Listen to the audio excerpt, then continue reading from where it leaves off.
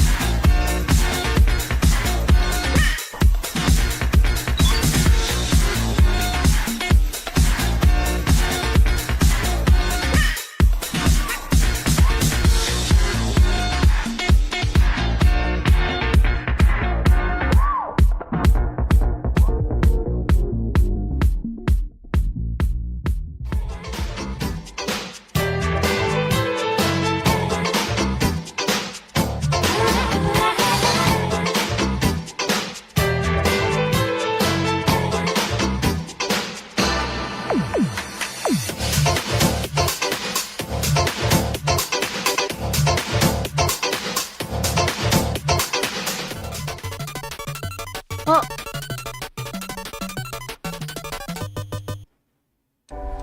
Hi, chat. How you doing? How are we? Hiyo. You're gonna gotta get rid of the. Hiyo. I totally didn't like wake up an hour ago or anything. Totally not. Hiyo. Hiyo. Yesterday was a whirlwind. I'm very... Not giant, you guys are just small. Look how little you guys are. Look at this. Look how small these are. Babies. Hi everyone.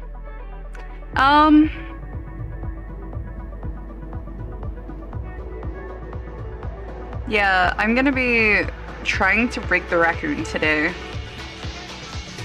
Hopefully it goes well.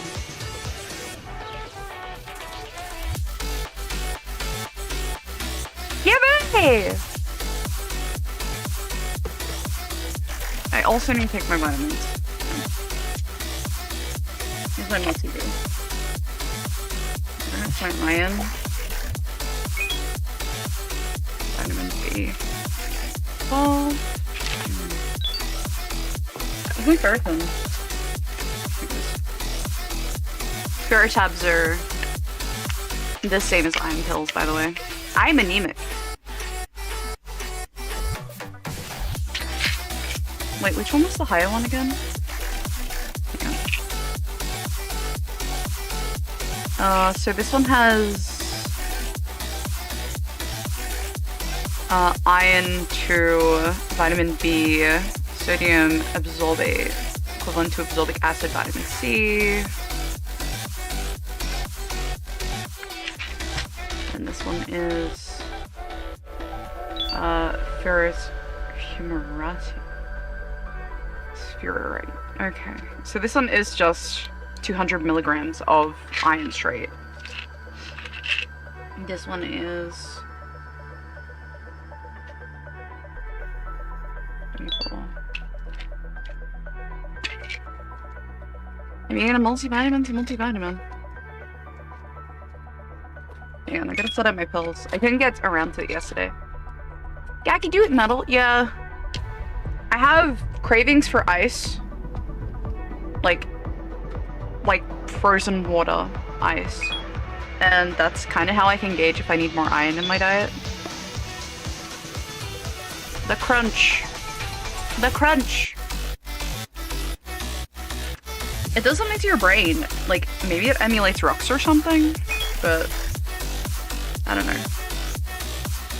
I'll put them in my pill box. Okay. Alright, so that's my B12.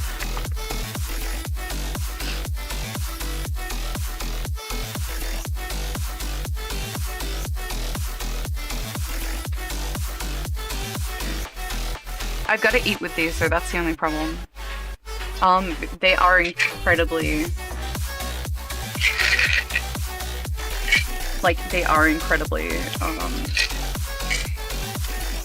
hard on your tum-tum, so...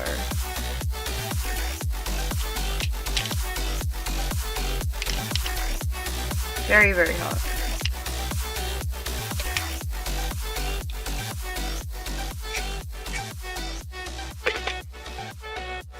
Okay. That's done.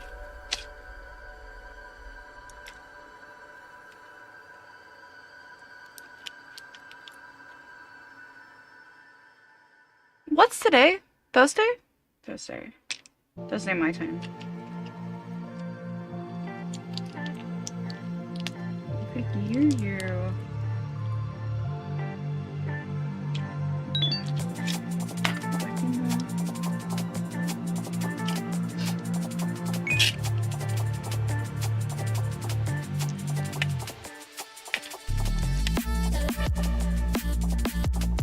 It must be fun just watching me put my pills in my box.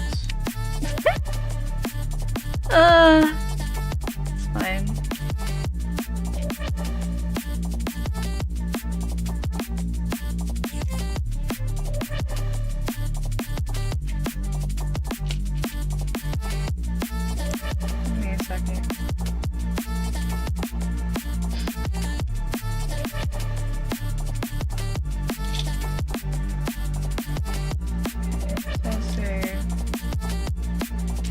Oh, I have a doctor's appointment next week too. Again.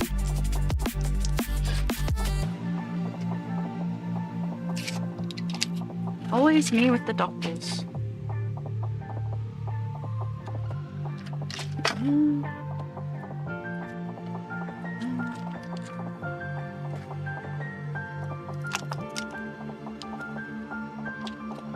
Oh. Ambulance!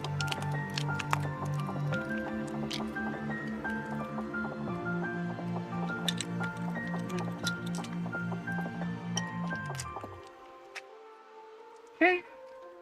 Pop, pop, pop, pop.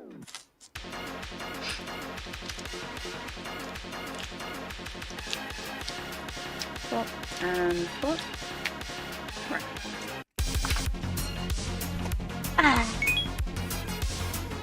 It's a busy Thursday. Oh, really?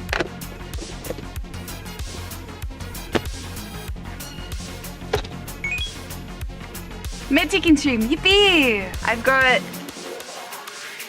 my Diabex. I've got my birth control for hormonal acne.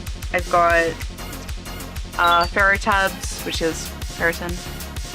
I've got multi-B with vitamin B12 and also iron, and then I've also got straight up vitamin B12 tablets. You can't have them on empty stomachs though. I need to have something big to put on top of them because they're really acidic. So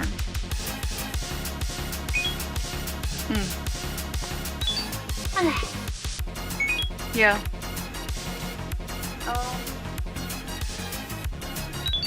There's not really anything I feel like eating, honestly, so I might take my pills later when it's lunchtime.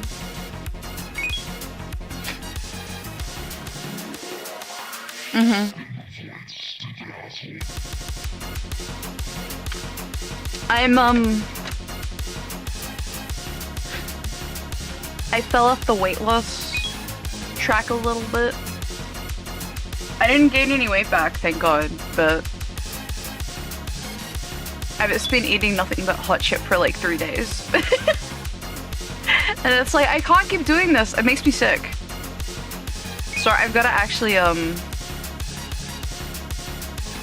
mean, I've lost like 45 pounds in the past like 3 years, so I think I'm doing pretty okay.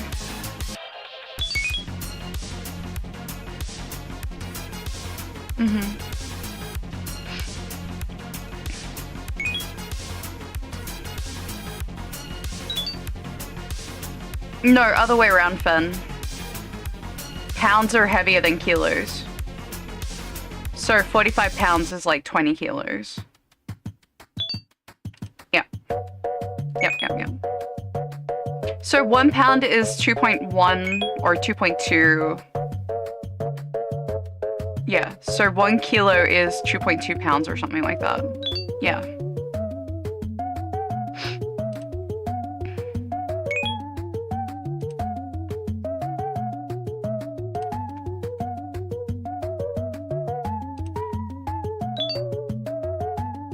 Yeah, because milligrams, I'm assuming, is like the...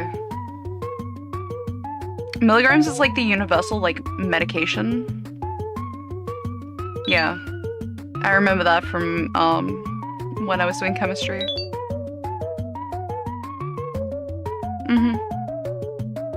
And doing homework, too, don't forget, Lex.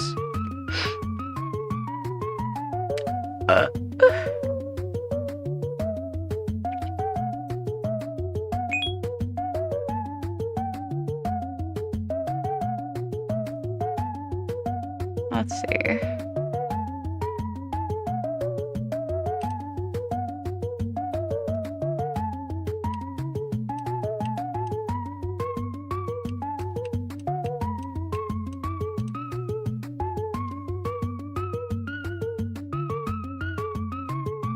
Angry. Someone posted their booba and they're really big and now I'm angry.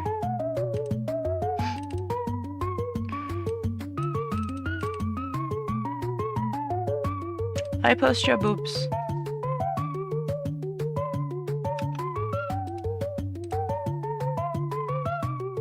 Tut tut.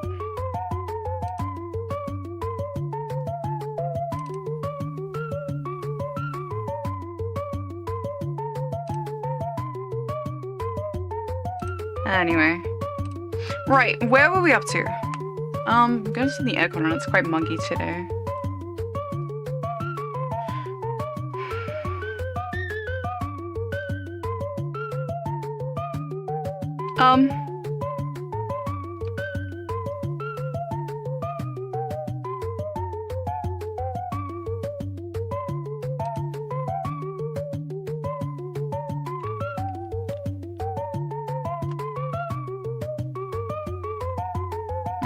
Alright, give me a sec.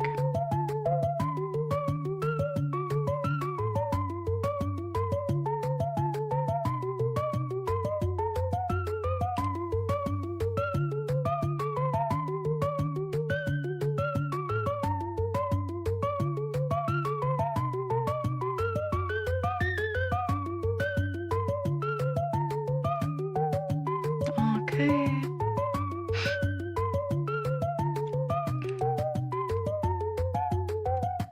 Oh, that's something I need to do real quick too. So I got Sari bot. That should be fine. Ugh. I don't want to hear my own voice. Stop that. Stop that.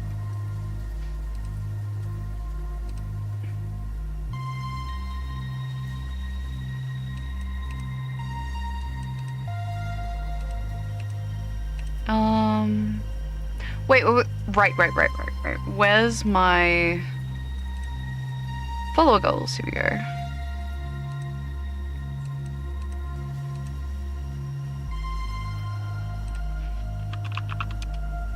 Manage goals. Edit.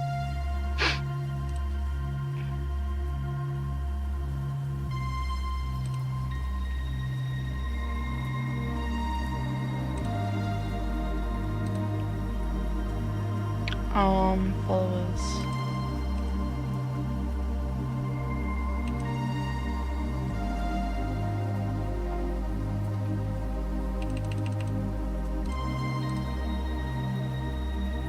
Oh, you're not gonna let me? Okay, I see how it is.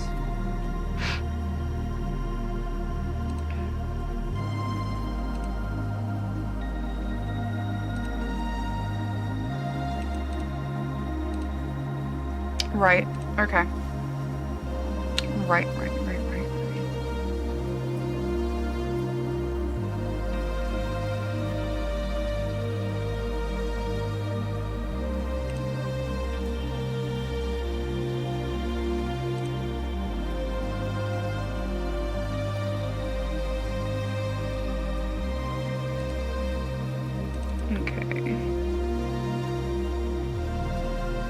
Sorry for such an amazing, totally fun stream. So apparently I can't cancel my sub.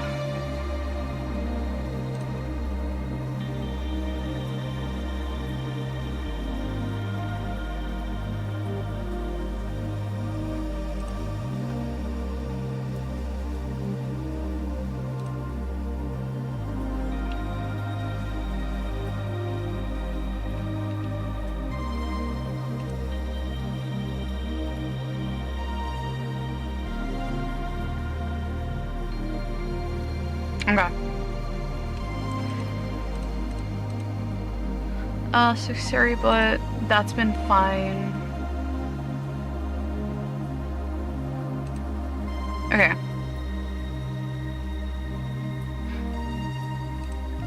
Okay, so follow bots are on, so I shouldn't have any bots following me.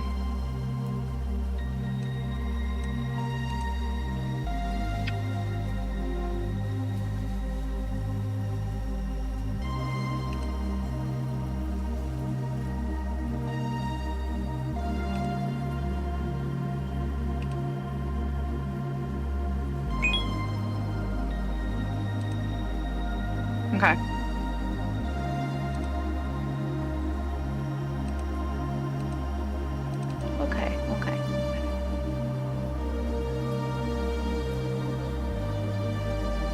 I think...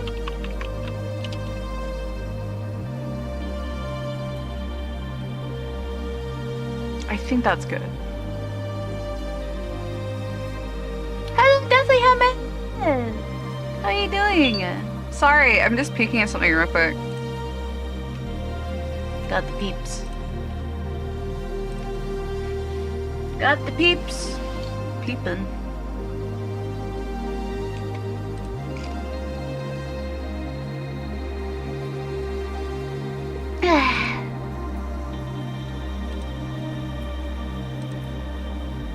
Okay. Had a sip of coffee.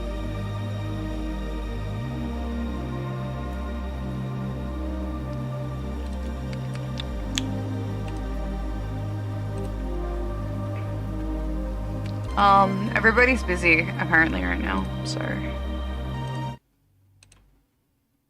everyone's doing a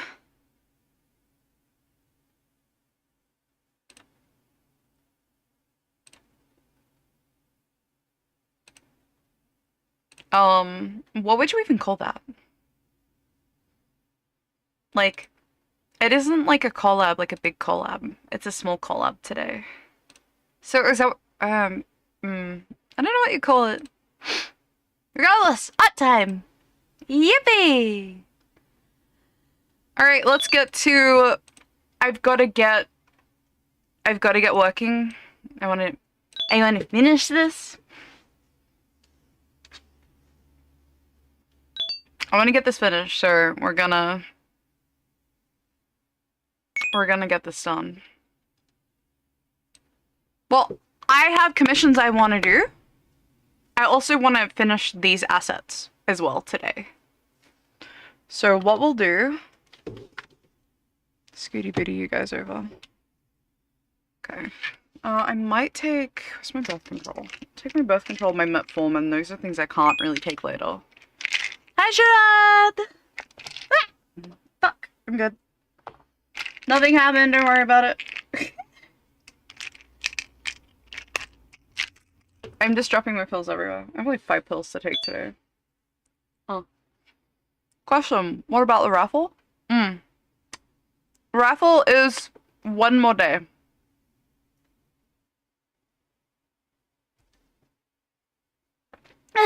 There's 1 more day till the raffle finishes.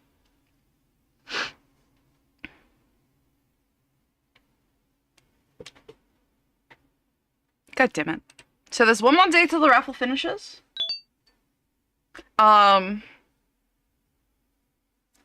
Yeah. Oh.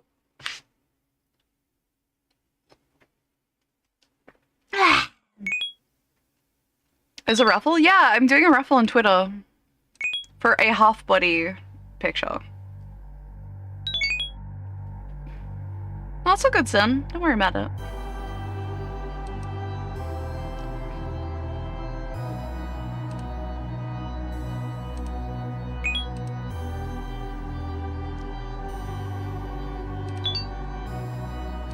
Oh, Callie knew about it? Hang on.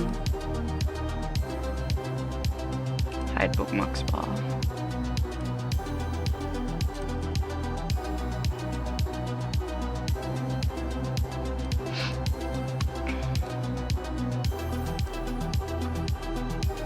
This is really difficult because I woke up this morning and I didn't know that it was gonna be today. It's been a really weird morning. I've already kind of gotten all of my tears out of the way, probably for a very good reason. Nobody knew that announcement was going to be made today. For people that are out of the loop, which I doubt you're out of the loop. My gen mate, Gargura, has announced that she is going to be graduating from HoloLive on May 1st. When I say that nobody knew, I don't mean that we didn't know. Like Gura said herself, this was a long time coming and something that I was aware of for a long time. What I didn't know was that it was going to be today, and probably for a very good reason. I spent a lot of time thinking about how I was going to address it and talk about it, but I kind of kept putting it off for like the past like little while. I was thinking to my like couple months or so, I was thinking I'll think about how to address this and what I'm going to say to the fans. But I woke up this morning and didn't know it was going to be today, and now I'm kind of floundering, I guess, because I don't know what to say or how to address it. I know that it's not like really my responsibility to make a big statement, but it kind of is, because this is my gen mate. Even just by the sheer number of people that are here right now, people are expecting me to make a statement of some kind, and I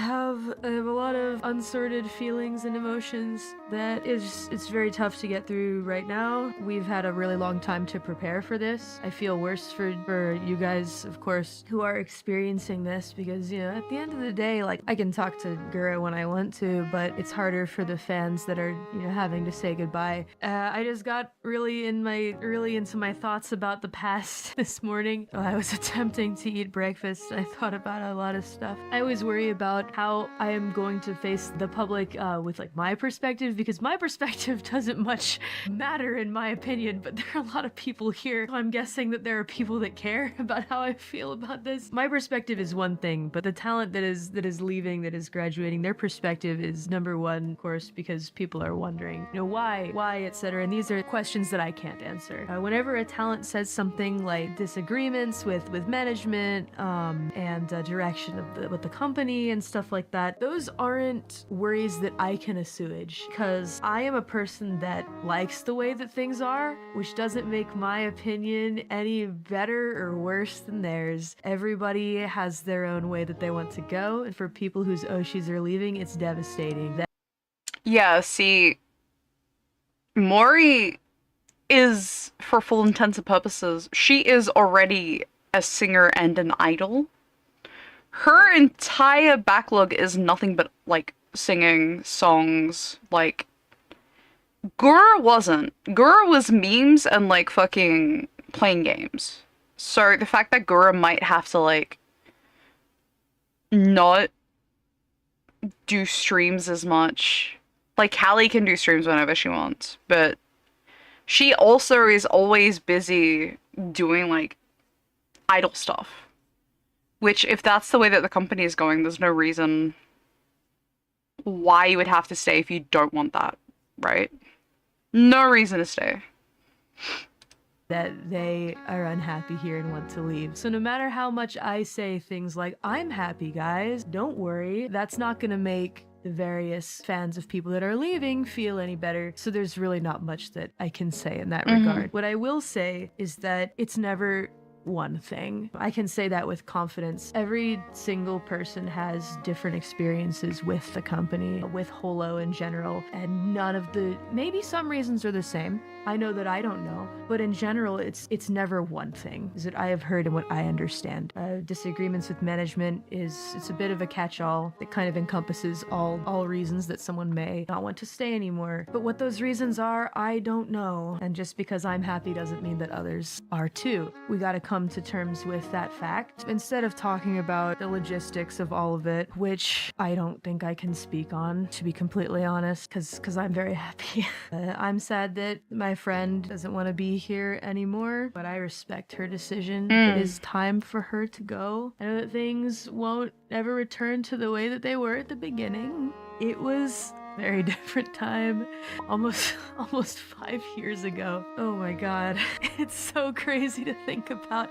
Altogether, Myth in the beginning, none of us knew each other or spoken to each other. I didn't know Gura, but I knew that before we debuted and the little amount of time that we had gotten to spend together, that she's really, really funny. And I loved talking to her off stream. She was just always knew what to say. It's just a genuinely hilarious person. I hate these kinds of talks because it sounds like I'm talking about a dead person.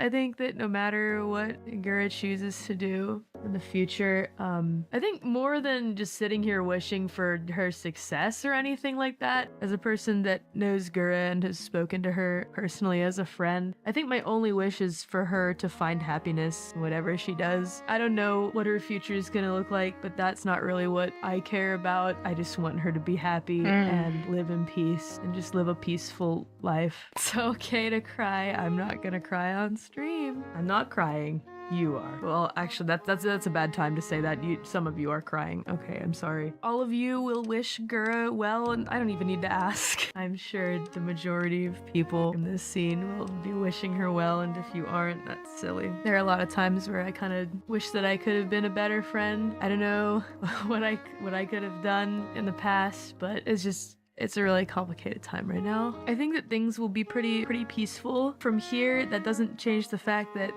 I don't know why things are the way they are right now with graduation. I feel like, I don't know, maybe they want to rip the band-aid off or something like that. I think things will calm down, but there's always gonna be a big hole that will never be filled in by anyone or anything. It's supposed to be a great year. We're always hyping it up. Yay, all these wonderful things are happening, but at what cost? That everybody's, I can't say everybody. There are people that want to go, and I think that it's good that they're able to leave in some way, because there are some places that will hold on tooth and nail to their talents. I'm glad that Hira is able to move on and do something that, I don't know, maybe is more for her, maybe she'll rest. I don't know. I actually really can't. All these questions. Who's next? Who's next? I don't know. It's not an answer that I can give you. But I know there's a lot of people that are really worried right now.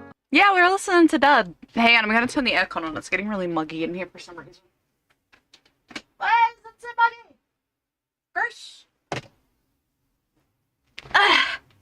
Okay.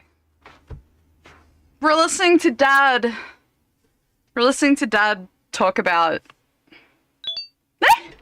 Oh, good.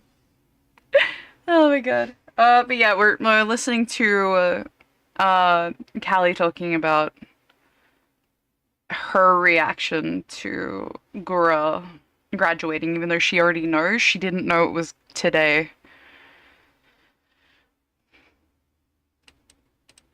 Yeah.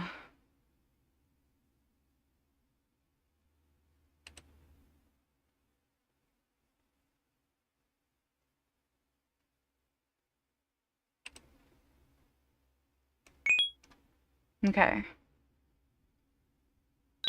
All good. So we're listening to Dad talk about her reaction to graduating, and she knew beforehand, blah blah blah. But she wasn't ready for her to graduate that day, right?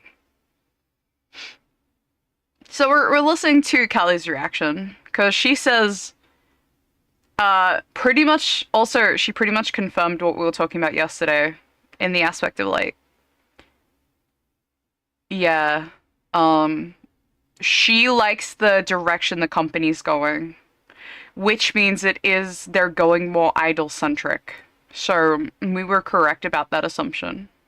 She loves being there. She says she doesn't want to leave. Just because she loves it, though, doesn't mean other creators will. That's the Toulon didn't read of it, right? Which pretty much confirms, like, there's a lot of bullshit behind the scenes. As she said, there's a lot of bullshit behind the scenes. Everyone has a different experience. She's happy. She likes the way things are. She is a music streamer, though. So it pretty much confirms that they're going full idol mode on these girls, and she streams, like, when she can, but mainly it's about the music for her, which makes sense for an idol-centric company. There's a lot of discontent everywhere. I know I don't know how to address it. Don't ask me things like who's next. I'm not going to be able to answer. Also not very nice to a lot of the girls that are still here that want to make their dreams come true. It's gonna be tough. I think for you guys, it's gonna be hard for us as well. Looking around, there's a lot of discontent, and I think that people that are sad that their Oshi is left are completely valid and venting their feelings and their sadness. What I do want to say right now, and I don't know if this is a hot take or something that is going to make people angry. If that's the case, I can handle it, being who I am, so I'm going to be the one to say it. This is something that has already been said in the JP sphere, so I'm going to say this to you guys right now. Be very cautious of people that are going to try and stir the pot in various ways. There's a big difference between people that are angry and upset that their Oshi has left and are expressing their frustration and Yeah. venting, and people that are purposefully stirring the pot, pretending to be Hololive fans. You can spot them pretty easily. They tend to use the same rhetoric. Holo is over, Holo is dead, etc. Blah, blah, blah. They will say the same things. You can pretty easily spot them by going to their accounts, looking at their post history, etc. It will be very easy to find them and point them out. Yeah, see, when I say Holo is dead, I don't mean from like a company standpoint. I mean from a Golden Goose perspective. So you had someone in the company who rose to like millions of subscribers pretty much overnight, right? And as soon as she pops up, there's tens of thousands of people who always watch her streams. Tens of thousands. She will have 10K really easily in her YouTube, like, fucking streams, right? Callie gets, what, 7, 6, 7K? Sometimes 10? She's still not as popular as Gura was, which I'm not sure why she didn't just go straight, like affiliate, right? If I was Hololive, I would be straight up like, please don't leave. Please don't leave. We will change XYZ for you. Like, you are the money bags. We got the Dodgers because of you. Like, that's your star employee. There's a lot of girls in there who are stars, but like, she's the star employee, right? She's the employee of the month, like 10 times over, 10 times every month. So the fact that a lot of girls are graduating makes it seem like, I think we were spot on with the rhetoric of they are just going straight idol. They're not going to be streaming as much, which for the girls who only want to stream and do like a song once every year, probably isn't what they're comfortable with doing. Which, understandable, right? That is what happens. Sometimes your company changes and you're just like, hey, that's cool, but I don't want to do that. I like being streamer, then idol. And if they're changing to just be idol, then streamer, of course people are going to be leaving. Like, even Nimi was like, oh, I left because, like, I loved the idol part. I loved singing. I loved dancing. But I also like streaming. So that also pretty much confirms, like, yeah, no, they're literally leaving because they're changing, going from virtual streamer idols to virtual idols who sometimes stream. Which, sadly, that is, how do I put this the most gentle way I can? Shit changes, right? Shit changes. Shit will always change. Shit will always come out differently. Companies who say we're streaming, like, we're streaming then going into idol, they are now going into idol, just like they said that was their projection. Like, and it's sad because the girls who don't want to be like traditional idols and singers and stuff want to be like, they want to stream, they want to be with their audience, their customers, their people, their friends. And then you can't because you'll be working 24/7.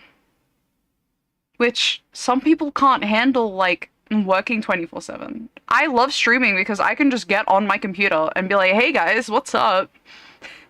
I love working, but I get to work comfortably from my own home, right? I don't have to travel out to Japan. I don't have to, like, get in, like, fucking reference outfits for 3D models, so then when I'm, like, moving, it tracks me for my 3D debut, shit like that. I don't have to do any of that crap. I literally can just sit here and go, I want to work on merch. And then I work on merch. I wake up and be like, damn, today I'm gonna rig this model. And then I rig a model. Like, that's my experience in streaming. I would love to be, like, an idol. you know, get some of my piano back in, like, go back to playing guitar a little bit. That would be really fun. But that's all stuff I can work on later, right? I don't have to be like, okay, you say you did music for like 5 years in high school, you did piano, you did guitar. Hey, you start singing, right? Like I used to do singing in high school as well, but I'm not like an idol. I'm just a bitch who fucking yaps on the internet, and that's what I want to do. If I joined Holler and they're like, oh, you can't be a bitch who yaps on the internet, I would have to be like, no, I'm sorry. Most of my content comes from me yapping and interacting with the audience. No. I'm a fucking stand-up comedian in terms of like business ethics, right? I talk to the audience, I make you guys laugh, I talk about bullshit, I interact with you guys. I'm not gonna sit there and be like, oh yeah, no, I'm just gonna be like, say hi once in 3 years in a stream and then go and do shit behind the scenes like fucking idol bullshit. That doesn't sound... Maybe if I retire, maybe if I graduate, that would be fine. But that's not what I want to do. Like, Callie isn't a streamer. Callie is, for full intents and purposes, a music VTuber. She loves to do music. That's her brand. She loves popping in once every couple months going, hey guys, what's up? We're doing XYZ music. We're having a yip yap. I hope you guys liked it. But it's like recreational, right? Some people want to stream as their job. Some people don't want to be an idol. And a lot of people are like, no, I want to be a singer. I want to be a dancer, blah, blah, blah. And it's like, well, that's great. But if you join a company who's trying to go from a streaming-based thing to, oh no, we're changing it to 3D models, like cap motion suits, you guys are gonna be a 3D model dancing and doing virtual concerts everywhere. A lot of people are gonna be like, fuck no. Absolutely not. You said I'm a streamer, and then I do songs occasionally. Of course, people are gonna be upset and, like, graduate. But yeah, no. She's completely right, though. Some people are gonna be like, oh, it's so dead, it's so dead, it's so dead. And it's like... Listen.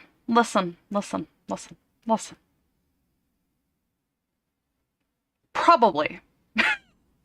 I think the HoloLive people fell in love with the streaming side, sitting indoors during COVID, having nothing else to do but listen to an anime girl on the internet. I think that part of HoloLive is dead. I absolutely think that part of HoloLive is fucking dead. I think HoloLive is gonna go full, like, straight up full idol.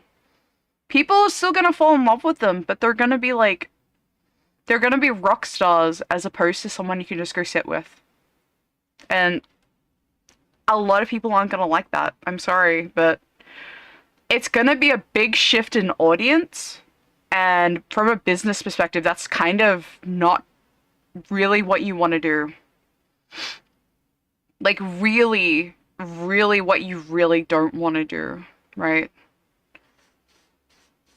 So, if I'm being completely honest with you, I do feel like they could have easily changed this, right? Easily could have changed this. They want to be an idol-centric corporation. They could have made, like, for the girls who have to renew their contracts, they could have made an addendum of, do you want to be idol side or do you want to be streamer side? Because there's still a shit ton of revenue coming from the streaming side of stuff. An easy, like, we're progressing down the line would have been, oh yeah, we're gonna make either you're a streamer or you're an idol. And then you get to choose if you want to be full straight up idol. So going into Japan, singing, getting recorded, mocap suits, getting your dances done, choreography, pre-recording for like concerts and stuff. Or if you want to be the streamer side, where you get to sit at home and you get to stream 24/7 pretty much. But the problem is that's not the direction Yagu wanted to go either. He said he wanted an idol agency. So if they're going full idol, then I hate to break it to you guys, but Old Hollow is dead. The company isn't dead, but Old Hollow is. And you guys are gonna have to put up with, like, it's gonna be like, you know, lucky for you guys, it's gonna be more like, hey, there's like more virtual concerts, there's gonna be more merchandising, there's gonna be like lots of stuff like that, but you won't be able to see the girls stream on a regular basis anymore. And I think that's a lot of the problems with girls, right? I think that's one of the main problems. Because you're going from something that a lot of people tuned in for who love VTubers, who love watching them every day, to you won't see your Oshi for fucking 6 months. And I think that might be too much of a shift for the audience. And getting rid of Gura, who is predominantly just wants to stream, and she just wanted to like hang out and not have 1,000 people be like, new song, new dance, do this, do that. I feel like it's gonna... Honestly, her quitting might have been the best option for herself. But letting her go was the worst thing for the company. Because knowing the biggest streamer you have pretty much just said, like... Yeah. Well, that's the thing, right? If you're 24/7 working on concerts and you're doing choreography and you're going into the booth to sing and you're getting it like mixed and stuff like that, and you have to practice doing your concerts and your choreography, why and when would you have time to stream? Honestly, when would you have time to stream? When would you have time to sit down and play a game? It sounds like a lot of trouble. You'd have no time. Which I think is what a lot of the girls are saying. Mori doesn't mind because that's her brand. She isn't like a music streamer. There's not going to be a problem for her. She loves the way the company's going because like her whole thing was she always wanted to be like doing concerts and shit, and now she's doing concerts, right? So now it's like, oh hi Smage! But yeah, it's like, of course she's not going to find a problem in it, right? Because that's what she wanted. She wanted to go into Hollow. They said, we want to be virtual idols. She is, and for full intents and purposes, she is a virtual idol. She's doing what she's always dreamed of. Gura always just wanted to be a funny haha streamer and have people who like hung out with her. That's pretty much the extent of what she wanted. So having to be like, okay, re-sign the contract, but you're not going to be able to stream anymore. You're not going to be able to stream anymore. You're going to be full-time dancing, singing, fucking your vocal cords. You're going to come home so exhausted that maybe you could stream once in 6 months if you have a break.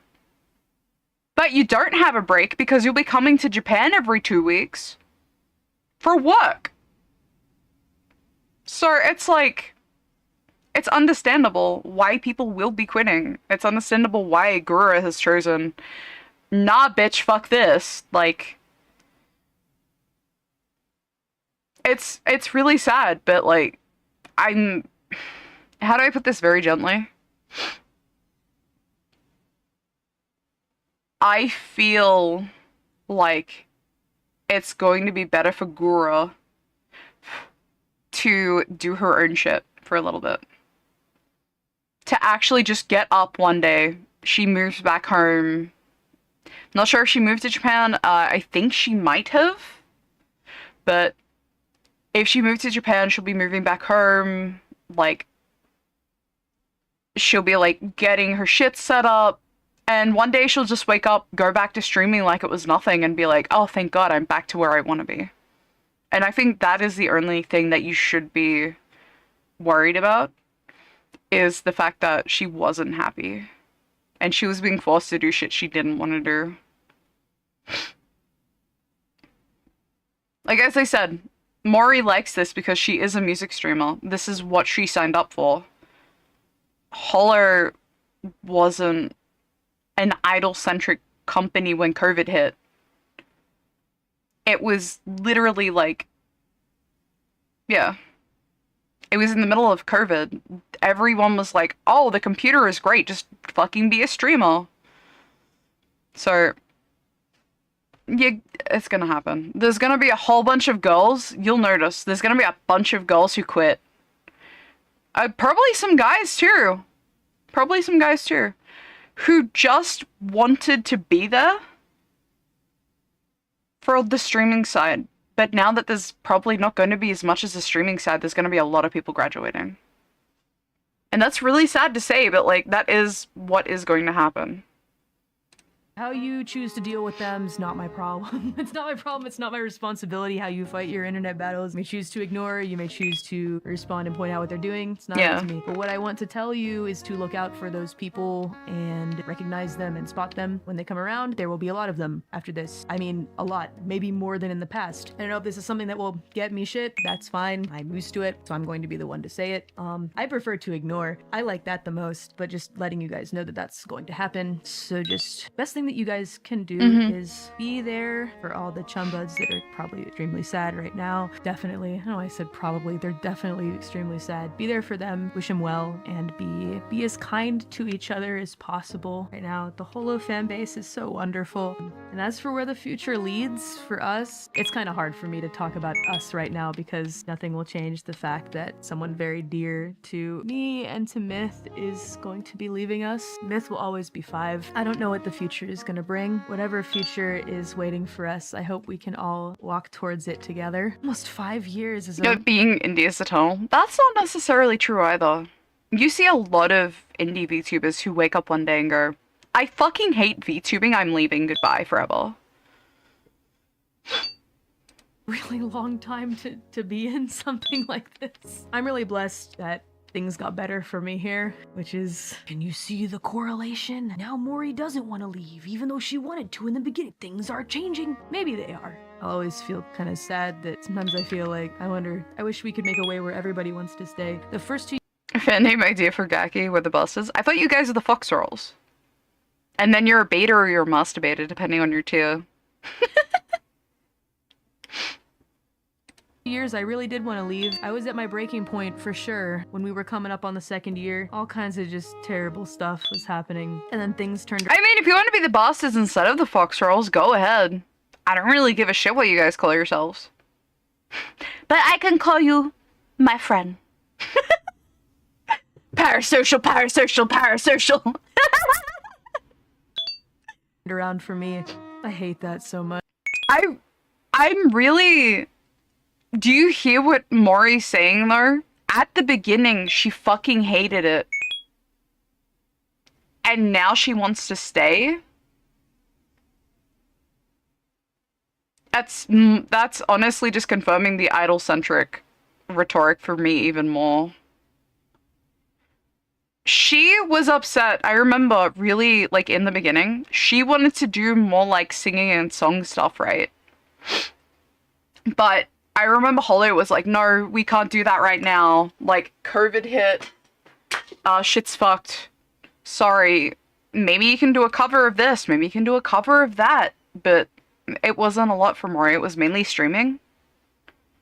So I remember Mori being really upset about that. But the fact that now she's like, I really want to stay after this. I love this. It's like, I was correct. They are going full 3D concert mode. They're not... They're not doing streaming as their primarily, like, saving grace anymore. They're gonna be doing 3D concerts and singing. Literally what everybody's been saying is exactly the problem. Cause, can you imagine Gooba having to get up, right, every morning, and she'd have to travel, like, to go to the studio, get fucking cap cut, sing, rehearsals, and all she wants to do is go home and stream. that's not going to be sustainable, which is why she quit. Much that not everybody can be happy where we are. I wish I could fix it. I wish I could. This doesn't offer any, I guess, sanctuary to those whose Oshis have left or are leaving. I can only speak for the deadbeats that are here that are maybe worried. The deadbeats aren't worried though. I don't think I'll leave at all. I think that if I left, I'd join staff or I'd ask to be a producer or put in some kind of position like that, because I don't know what my life would look like if I hadn't joined Cover personally. But I can only offer that kind of comfort to the deadbeats. So it's just, I'm gonna really miss Gura. I miss Ame. So, Myth will always be 5, even though there are only gonna be 3 of us for the next anniversary. Nothing will change everything that we did together. Almost 5 years now. Ever. That was the craziest year of my life. By far. And I've changed as a person because I've known Gura. I remember distinctly that she really made me laugh a lot in a time in my life where I wasn't laughing at all. And even though time changes things and maybe we don't talk as much as we used to, I still wish her the best. And I just want her to be happy. That's all I want. I feel like part of it's my fault. I've gotten so busy. I can barely talk to people that I used to talk to so much back in the day. I really should make an effort to do that more. And there it is. Shit's so fucking busy she can't even talk to people. I'm really thankful right now that I'm an indie. Like, I'm really thankful that I'm indie. Because I may have been busy for a whole month for my debut shit. But I can just message people whenever I want to, realistically.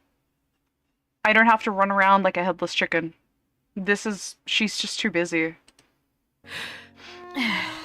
So let's make the most of the time that we have together with Gura and make sure that she has the best farewell ever. But again, like I said, you guys don't need me to tell you that. Gura is wonderful and has a group of people a huge group of people that are pushing for her. Everybody in Holo is all pushing for her to be happy. And yeah.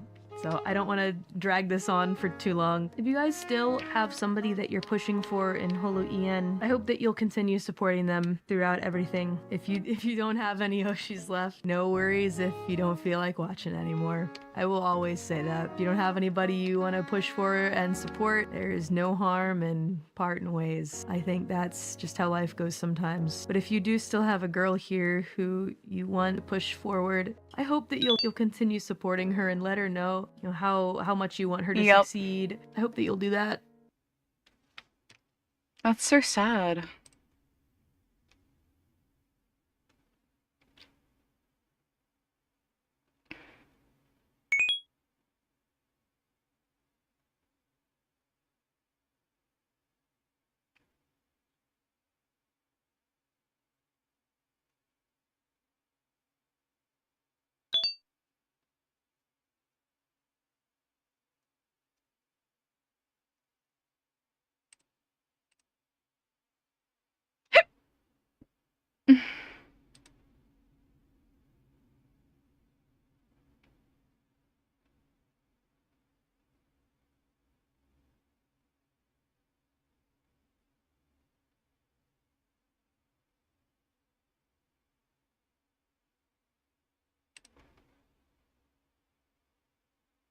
Yeah. So I can't reiterate, like, I can't reiterate anything more than just, like, she probably is just going to go back to her PL. She probably is gonna hopefully have nothing but just streaming and having fun for once in 5 years. Which is... yeah. She was the face of HoloLive. Like, she was their golden goose. She was, like, their mascot, right? Of course she's gonna be feeling like she'd have to do a lot. Of course she's gonna be stressed out, but hopefully her coming back is gonna be a lot more comfortable. You know.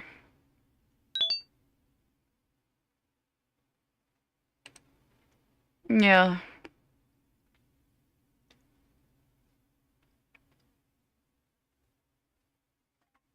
Oh, lunchtime.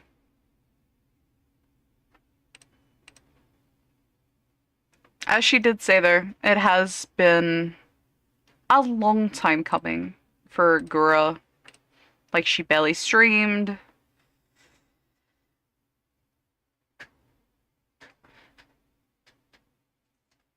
Like, sorry, but I honestly think it might be.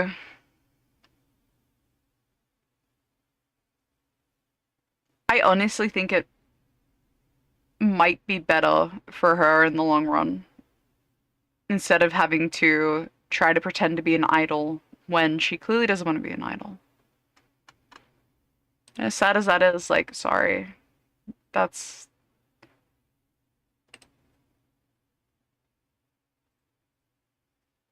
that's kind of that's just kind of it, right?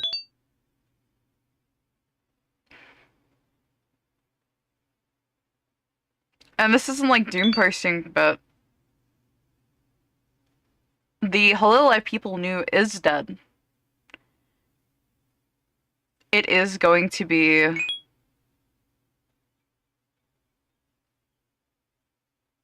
yeah. It is going to be idol centric. It is going to be more concerts. It is going to be less streaming. So it's like, sadly, it's just the way it's gonna be. Oh God, Dennis. He started screaming.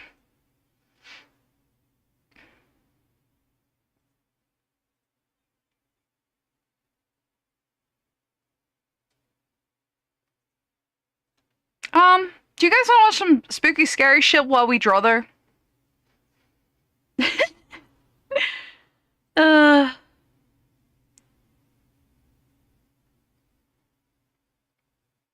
I would like to watch some spooky, scary shit.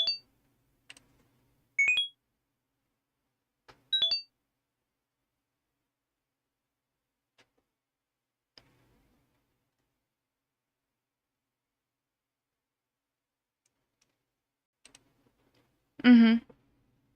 Let's have a look. What are we gonna watch?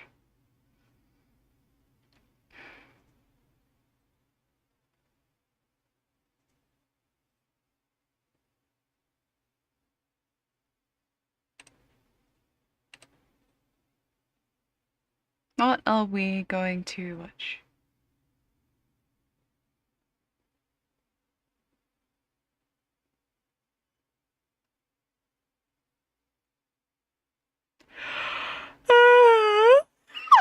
Excuse me. But yeah, make sure you watch Guru's PL. His Senzawa is. She seems pretty cool. She seems pretty cool at all. Like, super, super cool. Oh, man. Um,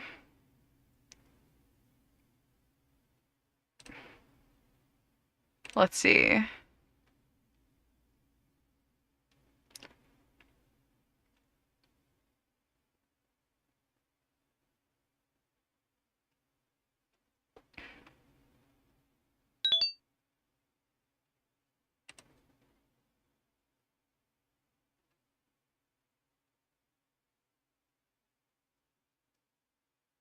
Yeah, I checked on Senzawa's like Twitter and stuff like that.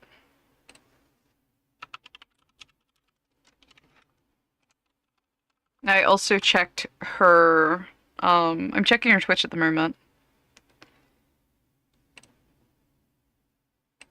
There's a lot of people in there.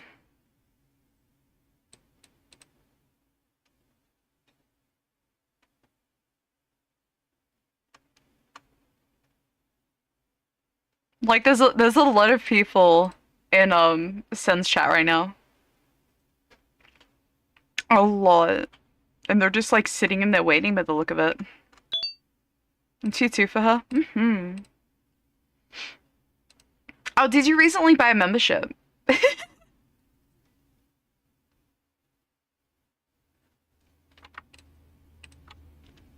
Let's see how much her YouTube has grown. Oh, damn. She's gone up like, what, like 28K overnight?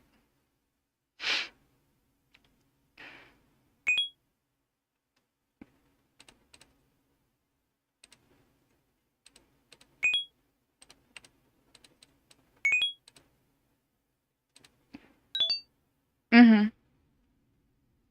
Cause she was sitting at like something like 1.05 million on her YouTube before this happened, and I look now and it's 1.28. That's like 25K have just like resubbed to her on YouTube.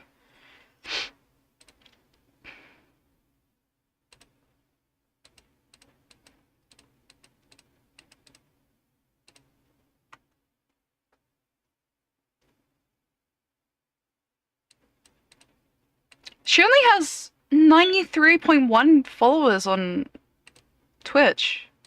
Well, she's a YouTuber, right? No, she doesn't have any lives on YouTube. Huh, she was a Twitch streamer. She was a Twitch streamer before she was a YouTuber? But she has like a lot of YouTube stuff, but...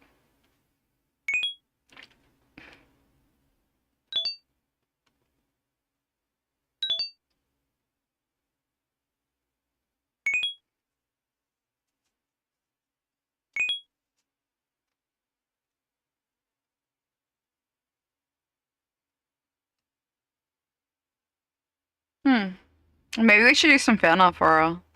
What do you reckon, chat?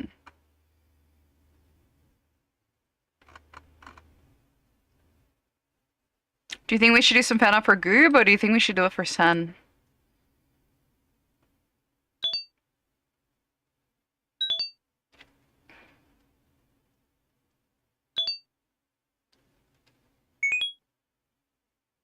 Goob for now. Um...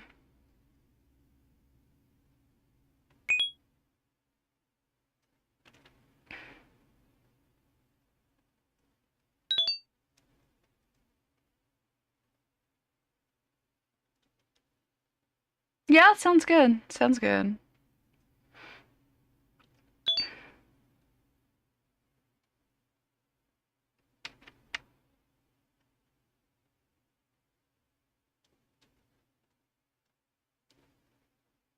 Let me have a looky at...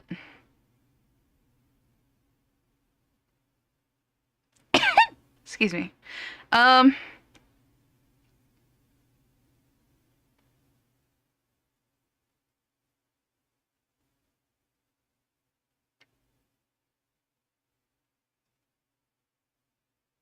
Oh my god. Thank you.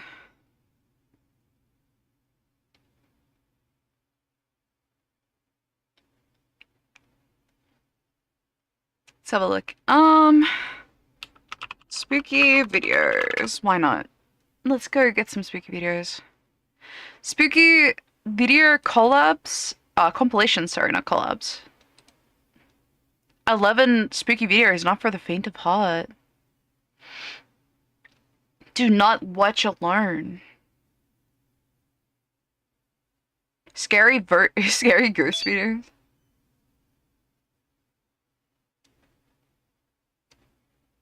You just watch my response on Twitter? Oh my god. I shall not Minecraft myself because all you want to do is steal shoes for your feet interest. I don't have a feet interest.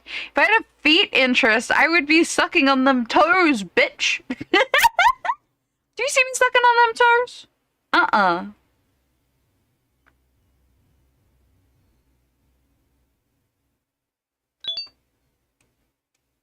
Let's try What is it called? Nuke's Top 10? Nuke's Top 5. Okay, here we go.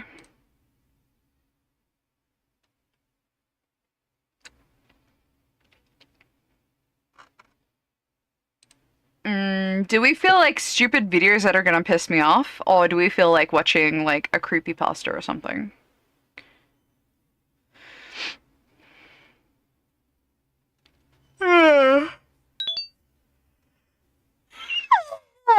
Creepypasta?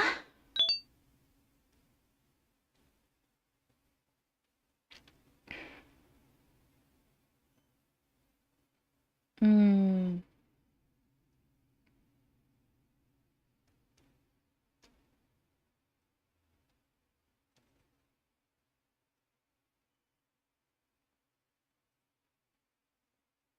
Bum, bum, bum, bum, bum, bum, bum, bum, bum, bum, bum, bum. Bum, bum, bum, bum, bum, bum, bum, bum.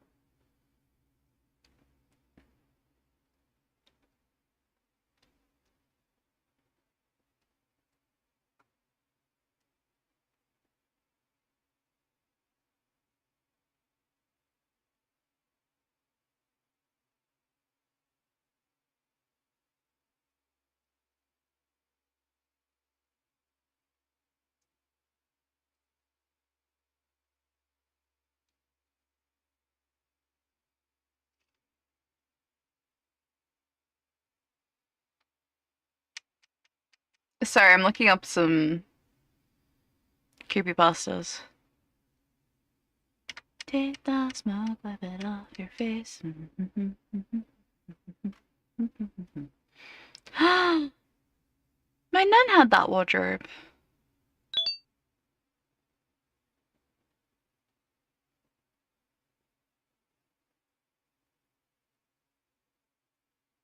Let me have a look.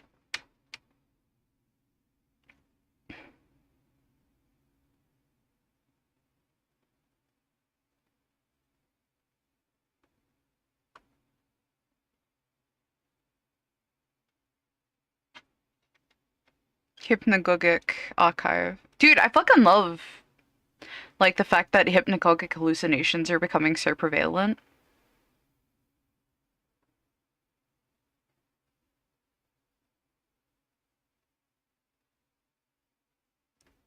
So hypnagogic hallucinations are when you're getting really tired and you start hallucinating shit. It happens a lot with people who have insomnia or like sleeping problems.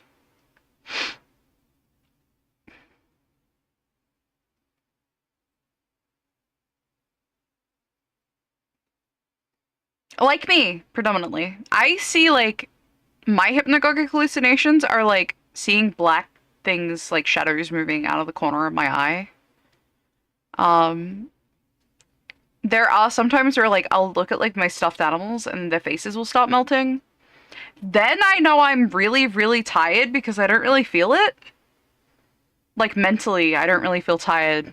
So my brain's like, "Hey, shit's melting. Please go to bed." And it's like, "Okay, yeah, I think with my my giant plush bunny is melting, I gotta go to bed." Is that why I see shadows? Yeah. Especially if you're tired, your brain is like it starts overcorrecting itself. It's called the hypnagogic hallucination. Hypnagogic hallucinations.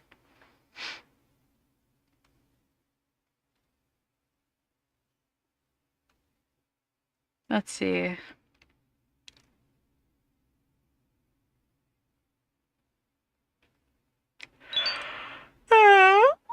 But yeah, I noticed after had a nap yesterday, because I woke up at a normal time today. I had a nap after I had to sleep. Um,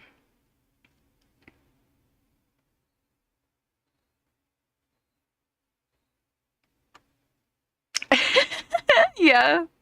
Um, no, I woke up and I still was like hallucinating slightly, which you can have it after you wake up or you are just about to go to bed, right?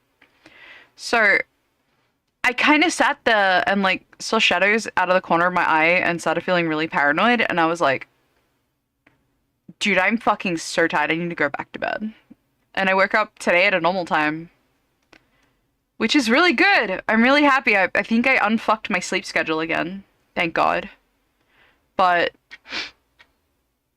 yeah, so if you get like specifically at like 3 o'clock in the morning, you start seeing shadows out of the corner of your eyes, shit like that, you probably are having hypnagogic hallucinations and you need to go the fuck to bed. Your brain is already starting to try to go to sleep and starts dreaming bullshit.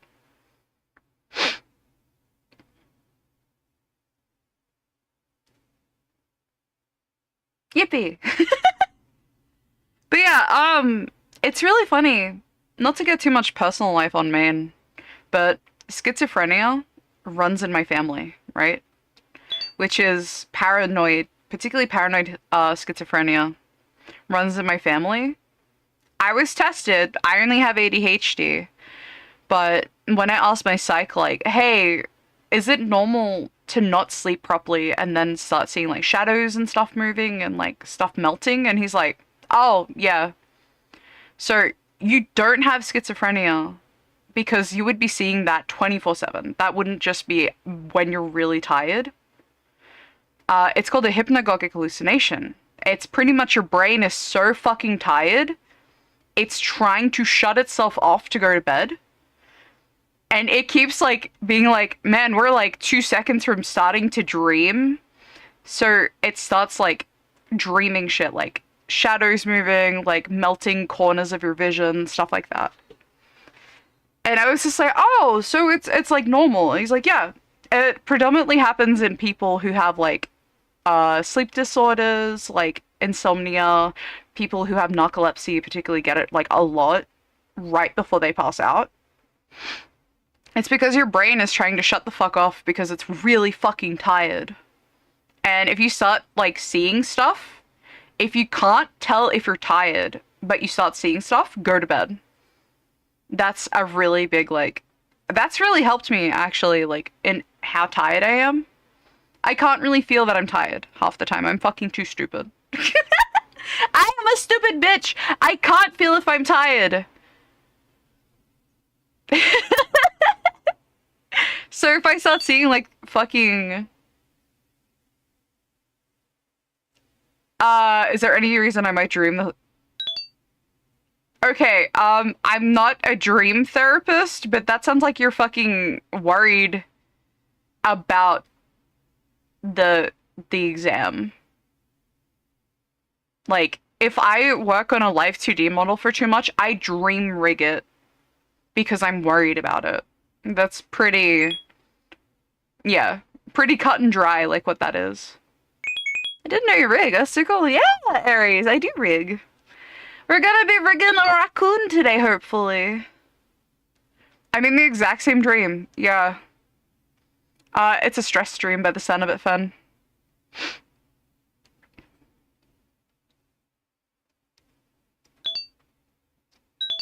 I'm not a, as I said, I'm not a dream therapist, so maybe, like, maybe Google like what the fuck is happening, but it sounds like if you're having recurring dreams that are exactly the same, it sounds like, yeah, it sounds like you're like stress dreaming. You know what's really funny? You know what's really funny? Actually, that reminds me. I'm gonna put on music so we don't get too bored. But that reminds me. I remember being stuck on a Life 2D model, right? And my brain was trying to figure out how to like code it. So like, how am I supposed to do this? How am I supposed to do that? So I remember like, I went to sleep that night and I woke up in a cold sweat because I dreamed how to fix it. And I woke up like, oh, I'm such a fucking idiot. I could have just used a warp deformer. And then I ran to my computer and I did it exactly like how in my dream. And I was like, that was so easy. What the fuck? Like, legitimately. Oh, I found a creepypasta too, by the way. I found a good creepypasta.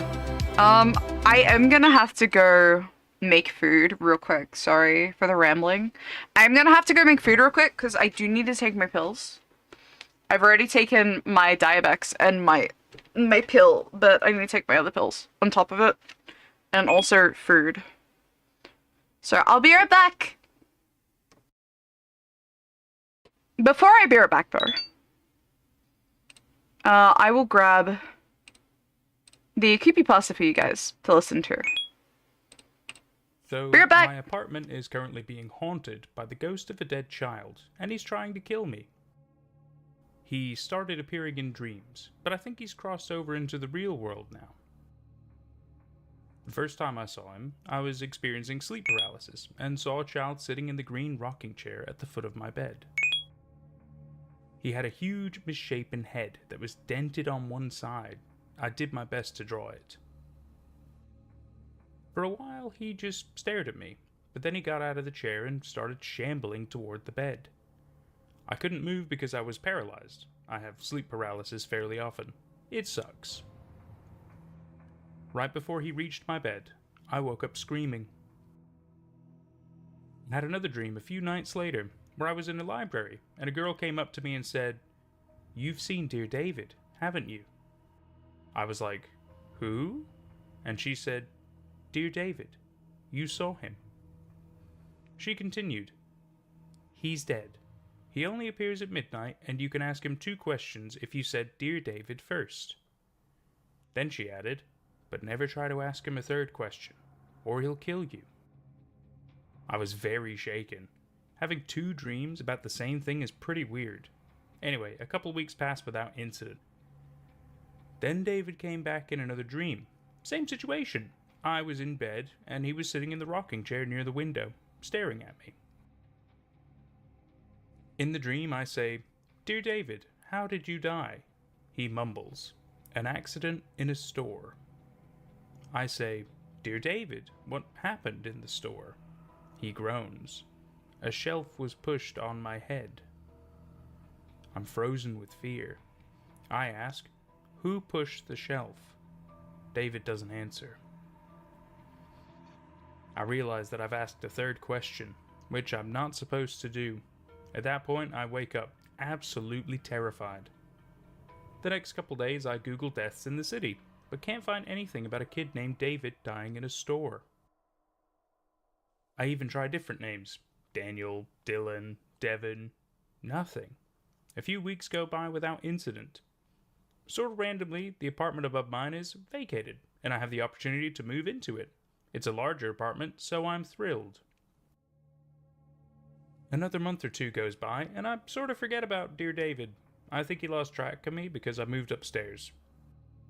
But lately, something strange is happening. For the past 4 nights, my cats gather at the front door at exactly midnight and just stare at it, almost like something is on the other side. Last night, I got a weird feeling and looked out the peephole, and I'm dead certain I saw movement on the other side. When I opened the door and turned on the hall light, nothing was there, but my cats seemed unnerved, bushy tails, etc. And that's where I am right now. Dear David found me, I think. I don't know what to do. I'll keep you updated.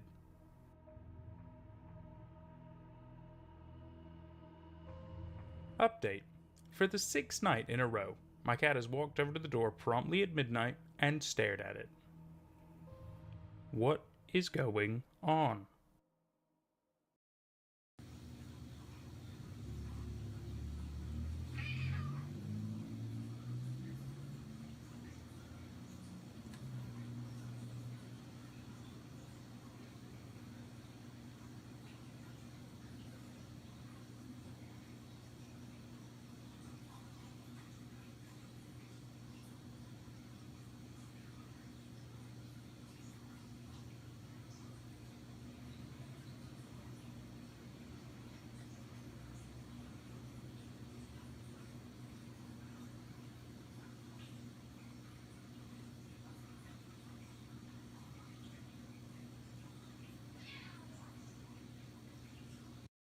Okay, so I took a photo through the peephole because I'm too scared to open the door.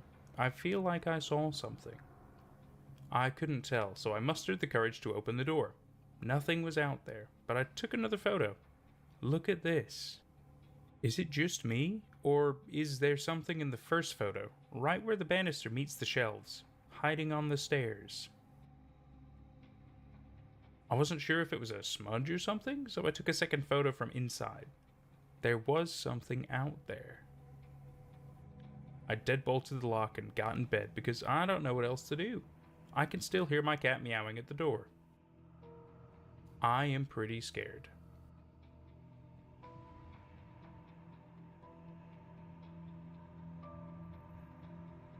It's been pretty quiet tonight. I'm gonna try out a sleep talk app to see if anything happens during the night. I'm heading to bed, but the cats are back at the door. They only do this in the middle of the night. It's routine now. And here we go, just minutes before midnight.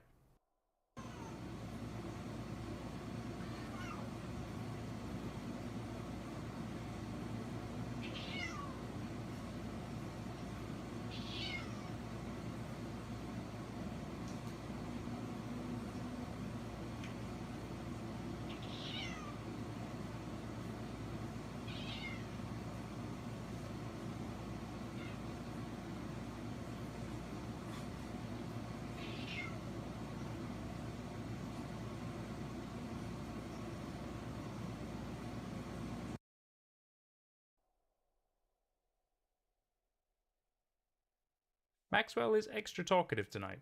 He's obviously trying to tell me something. They're both there now.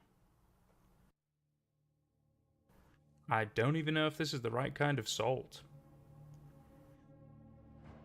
I used a sound app to record my apartment last night. It makes individual recordings each time it hears something. There were 33 recordings.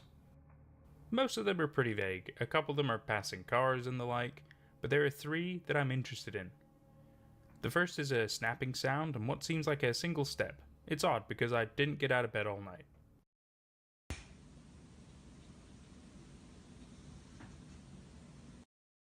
This one is weird because out of 33 recordings, this is the only one that has that strange electric sound throughout.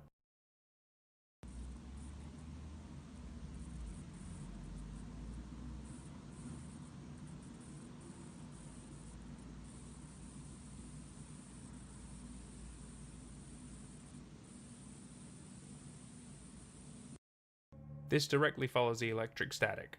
Another snap, then I groan in my sleep.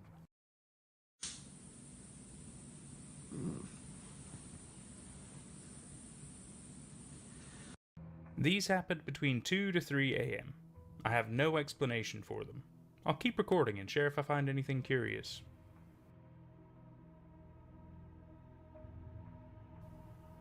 Getting the F out of my haunted apartment for the weekend. Hold on. Did you see that? Well, psychokinetic editing did. Eyes, nose, and mouth. Misshapen head. Small stature. Please tell me it's just a painting. I have no explanation for this.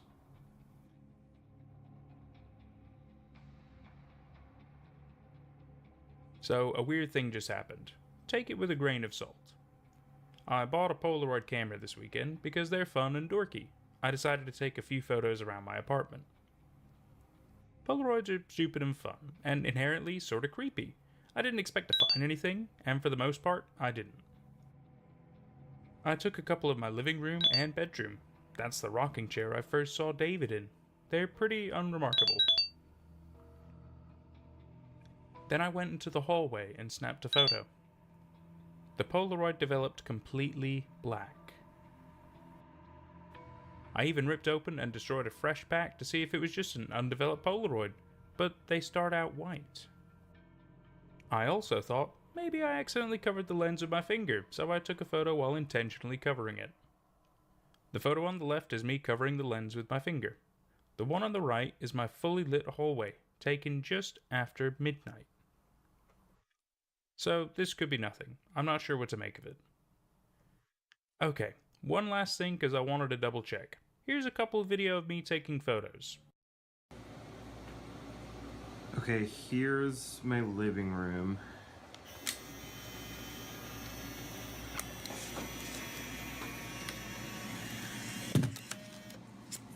And I'll leave that there. And then the hallway. Okay, now I'm gonna take a photo of the hallway just to show you what that's like.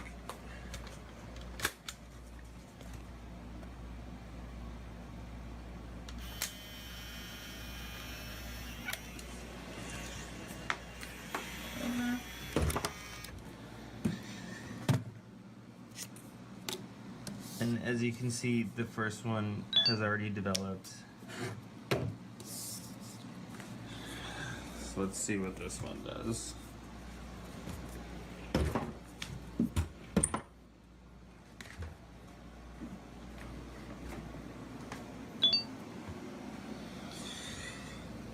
It's gonna take a minute.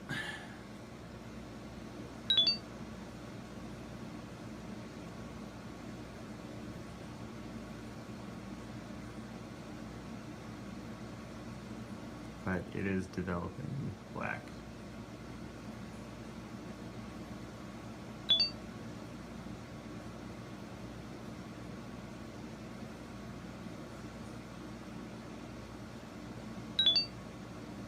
So I don't know.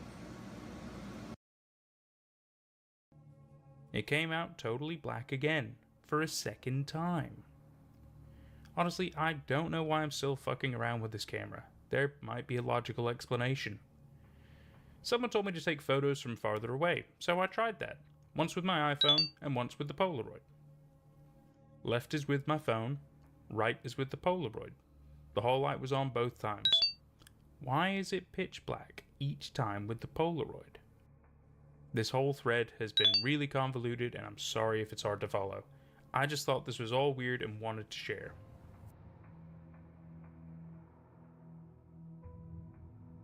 Folks have been urging me to get some sage, so I did. Saging the hall, and definitely saging the hell out of this rocking chair.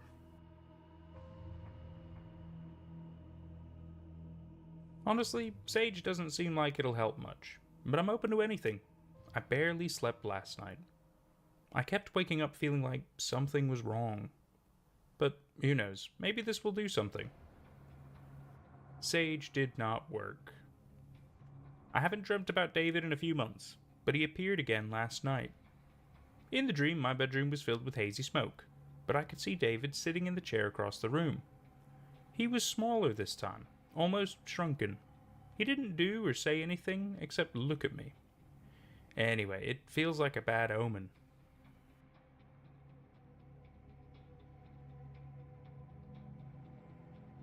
It's been 2 weeks, and he still does this every night at midnight.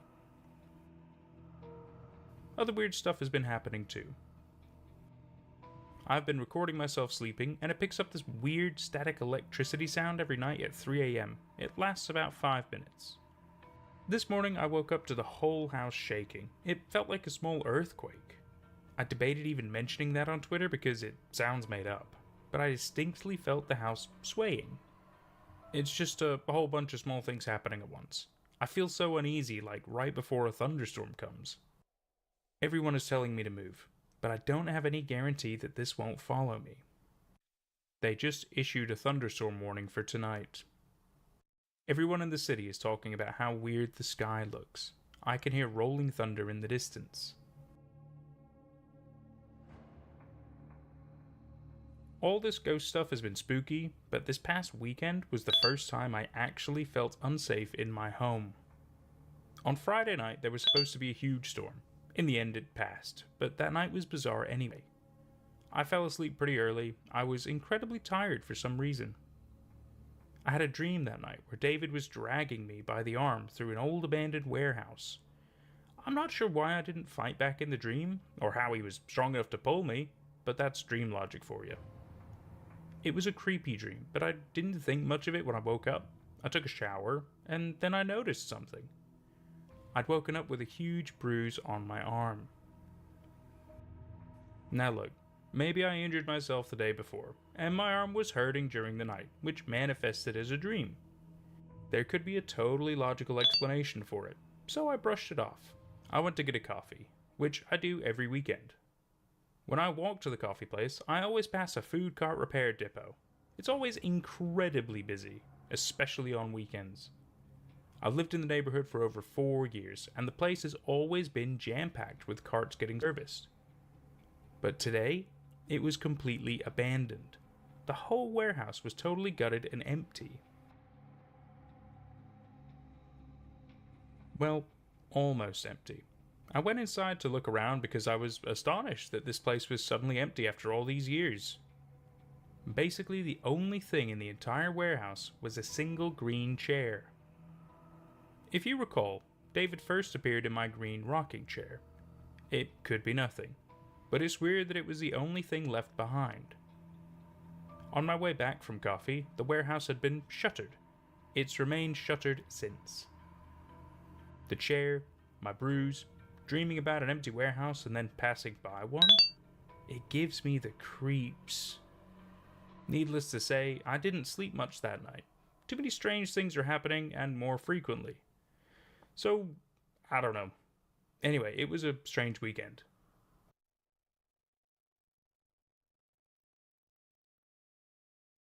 There have been a few small developments in my apartment, but I'm not really sure what to make of them. I just know I'm scared. If you recall, my cats usually gather at the door at midnight, but lately it's been getting earlier and earlier every night. I was almost used to routine, so when they started to cry at the door closer to 10 p.m., I was confused. They began a new routine: hover around the door at 10 p.m., cry for about 15 minutes, then wander off as if nothing's wrong.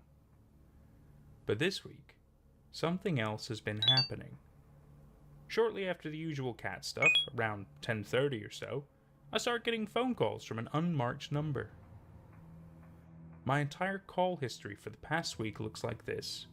You'll notice that I answered once, yesterday. Since this has been happening for days on end, I thought it might be an automated telemarketer or something. Usually if it's an automated thing, if you answer once, they quit calling. So I picked up. I didn't say anything. I just listened, waiting for some automated message to chime in. Instead, what I heard on the other end was a peculiar electrical static sound, very similar to the static my sleep app picks up at night. After about a minute, the static stopped, and there was silence. I kept listening. I heard what I thought was breathing, but it was so faint I can't be sure. My heart was racing, so it was hard to hear. Then, just as I was about to hang up, I heard a very small voice whisper, "Hello." Something about the way they said hello freaked me out. It wasn't a question or a greeting. Just hello. A flat statement. So quiet I could barely hear it. I panicked and hung up. I didn't know what else to do. I closed all the curtains in my apartment and turned on every single light.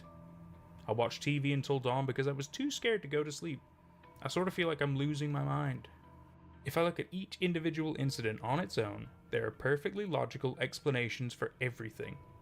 But after 3 weeks of weird shit happening, I don't know how to make sense of it all. The only thing I feel like I could do right now is write everything down. So that's what I'm doing, and that's what I'll keep doing.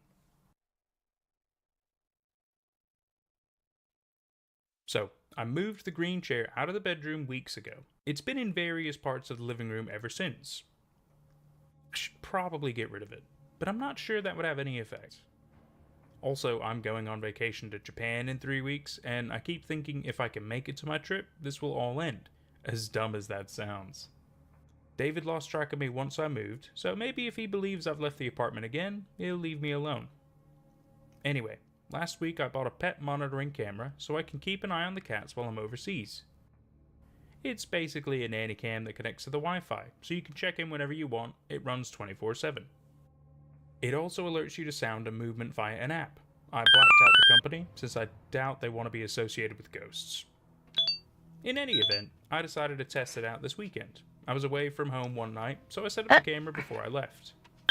My phone pinged periodically through the evening, alerting me to the cats running around and playing normal stuff. Then, around 11, it Era, alerted do you me mind? again that it detected motion. But when I checked the feed of my apartment, I didn't see anything. So I watched the feed again. Wait. But my settings... Oh, you fucking cunt. Hang on.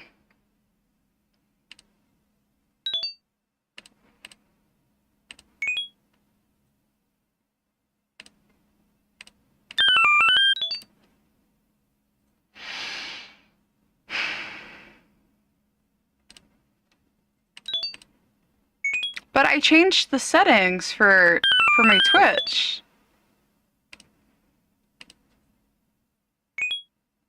Again? The fucking... Oh my god.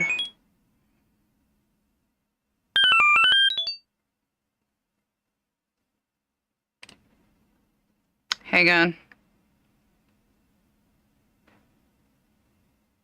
Sorry, but...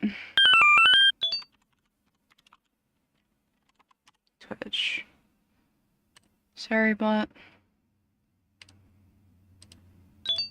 Sorry, but's on, yeah.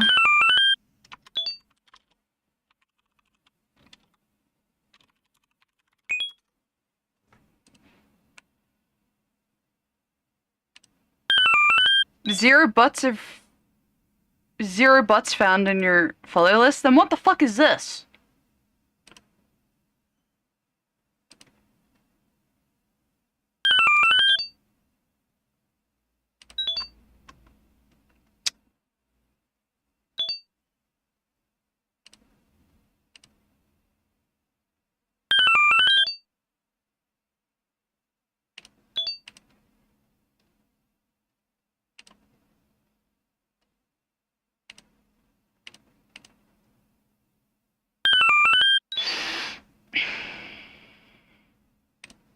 Zero butts are found in your follow list. Excuse me, it's happening right now.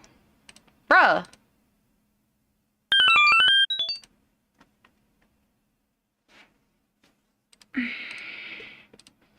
Hang on a second. Fen, it's not gonna do shit. It's not gonna do shit. They're following. They're not talking in chat.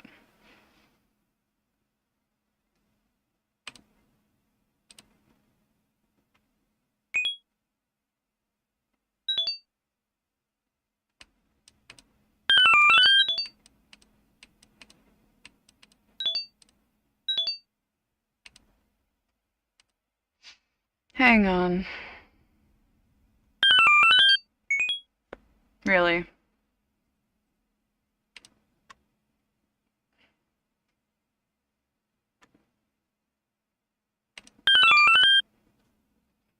What a bastard.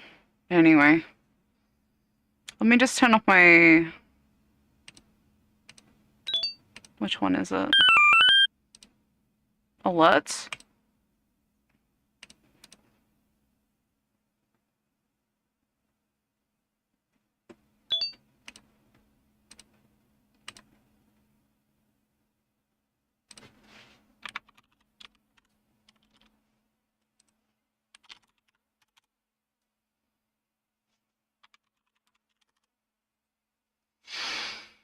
Okay. There we go. We'll let them do their thing. Sorry, bot. I've already put on follow bot protection. It's not working really great.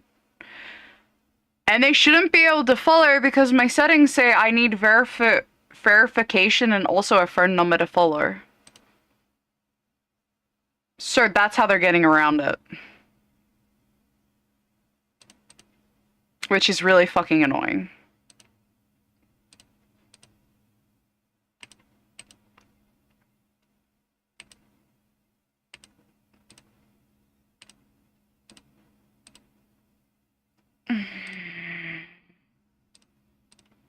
Where is it? Settings. Moderation.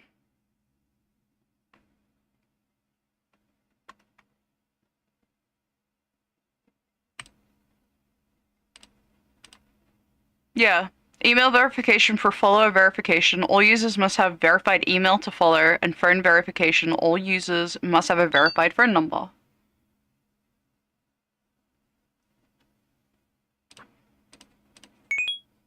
Some people just need to be busy. Like, the fuck is the point of this shit? I have no idea.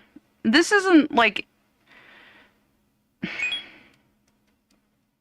I don't care anymore at this point, honestly.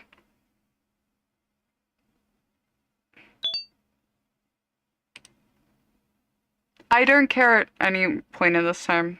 Honestly, I'm just sick of them.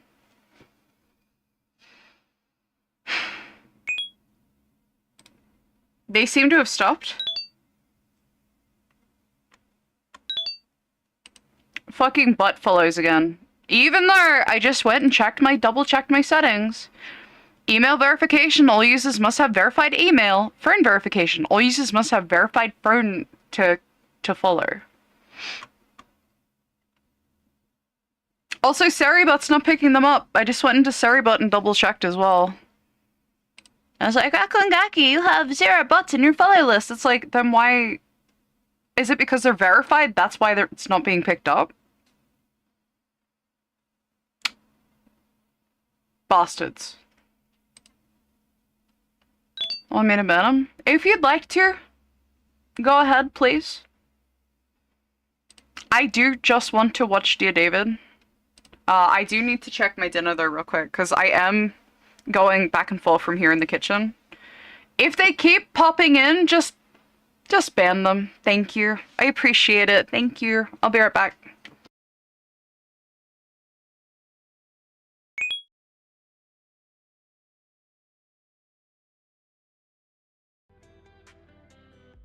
Still nothing. I watched it a third time and finally noticed something. Watch the chair.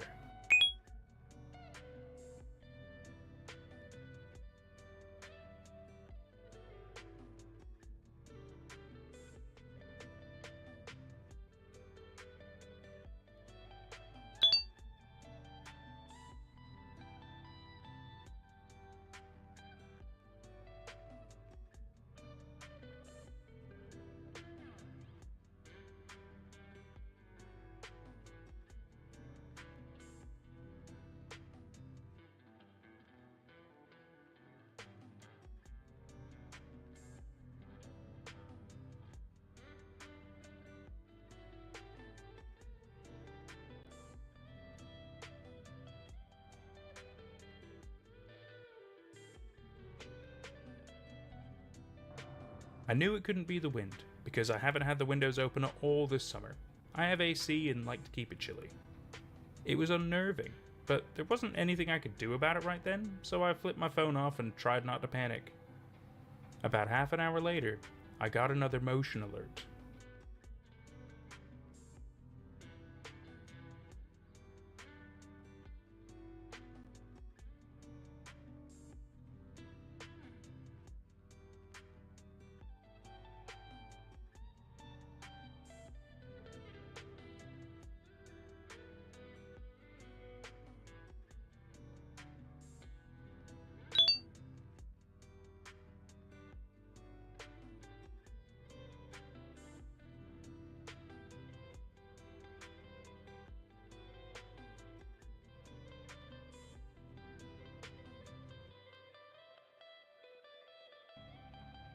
If you missed it the first time, like me, look above the shelf.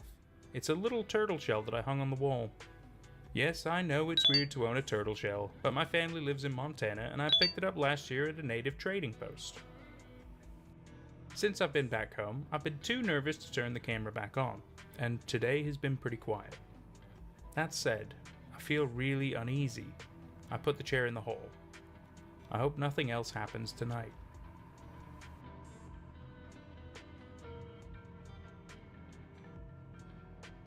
It's happening again. I've been leaving the nanny cam on 24/7. It records every time there's movement or sound, as you know. I was going over the feed from this weekend and noticed some weird stuff. During the night on Saturday, while I slept, it recorded the cats in the living room. It seemed pretty unremarkable at first. But then, after a few moments, Maxwell freaks out and jumps over something invisible.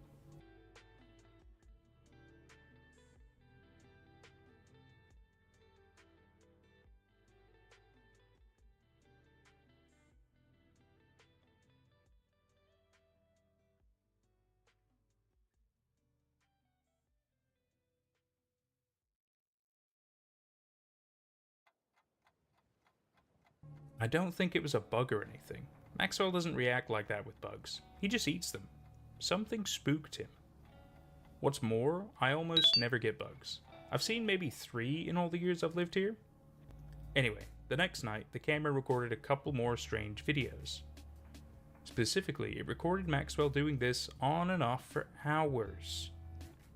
He'd sit up on his hind legs and peer around the room, as if looking for something, or looking at something. This is odd behavior for him, and I can't come up with an explanation for it, especially because of the next video. Here's the final video the camera recorded that night.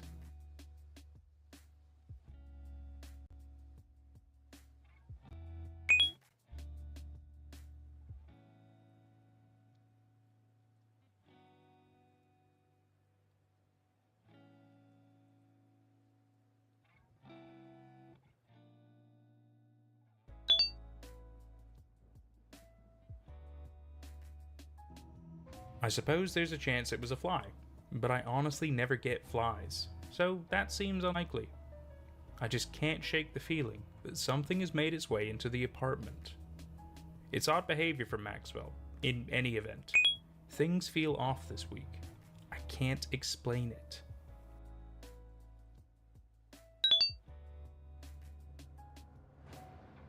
I've been having so many nightmares lately. They're way more intense than my usual dreams too. I don't know if it's because I'm stressed or if it's something else. This afternoon I took a nap and had a dream I haven't been able to shake. In the dream, I was laying in bed and rolled over to face the other direction. On the pillow next to me was a severed head with a bloody spine attached, snaking down the bed. The head was staring right at me, somehow still alive. It had this huge smile plastered on its face. Horrified, I screamed, "What happened to you?" The head smiled even bigger. "It feels great," the head groaned. After that, I woke up. It was dark outside by then. Everything was quiet. Other dreams have been just as strange. Things like dark figures staring in my windows, even though I live on the second floor. Stuff that makes no sense in relation to what I've been experiencing in life. After that dream about the head, I've been feeling uneasy all night. I couldn't stop thinking about it. I decided to go for a walk, if for no other reason than to get out of my apartment. I went to a bodega a few blocks away to get a snack. On the way, I had to pass the warehouse that was boarded up a few weeks ago. It's actually on the way to everything. I pass it twice a day just to get to the subway. I hurried past it, since it freaks me out now. At the bodega, I got some Doritos and a seltzer, then made my way back home. When I passed the warehouse a second time, I heard a dull thunk from the other side of the shutters. I froze in place, but there was no other sound after that. I probably should have just continued on, but curiosity got the better of me. There was a grated window next to the doors, about a foot above my head, too high to see into. So I thought to myself, okay, I'm gonna hold my phone up to the window, take one photo, and then run for my life. I made sure my flash was on, positioned my camera lens through one of the grates, and snapped a photo. I almost thought I saw movement when the flash went off, but I couldn't be certain. The light bounced off of the grates and was pretty blinding.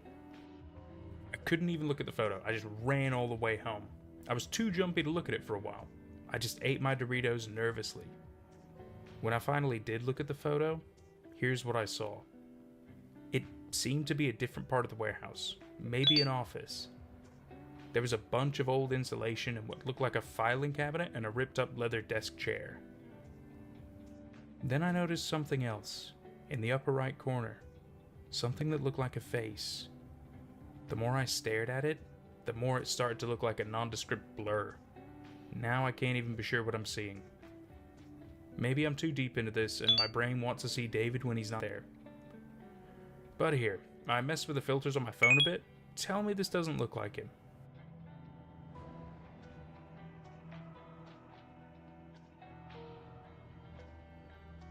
The past few days have been fairly quiet. I haven't been spending much time at home. I leave for Japan in a couple hours. I've been trying to avoid anything weird before my trip. I still feel like this all might stop if I just leave for a couple of weeks. Whatever happens, I want to thank everyone for their kind thoughts and concerns. This whole ordeal has been stressful, and it means a lot. It makes me feel like I'm not going through this alone. See you in a couple weeks. I bought a votive tablet at the shrine I'm at in Japan. It's my last full day in Japan. The past couple weeks have been pretty peaceful. I have people taking care of the cats, and they said they've been doing fine. This morning I went for a long walk around Sapporo. I've never really planned my vacations. I like to wander a lot and see what I find. I came across this statue in a park. I couldn't find out any real information about it online, but it was weird and pretty.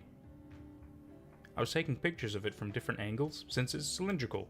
I moved around to one side and almost dropped my phone at what I saw. It felt too similar to be a coincidence. I felt dizzy staring up at it. This kid with a dented head? I don't know. Maybe I'm overreacting. Maybe this is nothing. It doesn't feel like nothing. Anyway, I have to pack for my flight home in the morning. It'll be good to see the cats again, at least. I made it home safely. The cats are fine, if a little more talkative than usual.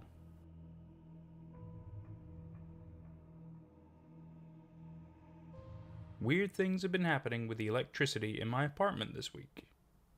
First, 2 bulbs have burned out in the hallway in less than a week. At this point, I've just left it alone, rather than get a ladder again.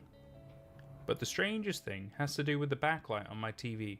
It's an LED strip that plugs into the TV itself via USB. The TV has to be on in order for the backlight to be on. But last night, the backlight was flickering on and off by itself. I noticed it just some time before dawn, when I woke up and went into the kitchen to get some water. I'd barely gotten back into bed again when I saw a faint light come on in the living room. After a few seconds, it went dark again.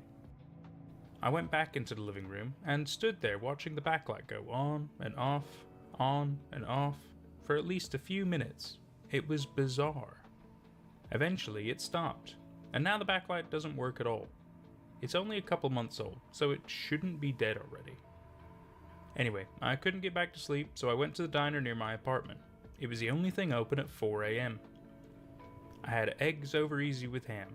It was too much ham, but the eggs were pretty good. When I got back home, the sun was starting to come up, so I figured I might as well shower and go to work early. I showered and brushed my teeth, then headed into the bedroom to get dressed. As I passed the front door, I thought I heard a faint scratching sound from the other side. It was so soft I wasn't sure it had really happened.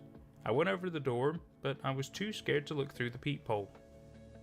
I couldn't bring myself to actually put my face that close to the sound, so I opted to take a photo through the peephole instead. Since there's a skylight just outside my door, the hall was awash in a faint yellow-green light. I snapped a couple photos. At first, the pictures didn't seem like anything, just blurry nothingness. But as I analyzed it and started noticing things, part of a face, an ear, and an eye staring right back at me. I think maybe it's time to get someone else involved. It's obvious this isn't going to stop until I do something. I'm just not sure what that is yet. I'll let you all know when I figure it out. For those who couldn't make it out, I see it, but the features don't quite seem human. To me, it looks a lot like the kid in the statue you saw, from a higher angle.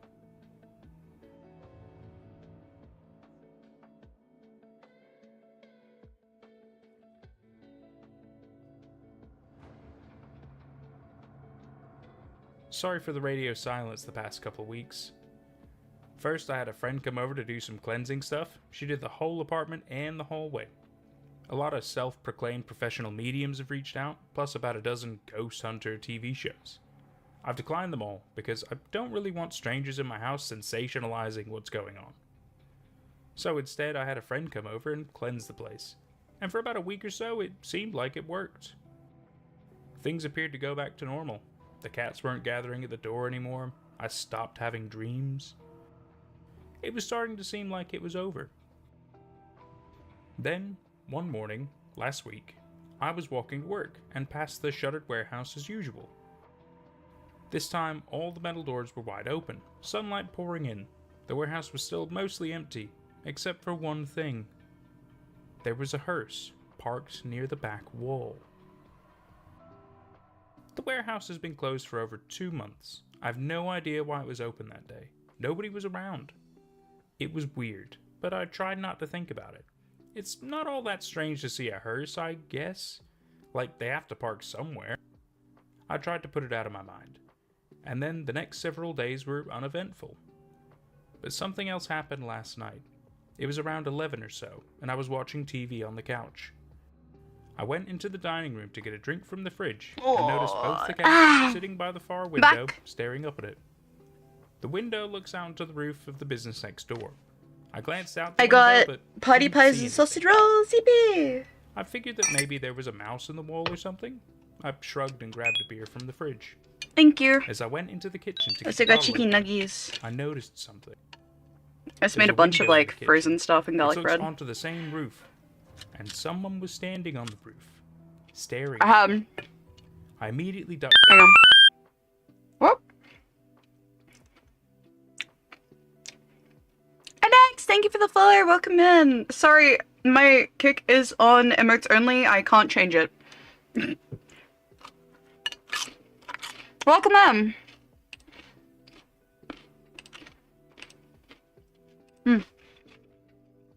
So I made garlic bread.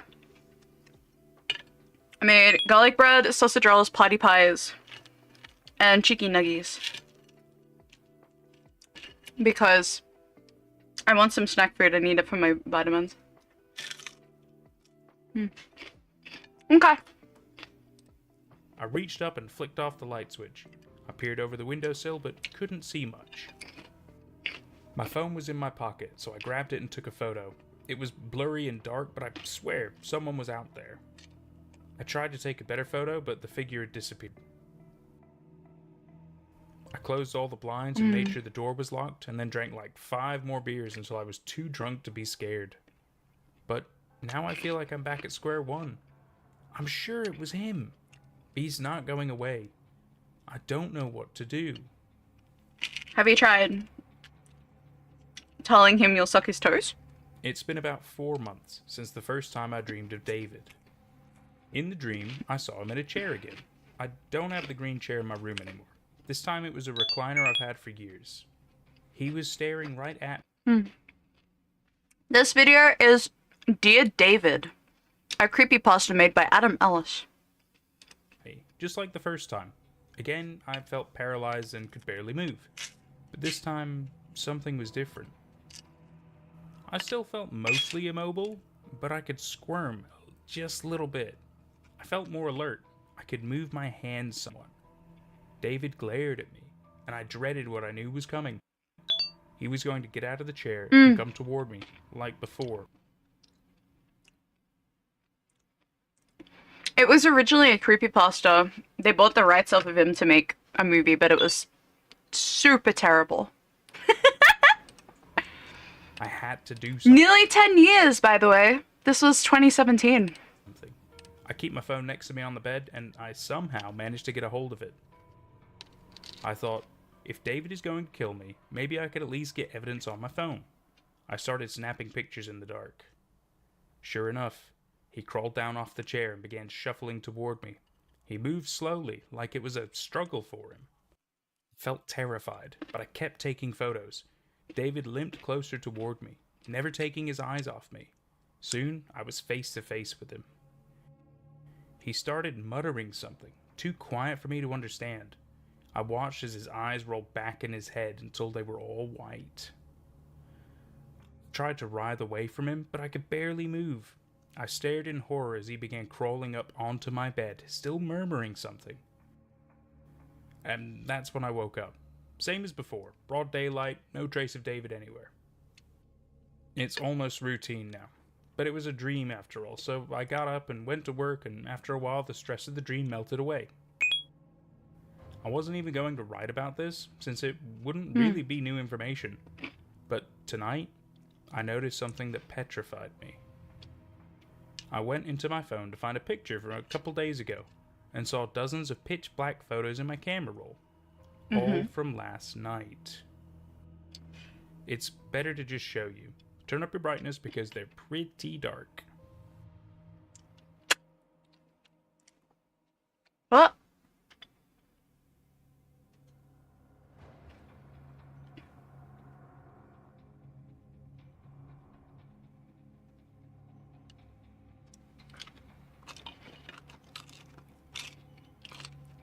This is the one that made my heart drop.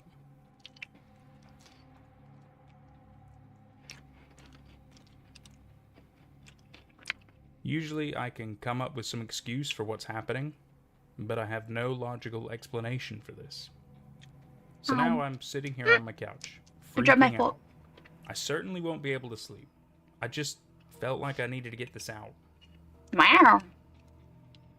Spooky. For everyone asking, yes, I'm alive.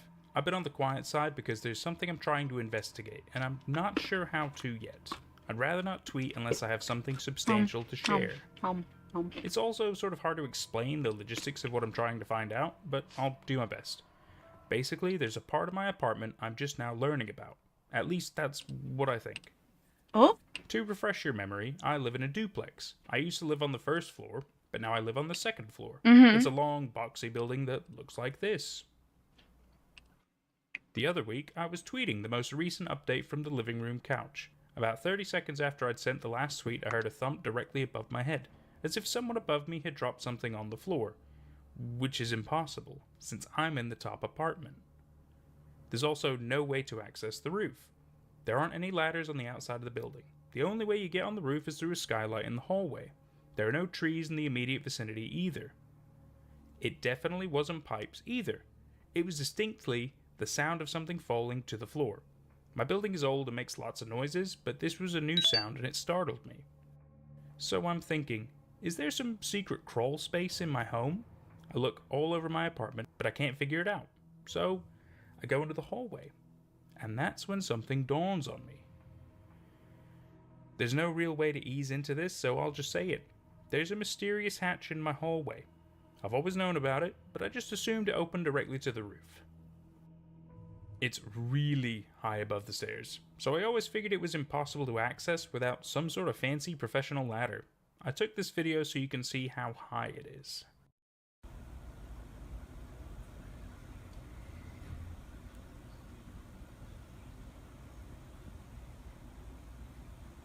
I see that hatch every morning when I leave for work and think nothing of it. But this time something dawned on me. It can't lead to the roof, because it's actually below the roof. I'm about to spring some simple math on you, so I apologize in advance. First, the skylight is flat, with the roof. I checked Google Earth to make sure. The hatch is about 3 feet below the skylight, meaning there's about 3 feet of empty space between the two openings. I think maybe the hatch leads to a short ladder going to the roof. But even if that's the case, the hatch is level with all the ceilings in my apartment. That means there's 3 feet of empty space all over my apartment. I was ready to explain this away for a few reasons. One, it might just be some sort of insulated space that all residential buildings have. I'm not an architect, so what do I know? It didn't seem relevant enough at the time, so I decided I wasn't going to mention it here. But over the past week and a half, I've been hearing more things above me. A few days after the first sound, I heard a similar thump while I was in the kitchen. Then last night, I heard something small clink to the floor and rolled about 6 feet before stopping. Something is going on up there. Maybe it's a raccoon, but maybe it's not. I also can't get over the fact that the hatch is in such a weird, inaccessible place over the stairs. I need to investigate. Sorry, it was me. I'm the raccoon in your roof. Just not sure how right now. I guess I'll try to buy a long pole off Amazon to see if the hatch even moves. I might have to buy a construction ladder.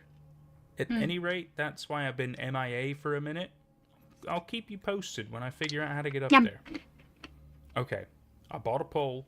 If the hatch is movable, I'll either shell out for a ladder or call my landlord to investigate. A lot has happened in the last week. but I was away for Thanksgiving, so I'm just now able to write it all down. The noises from the ceiling haven't let up, but the pole I ordered didn't arrive before I had to leave for the holiday, so I didn't actually get it until late Friday night. I planned to investigate the next morning and went to bed. Okay. I'd barely fallen asleep when I woke up to an incredibly loud crash above me. It sounded like someone had dropped a bowling ball. I bolted upright in bed and immediately felt strange. There was a weird energy all around me. I can't explain it. After about a minute, I heard another crash. I briefly thought about grabbing my shoes and booking it, but that would mean passing under the hatch, and that seemed like a bad idea. So instead I just listened and waited, though I'm not sure for what. The crash happened again, and then again, probably 15 times in a row, followed by a long silence. Then I heard a smaller, creaky sound from the hallway. In my mind, I registered it as a footstep, but it really could have been anything. I stayed still, but there were no more sounds after that. I lay back down, still tense and nervous, but I must have fallen asleep at some point because I woke up the next morning and everything seemed normal again. I got dressed and left to go get a bagel, same as every Saturday. As I made my way down the stairs, something crunched under my feet. I looked down and noticed a pile of debris on the stairs, directly under the hatch. It looked like dirt, but I couldn't tell for certain. It could have been old plaster or something. I glanced up at the hatch and noticed something else peculiar.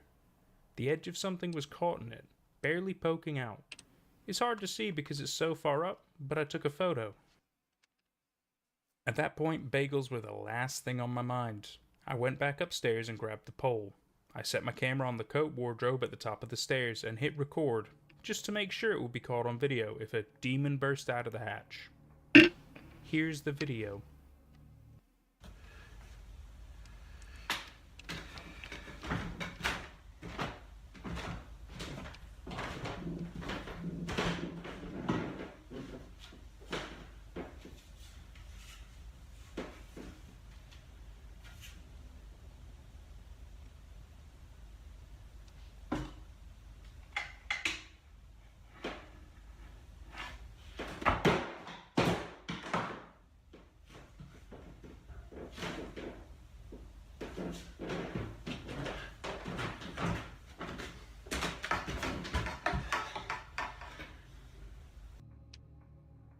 I jumped out of the way and practically fell down the stairs trying to dodge whatever it was that fell.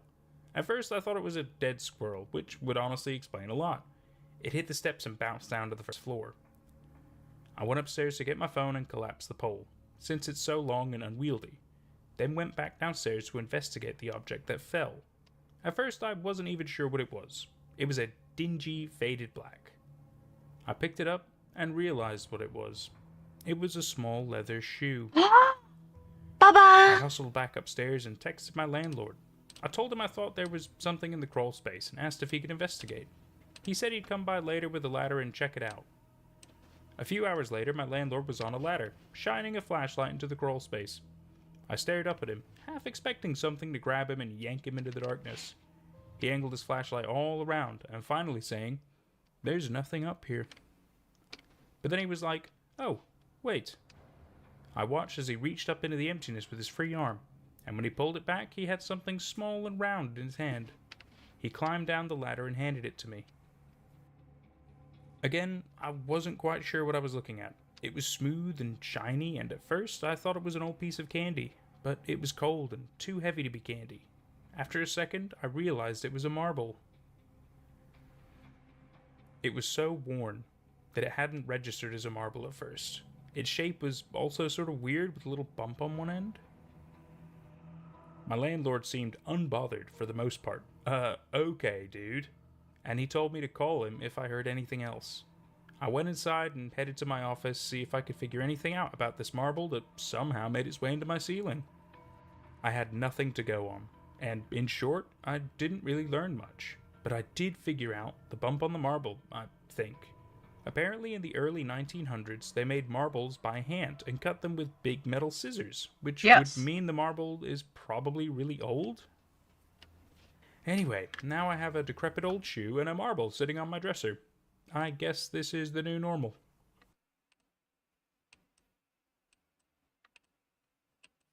Sorry for the long break. I haven't been feeling great the past couple weeks and haven't had time to update. There also wasn't much to say for the most part. I wasn't sleeping well and I was having weird dreams, but they were vague and hard to describe. I'm sleepy all day long and I've been getting sudden bouts of dizziness.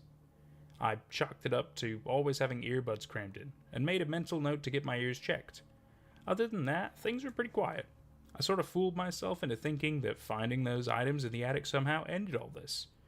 Not that that would make much sense. But last week, something started to happen. Late on Wednesday, I woke up with a start and felt something strange, like something had just been watching me. I turned on the light, but I was alone. Still, there was this tangible feeling of badness. Everything felt wrong, sort of like when you have the flu and you wake up at night and can't really tell where you are for a minute. It was a feeling I'm used to. It always accompanies David. People tweet at me a lot saying he might just need help, but I'm certain that's not the case. Every time he shows up, I feel a palpable sense of malice. That's what I felt that night. Malice. Dread. But still, I was alone. And I was so tired. I wound up just going back to sleep. I've been so exhausted recently I can barely function. The next night, the same thing happened. I woke up suddenly, feeling like I just missed seeing something. Like a candle had just gone out and I could still smell it. I thought about using the pet cam from the living room to monitor my bedroom while I slept, but the cord was too short to get the camera high enough to see the entire room. So I improvised. I downloaded an app that takes a photo every 60 seconds and set my phone on top of a bookcase. It's almost 7 feet tall, so it had a pretty good view of my bed and the surrounding room. Then I went to sleep. Just like before, I jolted awake hours later, feeling the same unease. I turned on the light and hurried out of bed to get my phone from the bookcase. There were probably 350 photos to scroll through. The vast majority of them were me sleeping in an empty room. It's sort of dark, but you can see me sleeping. I'd left a couple night lights on just in case anything showed up, but for the first 100 or so photos, it was just me in an empty room.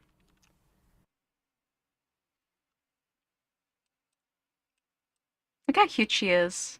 Huh? That's creepy. Then, suddenly, he was there, standing on the chair at the foot of the bed, staring at me. In the next photo, from a minute later, he seems to be staring straight up at the ceiling, just staring. Then he appears to collapse on the chair. The next dozen photos are all the same. He's completely lifeless.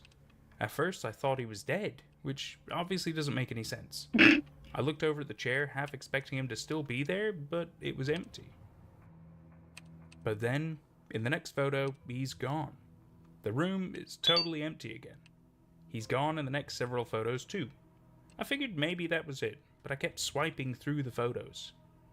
About 15 photos later, he was back, standing next to the bed. It was just like the last time I saw him. That's when my heart started to race. I didn't want to look at the rest of the photos, but I knew I had to. I swiped to the next photo and my heart sank into my stomach. He was on the bed, inches from me, staring down at me, sleeping. The next one was worse. In the next photo, he's staring right at the camera. After that, there's seemingly nothing. He disappears again, and the rest of the scroll is just me alone in my room again. That is, until the last photo. Here's the final photo on the scroll. I'm at a loss for words. That malformed ear, that stringy hair. I didn't even know what to think. I looked all over my room, but couldn't find anything. And honestly, I've been so exhausted, I didn't know how to process it. Even now, all I want to do is just go to sleep.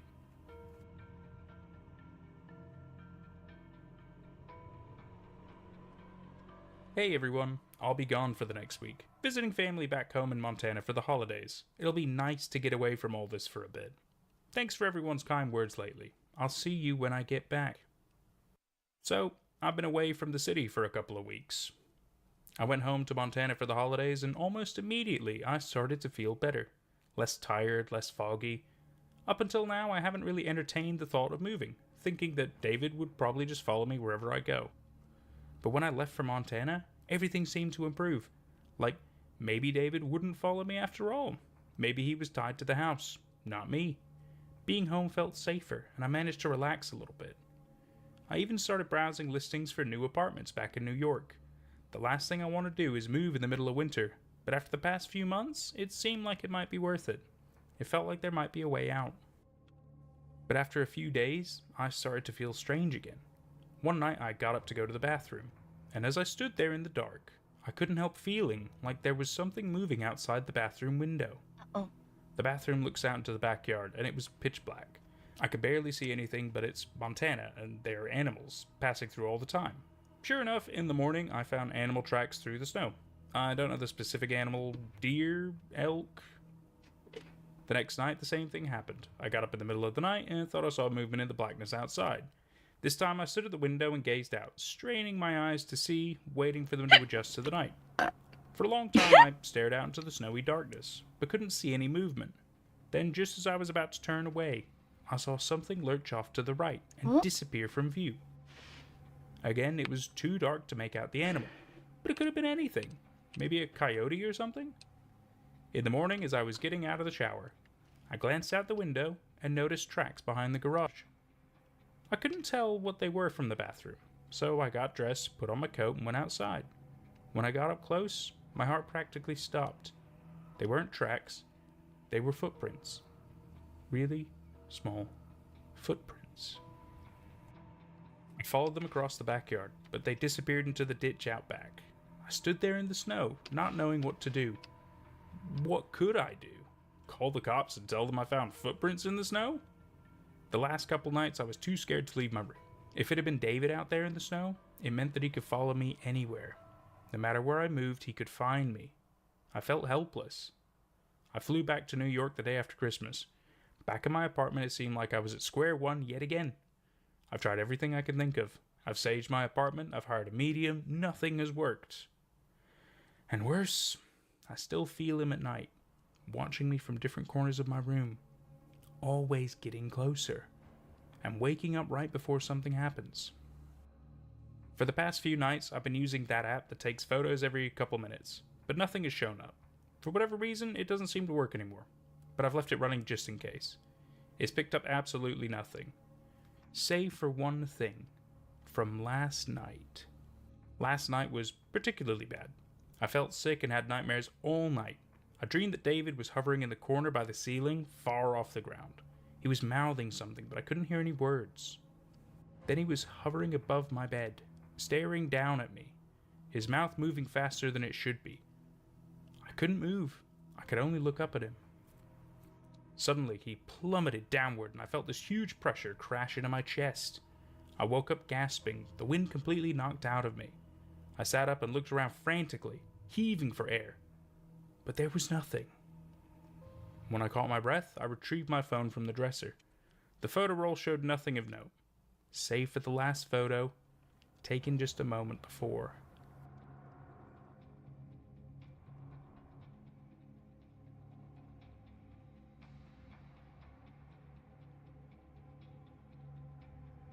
I don't know what to do. I'm at a loss here. I just don't know.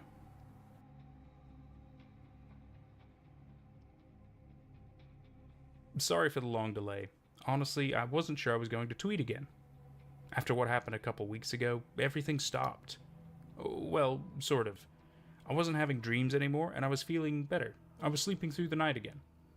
Actually, I was feeling great. I still do. But things have been sort of weird too. It's hard to explain. I'll try.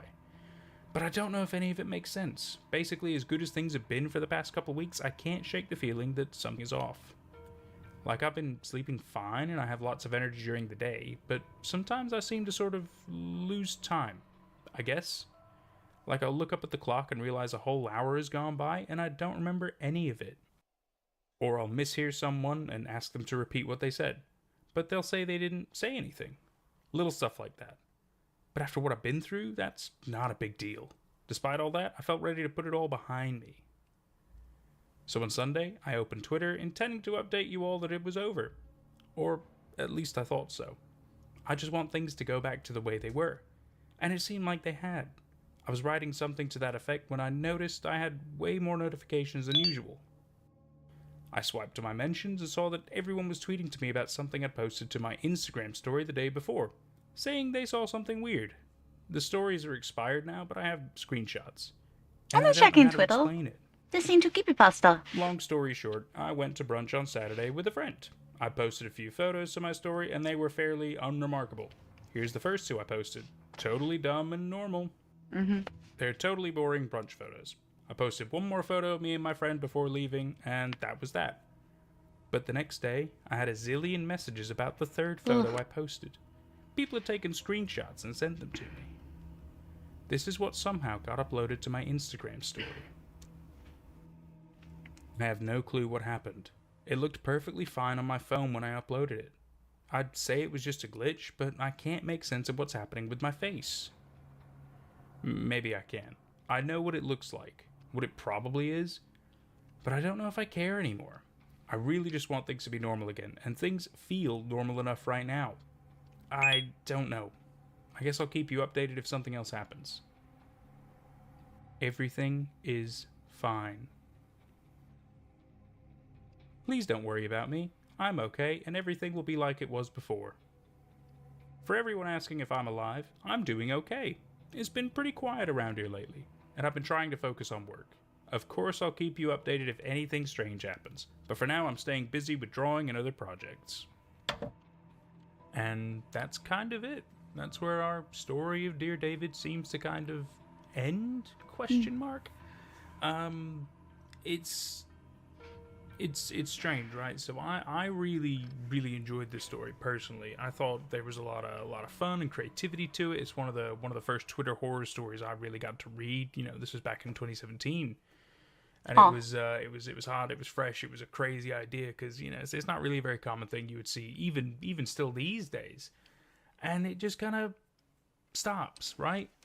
And in his defense, he always says that it's a very real thing, you know, he swears up and down that it's, you know, this happened to him. And although I'm not trying to argue that fact, my personal belief is, you know, take it with a grain of salt, right?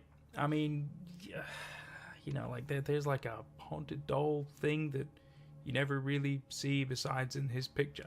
I don't know. There's certain little things about it that just kind of get me, you know, get my goat. Otherwise, yeah, I mean, there's a lot of cool things about it. There's a lot of fun. There's a lot of intrigue and entertaining values about it, you know. I thought it was very creative, especially, you know, like I said, this was one of the first ones ever when it comes to a Twitter horror thread. Some Dear David news. Dan Lin, producer of It, will be producing a Dear David film with screenwriter Mike Van Ways, writer of The Conjuring, spin-off The Crooked Man, attached. So you could tell that there was a level of popularity to it that, you know, I mean, it became big enough that it ended up getting its own film.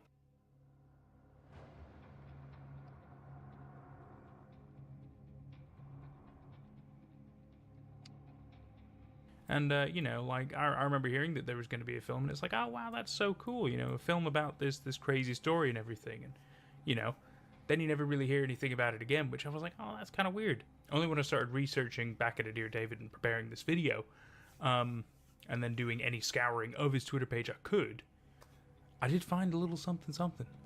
I found out that they did make the film, and that the film released back in 2023. I know. 2023, I was like, oh my god, how have I never heard about it? How has it, you know, not been talked about in theaters and stuff like that? Where are the trailers? And then Adam here shows us probably why. Metacritic named Dear David the 6th worst movie of the year, which is a shame.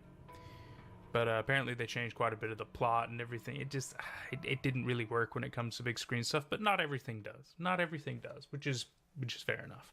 Adam tends to keep himself busy these days writing his comics still, which is really cool. That was another thing I used to really enjoy back in the day. And even now, he's still working on them. You can see a lot of them uploaded to Twitter. I think he's got a Blue Sky account now. That's like a whole new social platform. I don't really know. You know, I'm not exactly up to date with everything myself. I'll pop those links down in the description below. But anyway, as always, I have thoroughly enjoyed this. I've had a great little time with it. I hope you have too. We'll see you for whatever's next on the horizon. Actually, that's a really good point. So they did release a blue sky. Yeah, that's it. They did release the movie.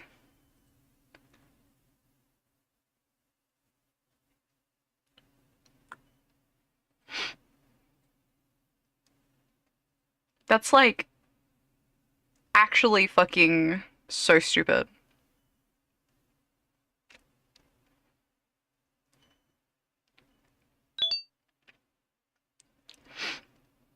I wonder if they have the movie out.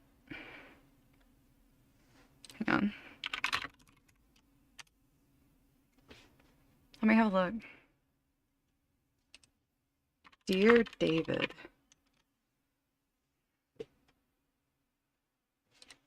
Click. Let's see. No! They don't have it!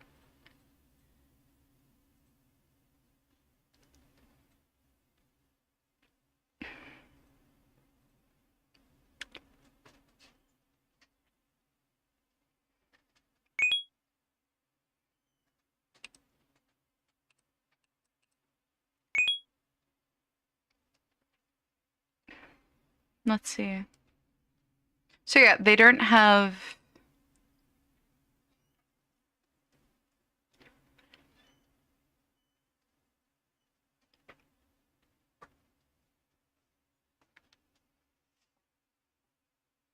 they don't have it.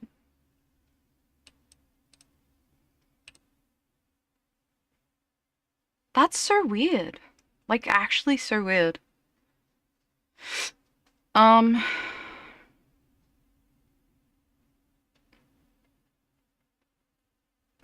Oh, someone did a thing about the film.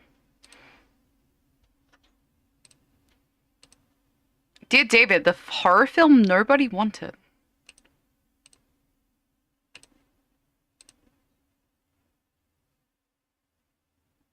Yes, I understand.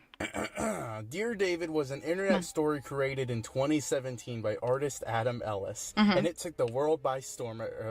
Took a small country by storm. It was a very unconventional way to tell a story. Adam would basically play a fictionalized version of himself in the posts and kind of just played it off as it was like a real thing for like way too long. But if you ask him 3 questions, he won't answer you, but instead, he will kill you. I respect Adam Ellis in a lot of ways, but his era of working at BuzzFeed is like, come on, man. It doesn't take a super baby genius to figure out that the guy on Twitter talking about little dead boys haunting him is fake. Fuck you.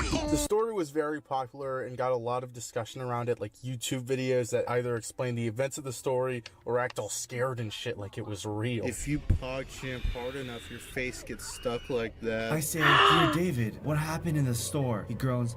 What? The story in the Twitter thread follows Adam just being scared about this little boy haunting him, David, or as he's named randomly in a Welcome dream, back. Dear David. Dear David isn't a fucking name. I get why the story is called Dear David, but the character shouldn't be named Dear David. He worked at BuzzFeed. Can you blame him? A lot of tweets are just like oddities, like nightmares he had or cats meowing at nothing. But then it just gets completely insane. Like he takes a picture of a door and it's just like completely black. He sees David as like a little real doll thing. He's just like there. He's just real. And then when Adam takes a picture with Instagram, David, Dear David hacks it or something and glitches it. So he has like a fucking ghoul face now. What the fuck? I honestly think the beginning of this story was real. The nightmare part. It was complete nonsense and it's believable as like just a night terror. It's either mostly fabricated or the movie we're about to talk about is based on the ramblings of a madman. I'm convinced the story is mostly fiction because 1, what the fuck? And 2, the way Adam talks about the story being real is very specific. I've never been interested in convincing anyone that ghosts are real. I just want to tell my story. If it was all fiction, I probably would have updated more than once every couple weeks. If it was all fiction, at least a little sliver is real. What if I was wrong and this is the only real part? So the story got a little fanfare. What's next? That big Hollywood movie? a big BuzzFeed movie. A BuzzFeed movie? My name is Phyllis Craney. I'm an internet sleuth. I'm an internet sleuth? That's my This guy just hired an internet sleuth. English teacher turned fucking Mario expert. I remember a conversation I had with my dear friend Seatbelt, who you will continue to see in our initial reaction to the movie. I don't know why, but we were talking about Dear David. Probably because it's the funniest thing ever made. And then one of us remembered something about there being a movie announcement. Now, this was about 2020, and the movie began development in 2018. This movie has been in development hell for a while. Now, who in the hell would give a shit about Dear David, a scary Twitter thread in the year 2023? This would be like making a movie about, I don't know, the Sun Vanished account or the Gregory Twitter account or fucking Daisy Brown videos. I don't know, actually, that would be pretty good. To me, it's apparent this story... Dude, I would love a Daisy Brown. It's technically owned by BuzzFeed. The story was made by a BuzzFeed employee at the time, and they signed a deal with them so they could make this movie all the way back in 2018. This is probably just an opportunity to expand BuzzFeed to an actual media company. Like, they're still trying to attempt this, like with the news that the BuzzFeed series Chicken Nugget is gonna get an actual TV series. Get out of here with your corporate slop. Fuck off. Whoever decided Chicken Nugget should be spelt like that. And Planet Dolan should have gotten a show, not you. I'm serious. Dead.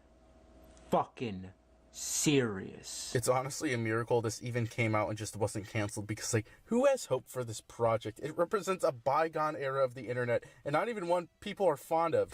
Yes, let's go back to 2017. Fidget spinner year. But hey, as long as it turns out to be, like, a good movie, the source material shouldn't matter, right? Yeah, sure, but I don't think anyone is watching this. People are just gawking at it from afar like it's a car crash. In fact, I'm convinced Adam Ellis, the man who created the original story, did not want this movie, at least anymore. He seemed excited at first doing interviews, but after all this time has passed, he just hasn't said anything about it, and he continued with other projects. Despite being literally the main character, having his art featured in the movie, he hasn't said a word about it and hasn't promoted it. That's insane. It seems he probably regrets signing off on it, and I have exclusive evidence. This is a Dear David fucking exclusive. On Friday the 13th of October, a very spooky fucking day, I tweeted out the following. The Dear David movie released today, and I haven't seen the guy who made the original story say anything about it. I don't think anyone wanted this movie. Very shortly after that, Adam Ellis liked this tweet of mine. To me, this is a very silent confirmation that he does not give a fuck about David. We got a deadbeat dad over here. If you won't promote your child, I will. Go watch this fucking movie. Oh my god. First movie to be filmed in a rooms to go. Dream of hot men, not dead boys. What was it? Dream of hot men, not dead Fidget boys? spinners, same cadence and chicken jockey. Yeah. Although Adam does have a writing credit, but that might just be because He wrote the original fucking story, movie. So take it with Yeah. a grain of salt.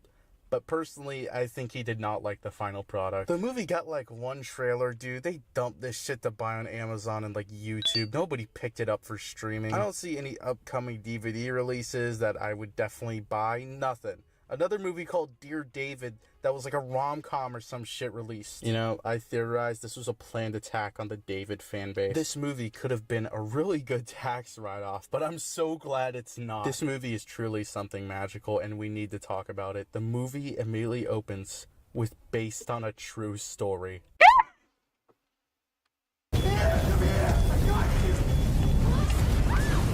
Alright, so it follows Adam Ellis, just the real guy's full actual name, and the movie honestly makes him look like a nutcase.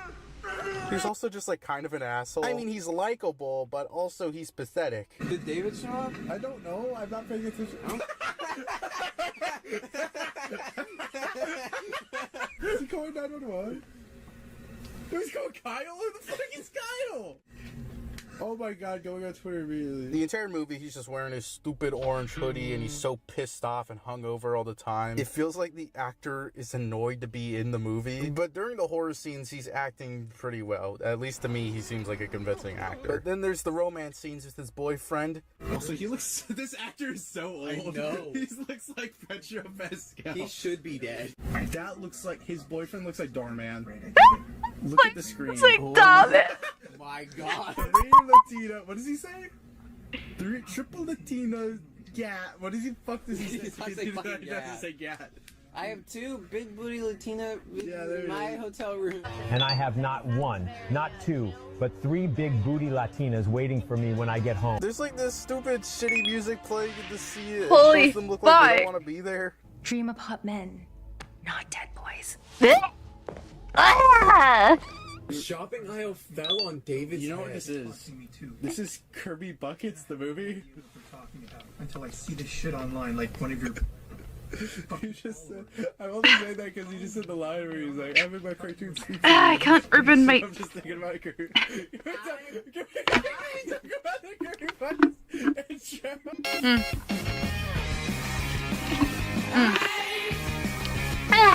Okay. I? It's kind of just a shame half the movie is Adam doing this shit. As a wise man once said, Sometimes you gotta troll the trolls. this scene is still fucking hilarious, but it's even funnier than the trailer version. The trailer makes it look like he's reacting to this comment when he's reacting to this homophobic one, so his reaction is more justified, but for some reason, David still goes after Adam. There's like no reason why. The only what I can think of is that Adam is like in the same area as David, but still, what the fuck, David? Go after the guy who instigated the dyed of fire shit. That looks bad. That's freaking more. You're gay. Are you gay? I was waiting for that. Is it maybe because you're a gay? Did you join Bud for Your Got super lame? You guys are gonna go, fuck you. Oh, fuck, I love orange. Yes! I love that. What the fuck is going on with his head in the shot? Is this foreshadowing the David Stinted head? I can't fucking tell. Is this masterful filmmaking? This movie What has the a lot of, hell is like, happening? internet shit, like a fucking lot of scenes of just Adam standing around in the city looking at his stupid phone. It's like, I feel like they just filmed the actor on his fucking brain. He's either on some fake generic website that doesn't exist, or he's on BuzzFeed. I wonder why.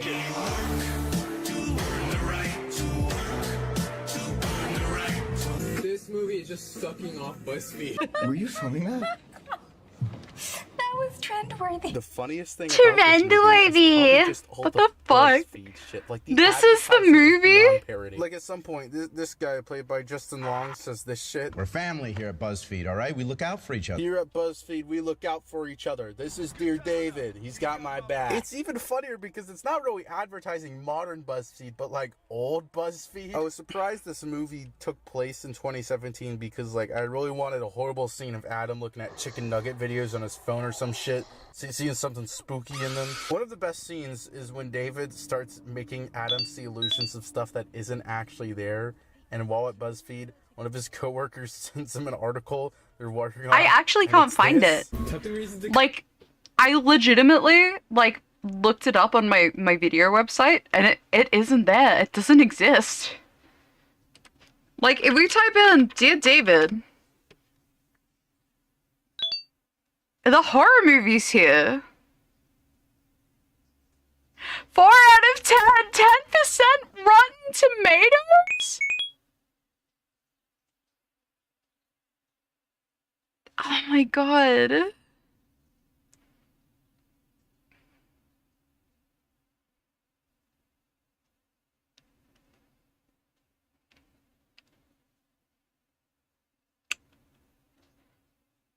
It's on... Wait, Dear David, this is the romance movie.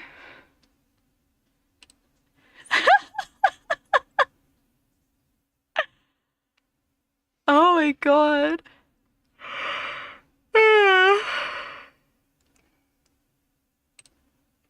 So that's it? Like, that's it. There's no... That's it. You can watch it on fucking Stan. Google Play.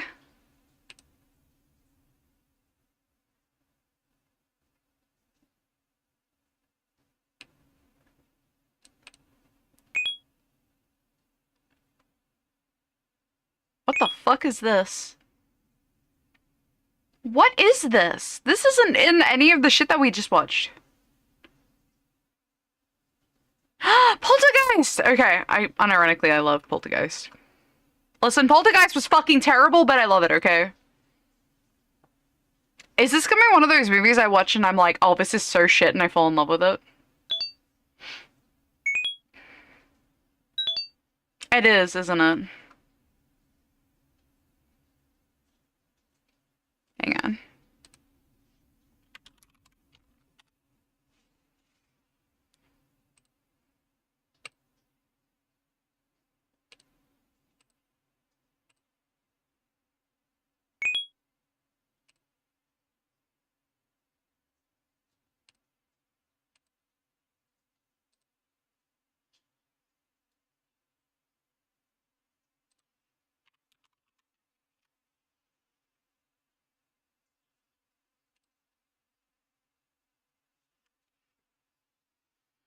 David Attenborough, I Am David, Life of David Jade, Haunted, Redemption.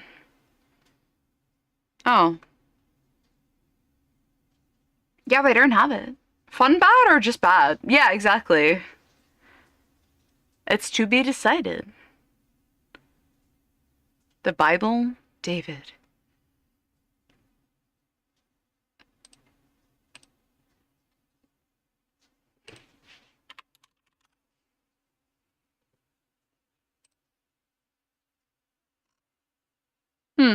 No. Minecraft movie.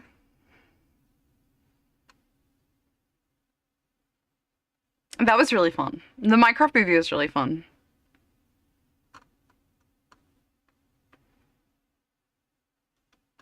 Well, it's plenty funny. Oh, yeah.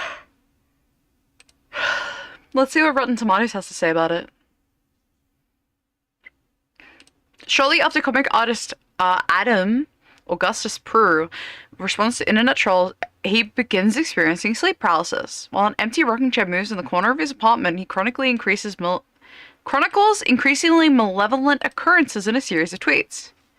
He begins being haunted by a ghost of a child named David.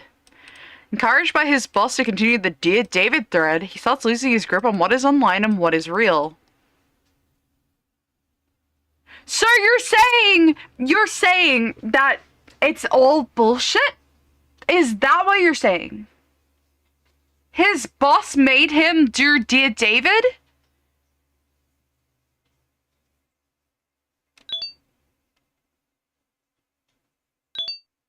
No fucking way. They have it on Stan. Not even Netflix, it's on Stan. Stan and Fetch are like the fucking... I don't even know what to equate it to. Like, what is Stan? Stan is like Netflix, but bad. It's a terrible service.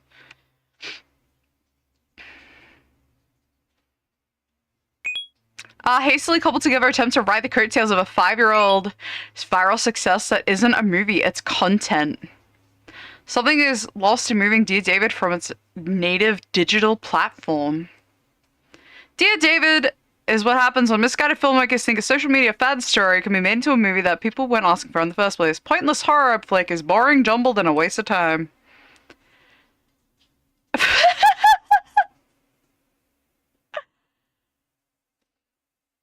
A horrible movie. I had no idea why it was made. Genuinely so confused why I didn't hear about it until its release when I saw it. Then it made sense. That is so funny. That is actually so funny.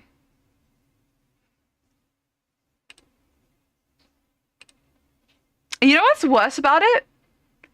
It's a story about a guy who's being possessed by a fucking guy. You really could make a very easy, like... The website I use... Hang on, I'm gonna go to the movie thing real quick. Where is it? Open chat.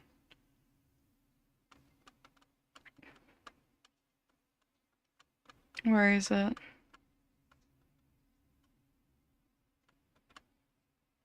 I remember you posted it in the movie night chat, real quick.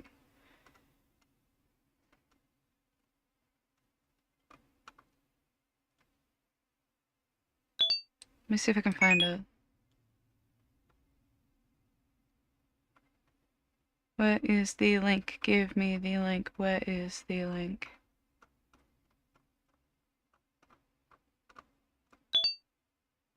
Damn, dear David, how'd you get the dent? Headphones. Actually, I'm starting to get a headphone dent. Oh, thank you. I appreciate it, Brave. Come on. Come on.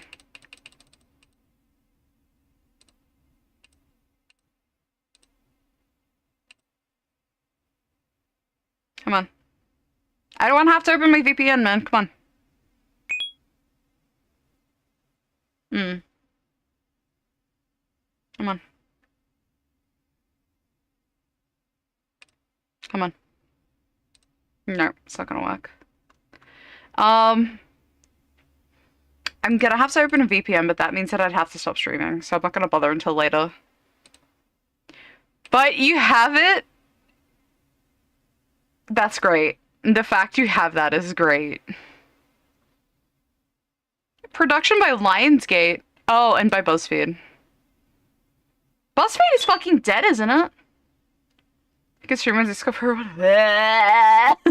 Do you really want to, though? Do you really want to? You want to watch a fucking horror movie about a guy who's like... What? He said he was hallucinating? But yeah, why not? That's so terrible. Oh my god. Put yourself at work. Oh, jump scare. That's the funniest thing ever. Do you not want to do it? Do I want to? No, I don't want to do it. Why would you even send me? Wait, what's happening? I just thought you could do it as a favor. As a fucking psycho? Is that the problem? No. Are you fucking sick? I'm fucking sick. I was under a gun. I don't know why. You just sent me the most fucked up thing I've ever seen. I couldn't. Is this what it's like working at BuzzFeed? Yeah. I can't tell if they're making BuzzFeed look good or awful. I genuinely can't tell if this movie is supposed to be taken seriously or not, and that's like the funniest thing about it. Why is it like edited pictures of Adam? It looks like the fucking evil stick edit. One really strange aspect of this movie is that Adam is constantly treated like he's crazy and that the story is fake. There's even a scene in BuzzFeed where the boss guy thinks it's all a fake story for publicity, and Adam starts to feel bad for taking advantage of the story.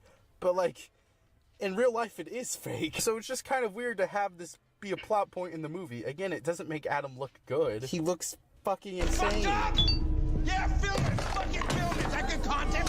Hi everyone, I'm Augustus Pruitt and I play Adam Ellis in Dear David. I seem to be trapped inside. And to think you created my David. I just wanna feel happy.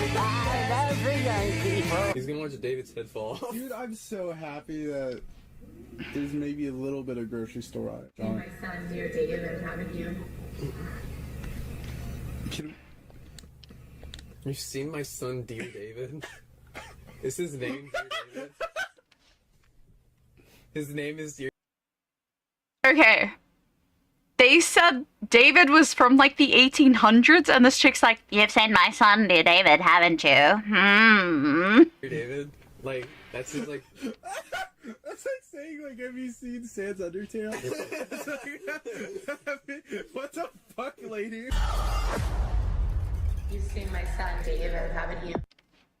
You've seen my son David, haven't you? David lore quite a bit, and I just want to go over what David is from the start. What is this, a fucking leak from Young Sheldon season 7? Who is this? Shout out to this actor. I don't think he did a good performance, but also, this is kind of his legacy now. He's a child. The right amount of effort needed for Dear David. You know, which wasn't that much. He just stares at a computer. In this version of the story, his head is not dented in by a mysterious grocery store shelf, which makes me really sad. I really wanted to see that. It was a great plot point based on true events. He lives in a store, but other than that, there's whole new additions to the David lore. They tried to tie David's origin back to the internet, making him like an internet ghost, kind of. An internet ghost? Like unfriended, I guess? Or he's possessed by a demon, I think. Like later on they refer to him as a demon or possessed by the devil. I don't know what I don't think anyone knows what he is.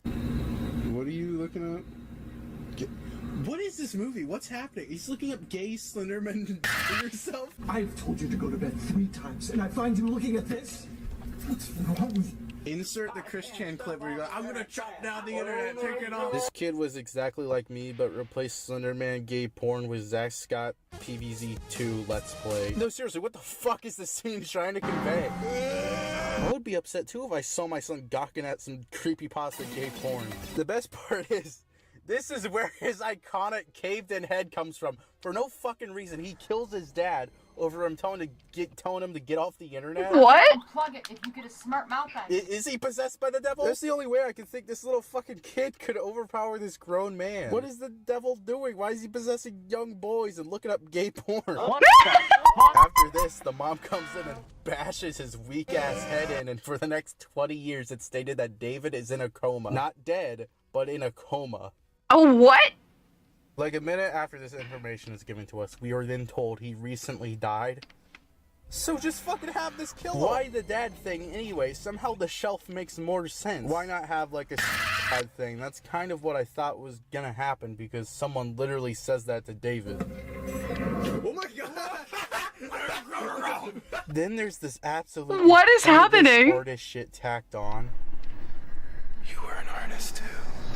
This means literally nothing. I don't care that Dear David drew little pictures on PictoChat. Why is this important? And now we're in modern time, the far future of 2017. What is happening? Oh, you see her eyes? Yo, what? Wait, what happened? Her eyes are red. Her eyes are... When people were getting hit by cars trying to catch Raichu and throwing tantrums over Fortnite, holy shit, this movie is fucking time display. What is actually happening? Some guy in like EvanTube are bullying the David account because I guess that's what David does, just hanging around waiting to kill people who are slightly mean. He doesn't even kill you for that. He kills you if you ask him 3 questions, which is some stupid bend round bullshit that's never explained. It's from the original thread and most likely something Adam actually dreamed. I think this because it makes no sense. When he's finally haunting Adam, there's this underlying self-harm theme, like David tries to make it deliberately look like his victims just like themselves. What? That's an okay gimmick, but what the fuck is this? That's not bad, that's just shoving your hand down his throat. That doesn't count. David's manipulation is all fine. Until the movie just kind of starts doing this. Oh no, this is the whale! No! This game is live. The whale. Did we just... No, fuck you. Why are we not bursting out laughing? We need the real... Dude, David just hacked his fucking computer while he's watching porn or live streams. Why is he fully dressed? Like... Why is this guy always dressed? He has like a colored up shirt. Watch gay porn. He has a bow tie on. Fucking walking here can be all full of my pants getting undone. But someone's calling me. I'm live streaming right now. He's trying to shut up Zerkin it, yeah. Like father, like son. The ghost started live streaming Adam jerking off to gay porn. There's nothing I can add or say. Showing you this information is the best advertisement for this movie ever made. And it's not just this scene. Earlier in the movie, Adam visits Darman, and David, like, downloads Grindr on Adam's phone. Look, I'm not on Grindr. I deleted it when we started dating.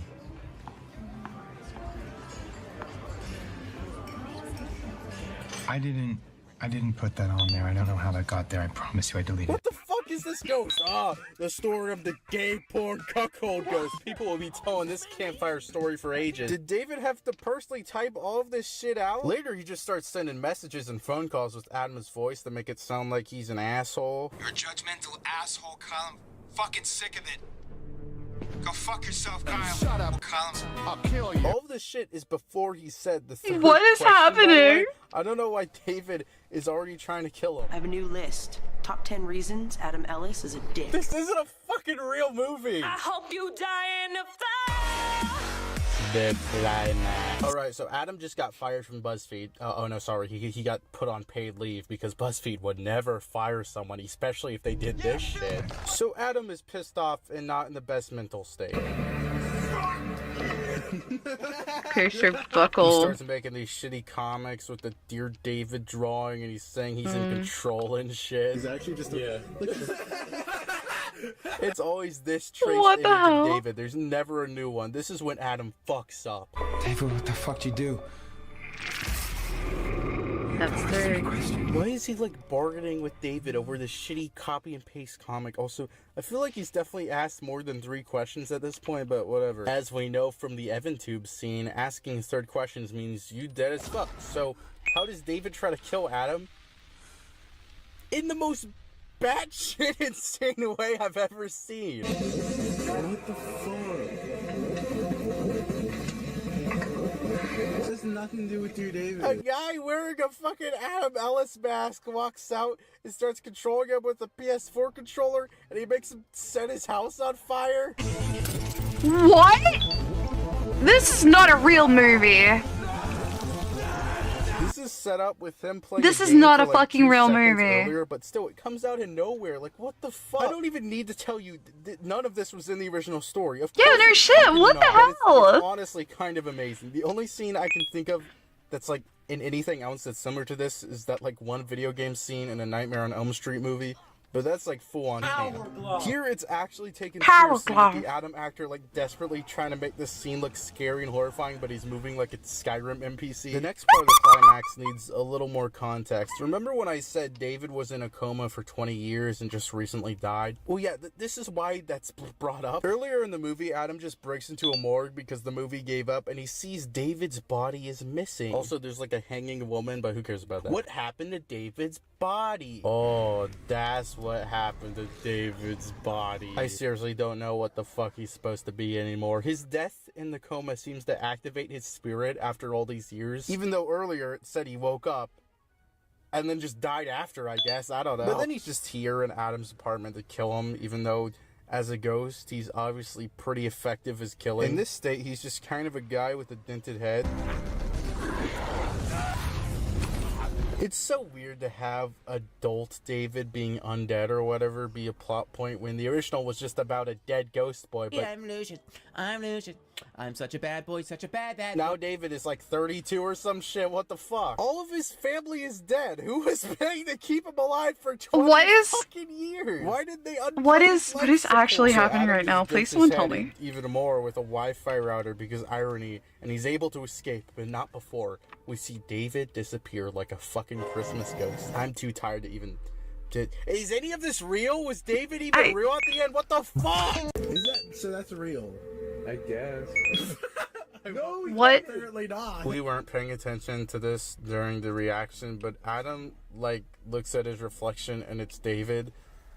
So I don't know if that means he is David now, based on a true story. I just found this baby wrapped up outside my door. So that was potentially the best movie ever made, probably ever. It's just a baffling movie. Like, everything about it, from it being an adaptation of a story that only really works as a Twitter thread, to all of the actual weird plot points, especially the ones that weren't even in the original story. All this added shit is just too funny. It was just a scary story, but now it's like trying to say something about cyberbullying, but I'm not even sure what it's trying to say. Like, David was cyberbullied, but it wasn't what killed him. He got killed because he decided to kill his dad for no reason. David's mom was also bullied on the internet because they somehow got footage of her in an insane asylum that's filmed at multiple angles for some reason. And they called her, like, Loopy Linda and shit. Dude, this is the internet. They would have called her f***ing Linda, f***ing piece of Loopin' Louie! And there's all the famous scenes where Adam fights the Twitter trolls, which, like, I guess David is kind of a personification of the hate he feels towards himself and the trolls, I guess. I think that's what the movie's trying to do. At some point, he has to, like, face a character I like to call Dark Adam, and he says he's worthless and shit. David, you don't need to tell him he's worthless if the plan is to set his house on fire. Either way, it looks like a side. David, go home. I'm not saying this movie is completely shit, though, because I would actually highly recommend it. It's fucking hilarious. Probably wait for it to go to streaming or something, though. I wish this shit got widely released in theaters. It was like a Dear David popcorn bucket. All of the acting is usually good and taken seriously, except... I have a new list. Top 10 reasons Adam Ellis is... They knew what kind of movie they were in. It's mostly just the situations in this movie that makes it the funniest shit ever, and Adam's actor taking it all seriously honestly just makes it funnier. He's not bad. He can really just scrunch his face and look like he's been awake for 4 days. He's good at it. He's so fucking sweaty and gross, dude. He's like drinking soda, eating candy, staying up past his bedtime. He's so fucked. There's also some nice ideas, like all of the sleep paralysis stuff is done all right, and it really feels helpless with that stupid rocking chair. I like the scene where smoke bellows out of the door in the shape of David. This is a behind-the-scenes inside look into the director doing a sick vape trick behind the door. Secondhand smoking is the real killer. The film fails at being a horror movie, but being a comedy that's time displaced in 2017, yeah, it's amazing as that. This Dear David hype train will never end, and I will make sure of it. All the Dear David fans stand up, start making a ruckus, go into grocery stores and start throwing shelves on each other's heads. We can be dented just like him. And if you're a Dear David hater, I have just one word for you.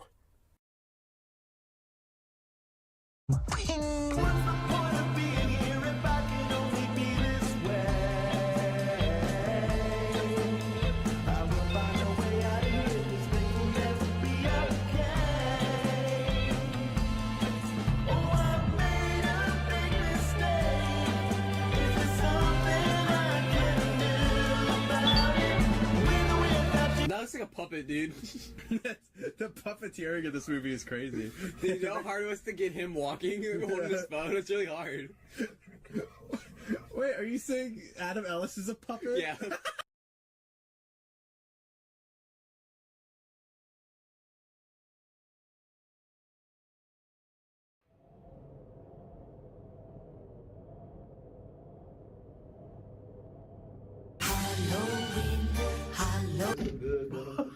It's Halloween, the spookiest time of the year. It's time to watch movies, eat candy, and shit your pants while reading about a haunted Toy Story game. I know that you're not Woody. You're using Woody's body as a puppet, a plaything. But what if we could combine all of these things into one? I want to play basketball off the rim and football and all things athletes. Oh, Mr. Got the one with the razor blade. Creepypastas are usually short horror-related fictional stories. If this isn't your first time on the internet, I know it's mine. You definitely are already familiar with creepypastas. While not as popular nowadays, creepypasta characters and stories are still iconic. Jeff the Killer, Slender Man, Tiki Toby, Eilish Jack, Ben Drowned, Kazooie.exe, Billy the Sex Offender, and goddamn Pinkie Pie. Oh my god, you don't watch My Little Pony? What the fuck's wrong with you? Shut the fuck up. I need you to understand how insane the fandom around creepypastas were. I know now there's like retrospectives and Friday Night Funk and shit that I don't care about, but back in the early 2010s, people were losing their fucking minds over this shit. Making fan art of all of these serial killers and terrifying monsters, sucking and fucking, Halloween costumes, fan characters. Look at this goddamn image. Kids were believing this shit was real. Parents were outraged and people died. Why? This isn't like a joke. Wait, why? What? Why Pinkie Pie? What?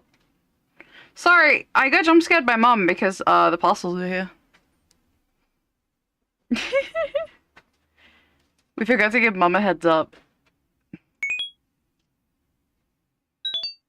Yeah, there's a Pinkie Pie creepypasta.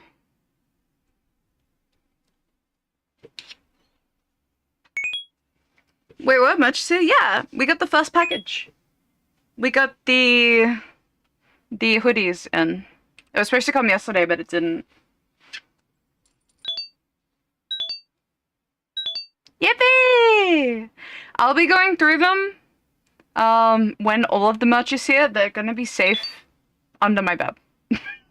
In the package. Because I don't want to have to pull them out and get cat hair all over them because some people might have allergies.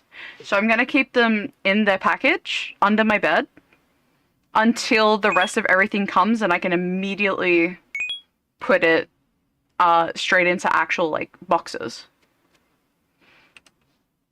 Can you crawl under the bed? He can, but he's not gonna go under in parcels and shit. He's not gonna go through parcels. They're gonna be in their box until I can put them in their delivery box. Yeah. It should be good. Because if I keep them in the box until, like, the rest of the stuff's here, then I can do them all in one day, ASAP, not have to worry about, like, cat hair everywhere. That'll be fine. People actually got But fucking yeah, killed over yippee! this shit. With so much untamed enthusiasm and mostly mental illness, the boys in the business suits saw an untapped... So we got the hoodies.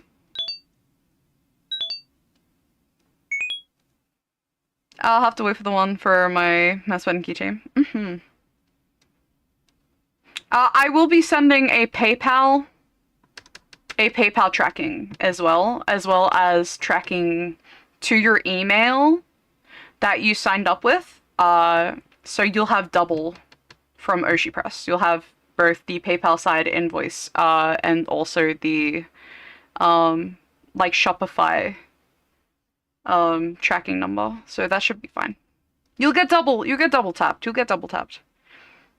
tapped market. What if we turned these short, shitty stories into long, shitty movies? Yippee!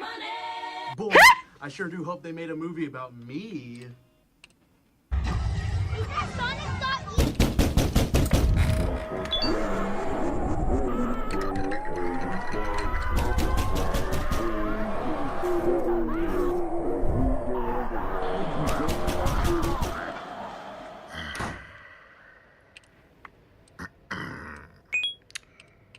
Hey, buddy, can you, watch my movie?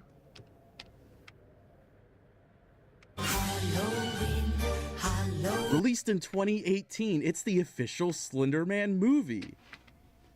They capitalized a little late. Slender Man originated from a 2009 Something Awful Photoshop contest by user Eric Knudsen. He edited a scary looking figure into a bunch of images and said, ooh, he kidnaps kids. Ooh, big whoop, so do I. This image is really funny to me. Why is this kid so pissed off? It looks like he watched the Slender Man movie.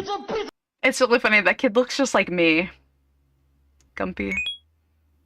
There was a Slenderman movie that sucked ass. It was a B movie. It was so bad. This guy is interesting because there's not It was really so any bad. concrete story you can refer to like Jeff the Killer has. He's just kind of an urban legend with no real backstory. The closest he has is his relation with kids is more Jared Fogle than Mr. Rogers. His tentacles, which I don't know really where those came from. I have no idea. There's Marble Hornets, which is a web series that uses the character, but instead he's called the Operator, which now that I think about it, that's a way more menacing name than fucking Slender Man. That's like being afraid of skinny guy. There's the games, which introduces pages. I don't know what they really do or why they're important, but they're there. The Slender Man started stapling his stupid shitty drawings to a bunch of trees and nobody knows why. My point is, Slender Man doesn't really have any story just to turn into a movie. I mean, yeah, Marble Hornets, whatever, but basically, you just have a character that hangs out in the forest and makes YouTubers scream their lungs out. So Sony executives had to get to work and make Oh my the god, most white guy? appealing story Terrible. possible. So scary. But the audience is ants in this scenario. And this movie appeals to ants. That's my joke. This movie feels like if you grabbed every shit. Oh! No! Thank you for the raid! My goodness! Hang on. Where is it? There we go.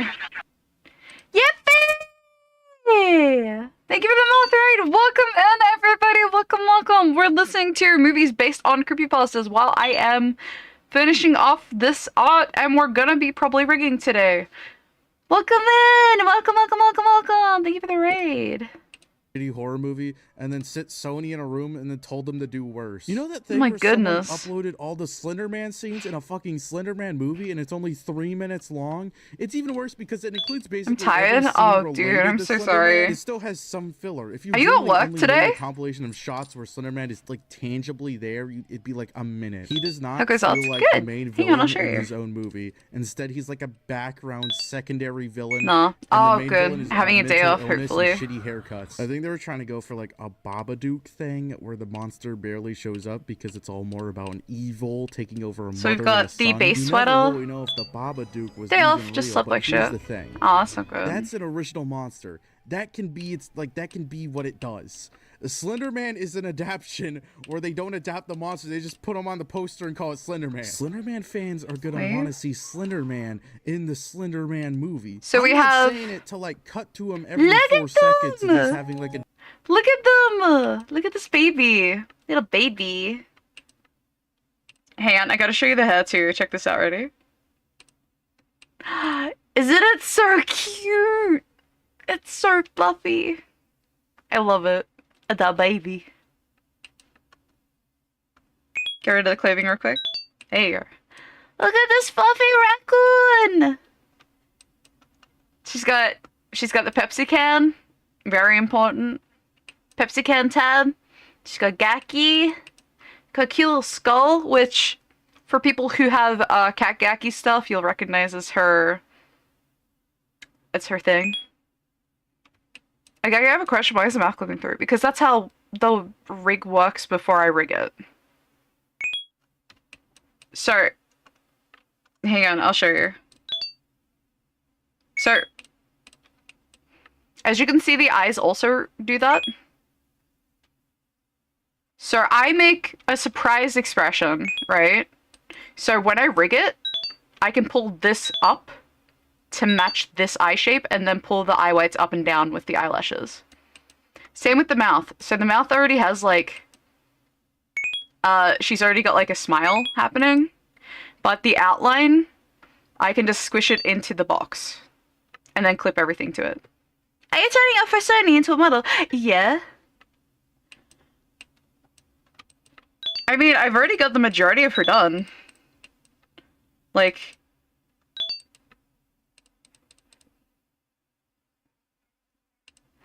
There's the tail behind her as well. Yeah. Yeah. Well, we're gonna be rigging this. We're gonna be rigging this in stream, because I do need some examples for, like, how I rig shit. I'm trying to design mooch. The mooch. Oh my god. But yeah. Nate, if you need to have like a lunch break / dinner break, feel free to have a lurkage. Thank you so much for the raid though, I really appreciate it. The moose. Making a moose!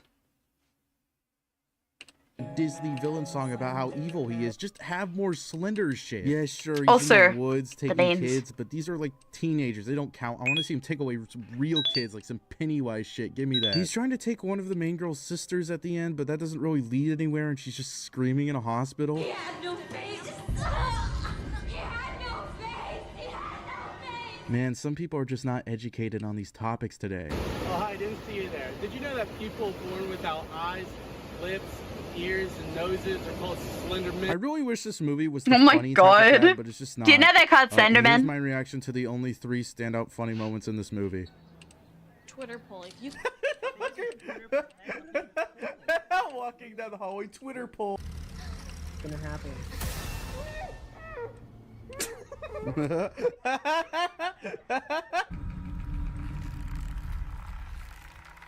What? What? What? They never explained the pregnant thing, by the way. It has nothing to do with what Slender actually does to her. And last time I checked, his motive is not to impregnate people with Slender babies. This is not a thing he does. The movie is just really boring and kind of almost completely incomprehensible. Like, it's just full of these horribly lit scenes. Like, you can't even call this lighting if there's no lighting at all. It's just impossible to see anything. You could upload a fucking black screen to YouTube and be copyright claimed by this movie. I'm going to briefly explain the plot. The story revolves around this group of friends. They all hang out. Hey, your 5 self-destruct Slenderman prayer? Oh my god, really? Slender Man. Guys, we so have to do this. This ritual scene is I mean, I can, but... They can magically see, like, the same forest, but they also react like nothing I think I would get cancelled by the Slenderman community. What's going on? One by one, they all start disappearing. The first time Blenderman. More like Slenderman. Girl's house and starts screaming about how they like showed his daughter witchcraft and shit, even though they just looked at pictures of Slenderman online. What? Where is my daughter? Then he gets arrested, and then he's not arrested, and they all break into his house, and then there's pictures of Slenderman everywhere, which I think is supposed to be the pages. Later on, the main character also does this, but it's not even like insane scribblings, like she was like possessed. It's like colored fan art that looks good enough to be hanged on the fridge. But this is where I need to go on a tangent for a bit. This movie was almost kind of inspired by the real Slenderman stabbing, which you probably know of. But oh, if you don't fuck know, no. In 2014, 2 girls stabbed one of their friends 19 times in the woods, claiming it was a sacrifice for Slenderman. Luckily, the girl survived, but yeah, basing the movie movie on this is going to be a little controversial. The father of one of the attackers spoke out against the movie, saying it glorifies the event and the movie would not be played in the area of the stabbing. Before release, Sony kind of rushed re-editing the movie to remove most similarities, even though it's still kind of clear at the end, but they also removed basically every instance of blood or really like any violence. And this thing was already PG-13. I'm mentioning this because there's this character that gets attacked by Slenderman, so you assume she's dead. But then later it shows, no, she's alive, but just unresponsive to her friends. And then she just never shows up again. What the fuck happened to her? Every other character goes missing or dies, but last time we see this character, she's just fine and it's not really implied anything happened to her. Well, in the trailer, we literally see her death scene. She stabs herself in the eye, but it's just not shown in the movie. They just cut it out. But the scene is still in the movie, just nothing happens in it. What were they thinking? This will not be the last time either. This trailer is full of so much bullshit that just doesn't happen in the movie. Whatever, we go back to one of the friends and she sees Slenderman in the trees. Holy shit. But then like 5 minutes later, the main character is like, we gotta do something about this Slenderman. Thank you for the follow. Welcome in. Welcome. 50-year-old dude living in his parents' basement, getting off on emailing teenage girls every day. Did you ever think of that? Bitch, what the fuck? You saw him. He's real. He's right there. Of course I can see his house. It's right there. Anybody could. In fact, I have a real-life date with real-life Tom tonight. In real life. Oh, never mind. I'm sorry. She has a real-life date with a real-life Tom. I'm sorry. It'd be a real-life shame if a real-life Tom did this.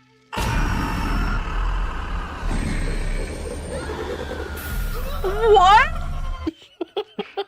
Again, what is happening? happening? Death scene in the trailer. At least I think this is him falling off this bridge thing. Other things in the trailer that aren't in the movie include this woman writing shit, more little sister stuff that was likely cut out due to the stabbing. It basically seems like they cut out or at least majorly neutered a lot of plot lines in this movie.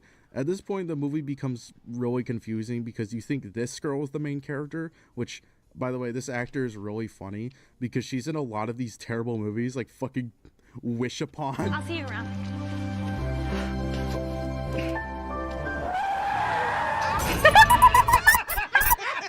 And then she's in Despicable Me 4. That's the scariest part about this movie. The plot just stops being about She's her in Despicable Me 4? focuses on the girl who had a real life date with a real life Tom, and her little sister is like in the hospital, which just becomes really confusing when her sister has barely been a character at all. She has the same haircut as the other main characters, so I thought it was her at first.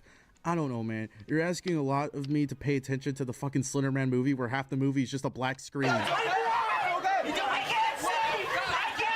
Alright, her sister is cursed by Slenderman or something, and then she just kind of walks around and spooky stuff happens. None of these even pertain to Slenderman. It's just random shit happening. Like she sees a woman in a tub with really long hair, and then she goes to the main character's house who admits she's passed the Slender curse to girl number 2's sister for some reason. He doesn't skip over people. He can have multiple targets. You can't give AIDS to someone and then that takes away your AIDS. Literally in the next scene, she gets pulled through a window by Slenderman, and then other girl tries to find her, but then Slenderman turns her into a tree. I'm sure there's a story that does this, but I don't think this is a Slenderman thing. That has never been a Slenderman thing. This is the fucking Beast from Over the Garden Wall. He does like he does exactly this. He turns children into trees. Okay, Slenderman doesn't turn you into trees. They find your body in a tree, like impaled on a tree. That's not how Slenderman works. You either go like fucking missing completely, or you're found on the the tippy toppy tree, impaled. You don't get to be a tree. That would be like less scary. If it's like, oh yeah, he just enwraps you in a tree. We can go find you in like 24 hours. Don't worry about it. Lol. There's a tree. That's all that matters to the producers. Oh, producers can suck my balls. Producers can suck my balls. Suck them. Suck my balls. You get impaled on a tree, yeah. There's a very classic Slenderman story where, like, they find dead people impaled on a tree. Mom said I can be anything I want. I want to be a tree. I can make you a tree. You just have to be prepared to die. Some people like this design of But Slender Man, Gaki, and there are no yeah, balls whatever, to it's neat, suck. I guess. Just like you tits.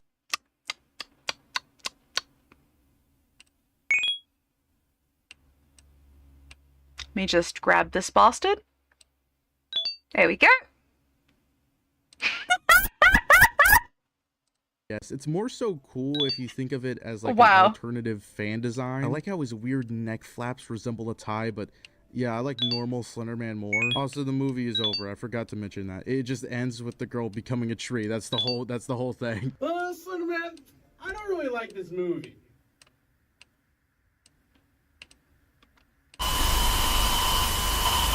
Yo, man, you gotta watch Marble Hornets. That shit's crazy. It's like the most underground, most underappreciated shit. You gotta watch this. I don't know anything about this series, and I tried to give it an honest shot, but it's just not for me, which is weird. I really like No Through Road, which is in a similar style, but if you ignore the shitty sequels, it's only like 10 minutes long. I probably only like that because it's so short. The most popular Marble Hornets compilation is fucking 9 hours long. Yeah, I'm sorry, I can't. I got like an hour and a half in. This is basically just the grandfather of analog horror. You had to eat this first, then you get dessert. You deaf motherfucker! I said!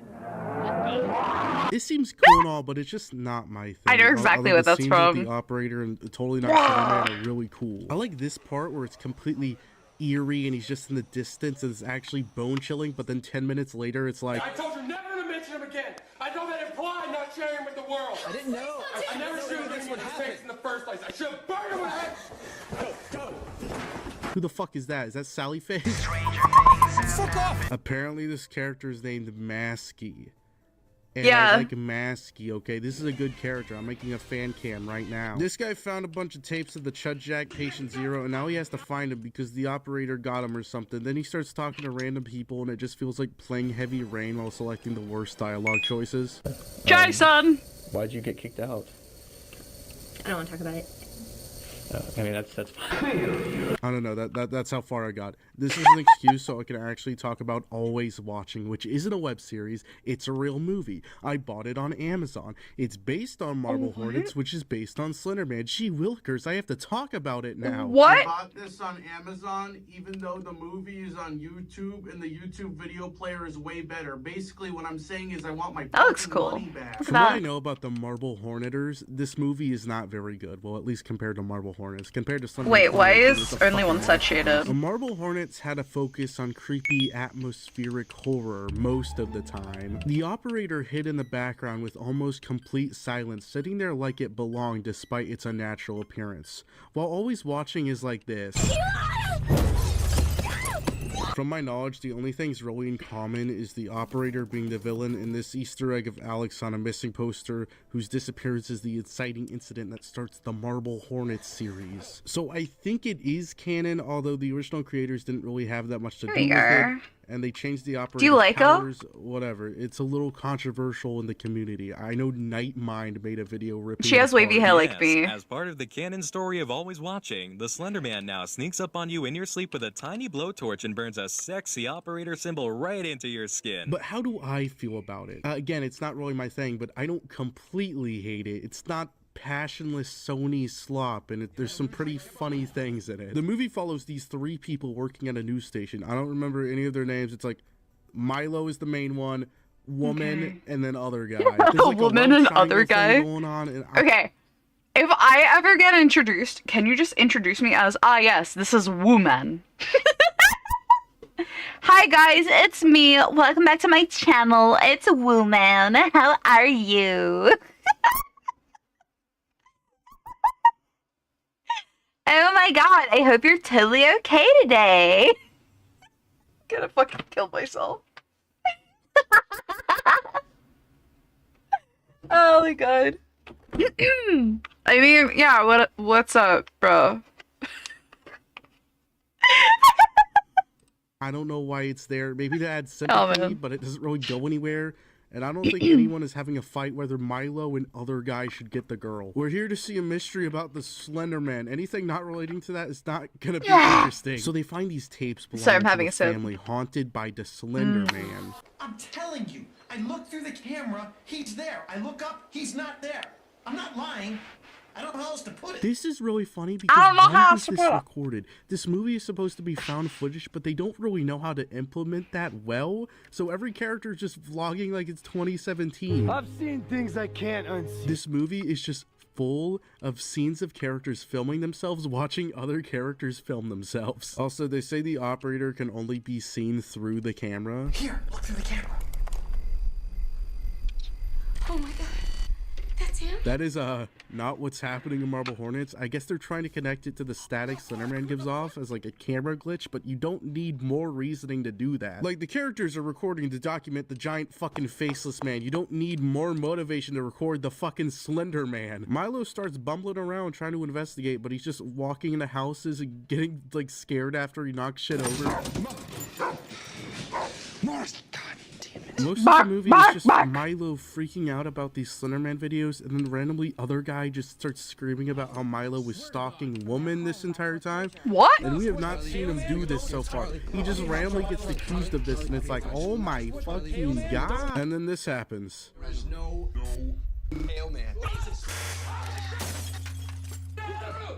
That was kind of cool. I like that. Then, for no fucking reason, Milo starts freaking out, looking through purses, and everyone starts beating each other up. I don't know if that's supposed to be the operator influencing him, or if he's just a fucking asshole. I think we found the real villain of the movie. I have no idea where they're going. They just keep driving, and stop at a hotel, see the operator, and then just repeat again. Then it like fucking kills Milo's dog. Then they find evil Slenderman bunker, which shows the dad from earlier started killing his family because Slenderman. The mom sets the building on fire after doing that, by the way.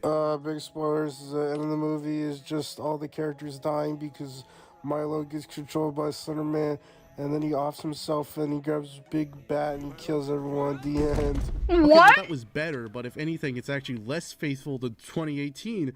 But it's not technically Slenderman, it's based on Marble Hornets, so I guess I can't really get that mad. It's a good thing Marble Hornets fans can get mad for me. Alright, Slenderman, you skinny piece of fucking shit, get the fuck out of here. Wait, what's this? Oh, wait, what's this? Slender, fuck you! I want to quickly mention, yes, there's a Law & Order episode based on the Slenderman stabbing, but instead— What?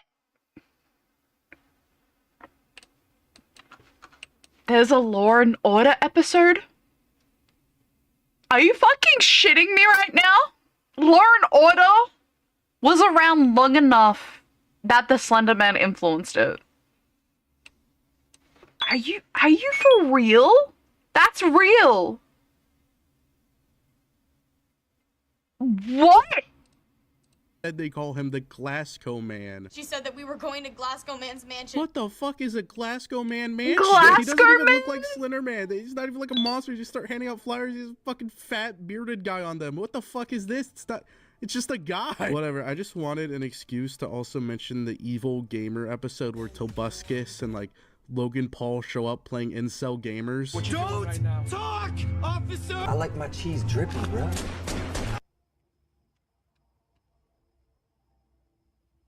Hey, so YouTube really hates What? this character that this movie I'm going to talk about is based on, but it's technically not the same character in the movie I'm going to talk about.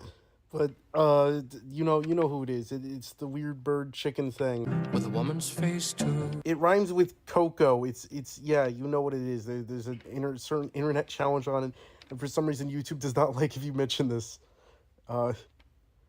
Good. The real shit I want to talk about Murmur? is Grimcutty, a movie released way too fucking late for any of this shit. My parents aren't on the Grimcutty freakout train yet. This movie will be amazing. His hands were like huge, and his face, he had like big red eyes. Kind of like this. Wait, is that what he looks like? It looks like this. Oh, that's what he looks like. That's him? There's really no challenge. Grimcutty kind of just shows up places to attack the main characters and just, let me say, he shows up a lot. This is like the opposite of Slender Man. This big green-shaped motherfucker is like always on screen. Then when he attacks the main character, there's always without doubt a knife in the room she can defend herself with. Even in the bathroom for some reason. It's like a running gag. So obviously all the parents don't believe Grimcutty is real because fucking look at him. So they think the internet is the problem and start making them put their phones in a detox box. It goes exactly how you'd think. Team Ryuk, yeah. Let go, Asha. I just want to call Emily. Asha, let go. Let go, No, Asha. I'll get it back after, I promise. I just need... Not very well. There's this really funny scene where Grimcuddy is at a party, and come on, that's a lot of fun. But the party is ran by this Hawaiian shirt kid, and he's so, I don't even know, but probably the best character in the film. We don't have phones. Hey, she has the same hair as me. Shit. Because of Grimcuddy? Wow. The blonde chick has the same color as I do, naturally. Why is he like this? Do you think there'll be an e-worker? I have no idea. That wasn't. That's. We fucking zucking This up before the guy girls is got throwing here. a party, but instead of being at the party, he himself is throwing. He's watching porn upstairs. No, that's fine. That makes perfect sense. Of course, like we would all do this. Yeah, this chick. This chick, she has the same hair color as I do naturally. Same waves, too. Same thing when this is the party. When I hit record, I want everyone to start pretending like they're brainwashed by Grimcuddy. Fascist? The movie just Fascist? keeps going on with teens getting attacked. Parents don't believe them. They go to the hospital. I haven't with seen crazy anybody with, dad like, antics. my natural And then color there's, for a like, long time. some subplot about a mom. Everyone with a either goes gun, really I think. white blonde or, like...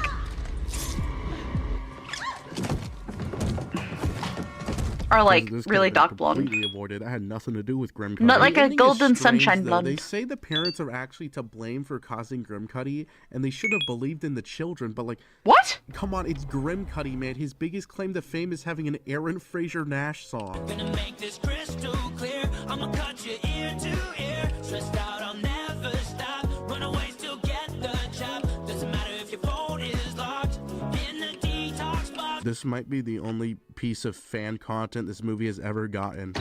Until now. When I hit record, I want everyone to start acting like they're brainwashed by Grimcuddy. Real quick, I just want to talk about two movies that fall under this category, but I already did talk about them. In my video about movies inspired by What the FNAF, fuck I is talk about the happening? movie I'm just Puka gonna put that Lives, out there. What the fuck and is it had happening? literally nothing to do with FNAF. I really just want to talk about the sequel because I will never have an excuse to talk about it again. Yeah, I think this would probably would have been a better opportunity to talk about it, but whatever. I don't have much to add, but it's definitely a creepypasta thank you for the movie. Look, it's even in the plot Thank you, synopsis. welcome The entire in. story surrounds this fictional character, Puka, that keeps getting reincarnated Sorry, we're watching fucking movies based on creepypastas and it's really scary.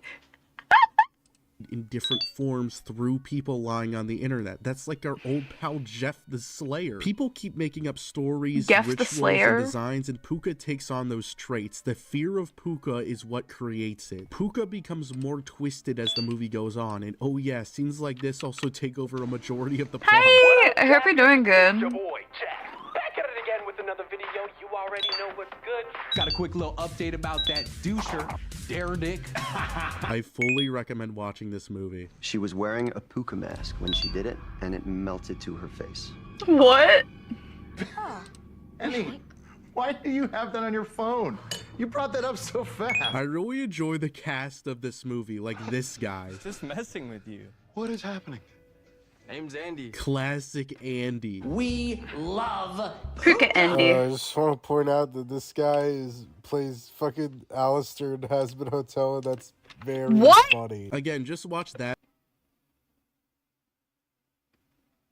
Oh my god, hang on. Be right back a sec.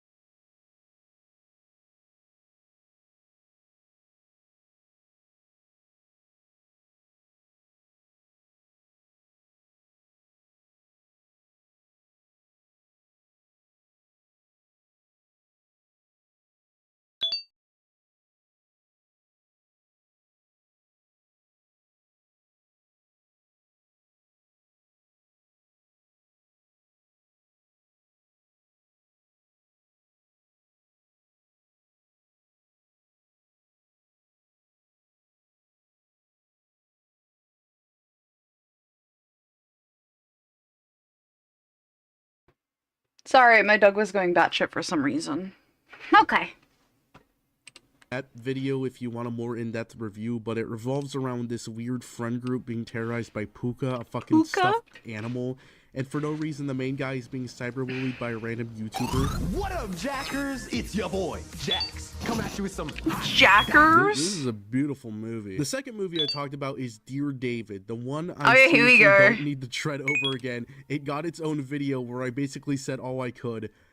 But it's fucking beautiful. People probably don't think of Dear David when they think creepypasta, but I don't care. It's a scary story on the internet. The original story followed real-life author and BuzzFeed artist Adam Ellis documenting a haunting from a boy named David, who had his head dented in by a fucking grocery store shelf, and he kind of just like posted spooky stuff happening, like his Instagram glitching out and showing a ghoul face, and he saw David in Japan or something. The story went pretty viral because it didn't get just one SS Sniper Wolf video, not two, but 3 SS Sniper Wolf reactions. I'm more of a reaction time guy. Apparently BuzzFeed thought it was popular enough to greenlight a movie. This was back in 2017. The movie released in 2023. Yeah, 6 years later. I don't think anyone cared. Except me. Just go watch my actual video on it, but this movie is so fucking amazing to me. It's a complete train wreck and it is mesmerizing. I never got over this movie, man. I still think about it all the time. It's so funny. I just want to convince you to watch this movie. It's amazing for watch parties, and I also want to convince Lionsgate to make a sequel. So here's my top 5 favorite Dear David moments. It could easily be 10. Number 5, Dear David cucks Adam. At this point in the movie, Adam is trying to convince his boyfriend he's not insane. For no reason, he brings up that he deleted Grindr, and then Grindr is magically on his phone again. I didn't put that on there. I don't know how that got there. I promise you I deleted it. This means Dear David, the fucking ghost who was like 11 years old, had to catfish a bunch of people as Adam Ellis for this to make sense. Adam. Number 4, Adam destroys BuzzFeed headquarters. Adam is seeing a bunch of shit that isn't there at this point in the movie, and this becomes a problem when his coworker at BuzzFeed shows him this. Should be in your inbox.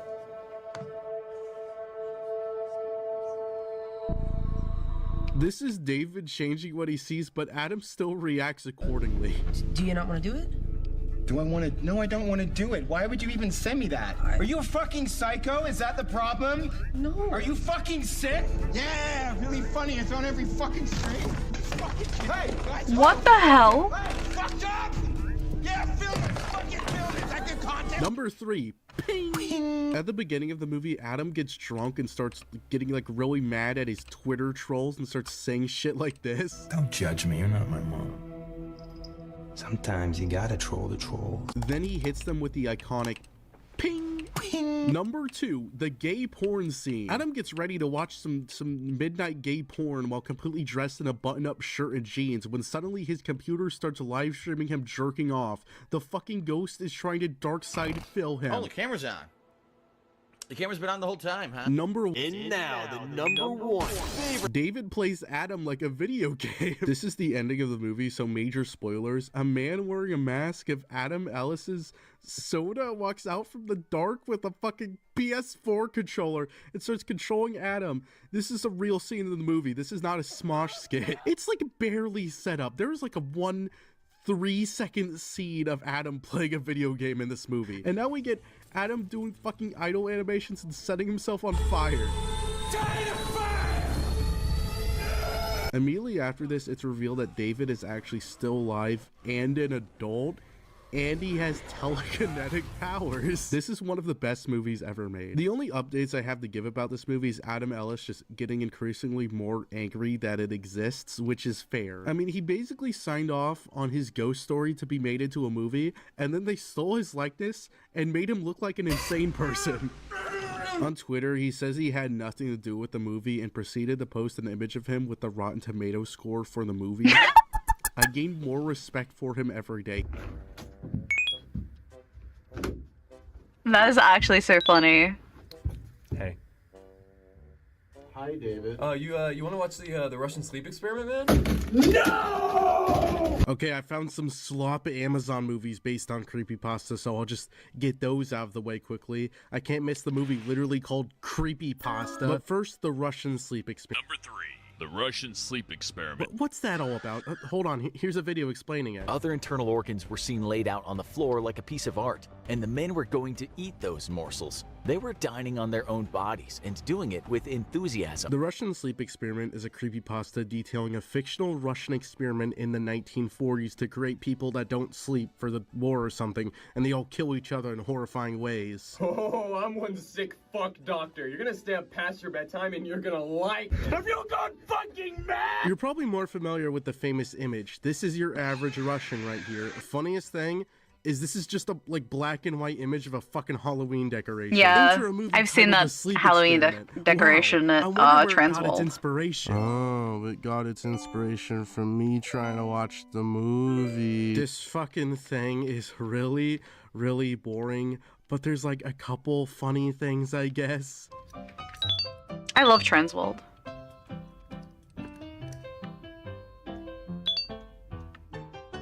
Yeah, it is. First off, it's a Halloween it's not decoration. A Russian sleep experiment. It's an Irish sleep experiment, which somehow sounds even more deadly. And this is the first thing you see. They're doing that Dear David shit. This is not based on true events. What the fuck are you talking about? The entire movie takes place in the experiment room, this Mr. Beast challenge where everyone is forced to dress like John Arbuckle, or it takes place in the future with these detectives interrogating one of the scientists who made the experiment. The dialogue is really funny in these scenes because every character is supposed to sound smart and like poetic, but they just keep saying sleep experiment, and in my dumb monkey brain that's kind of funny. Most of the time though, it's really hard to understand like any of the dialogue with the strong Irish accents. My father never beat me, I never had it, Dad.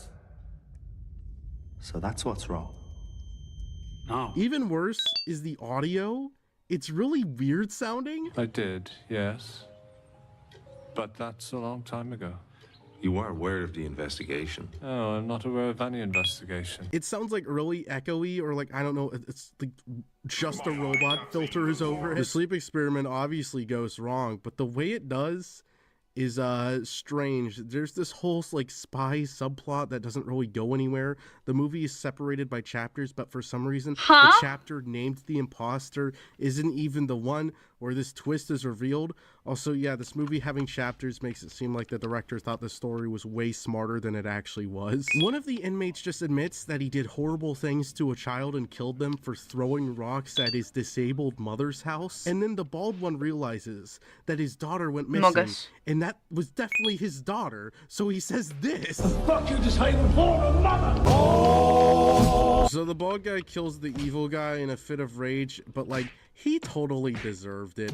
The movie tries to convince us this was the wrong thing to do, but he was totally justified in doing that. Then like 20 fucking armed scientists walk into the room to get these like 4 guys that are now crazy. I don't know if they're trying to like look like the famous image here. They're covered in bandages, so I don't really know. It ends with the main scientist guy showing up, and he gives this monologue about how he's a psychopath, and just like, it's just telling us this evil character is actually even more evil than we thought, so it's not really interesting. Wait! That was the sleep experiment. It wasn't really worth it. Oh, you feeling sleepy? It looks like somebody's gonna need a little more Monster Energy and some candy. You're one sick fuck! Next, I want to talk about 2 movies called Creepypasta that are basically the same thing.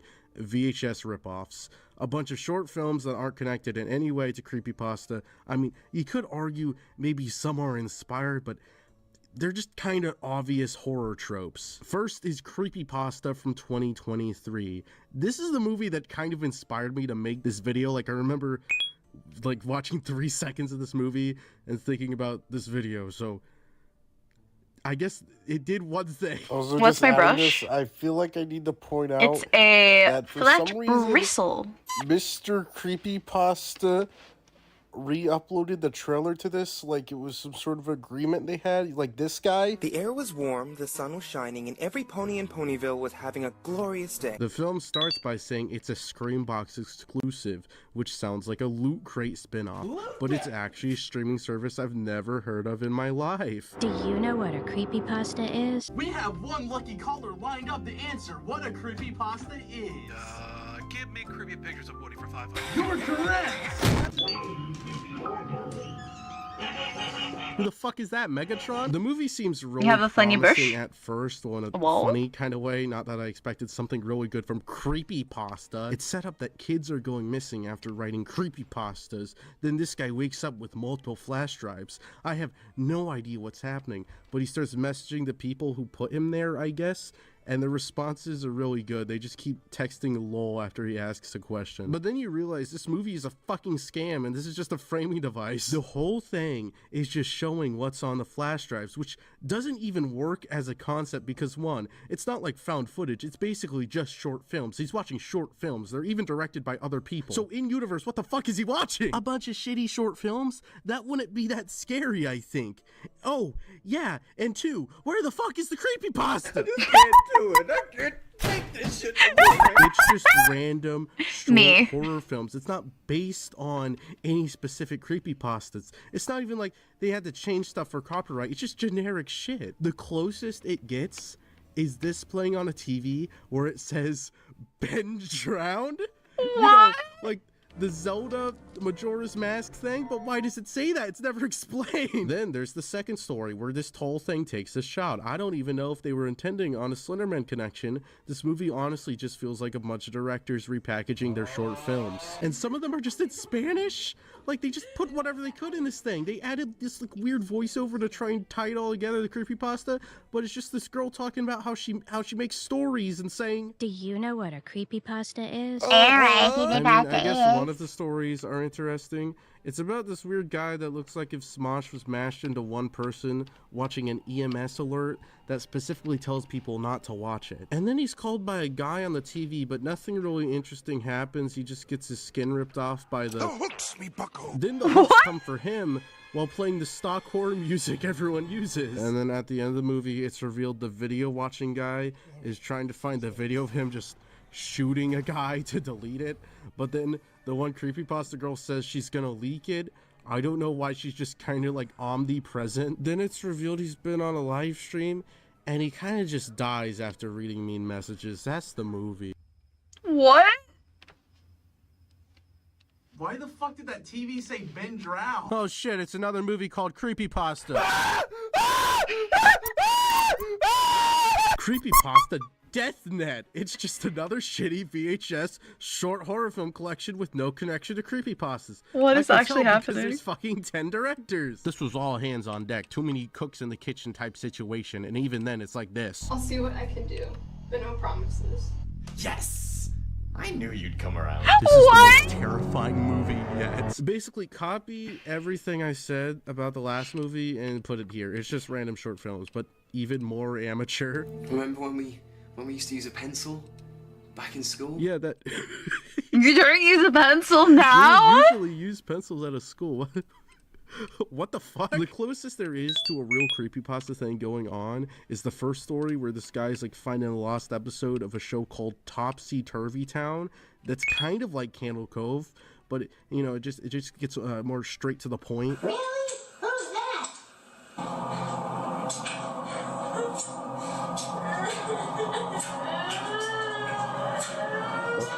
What the fuck?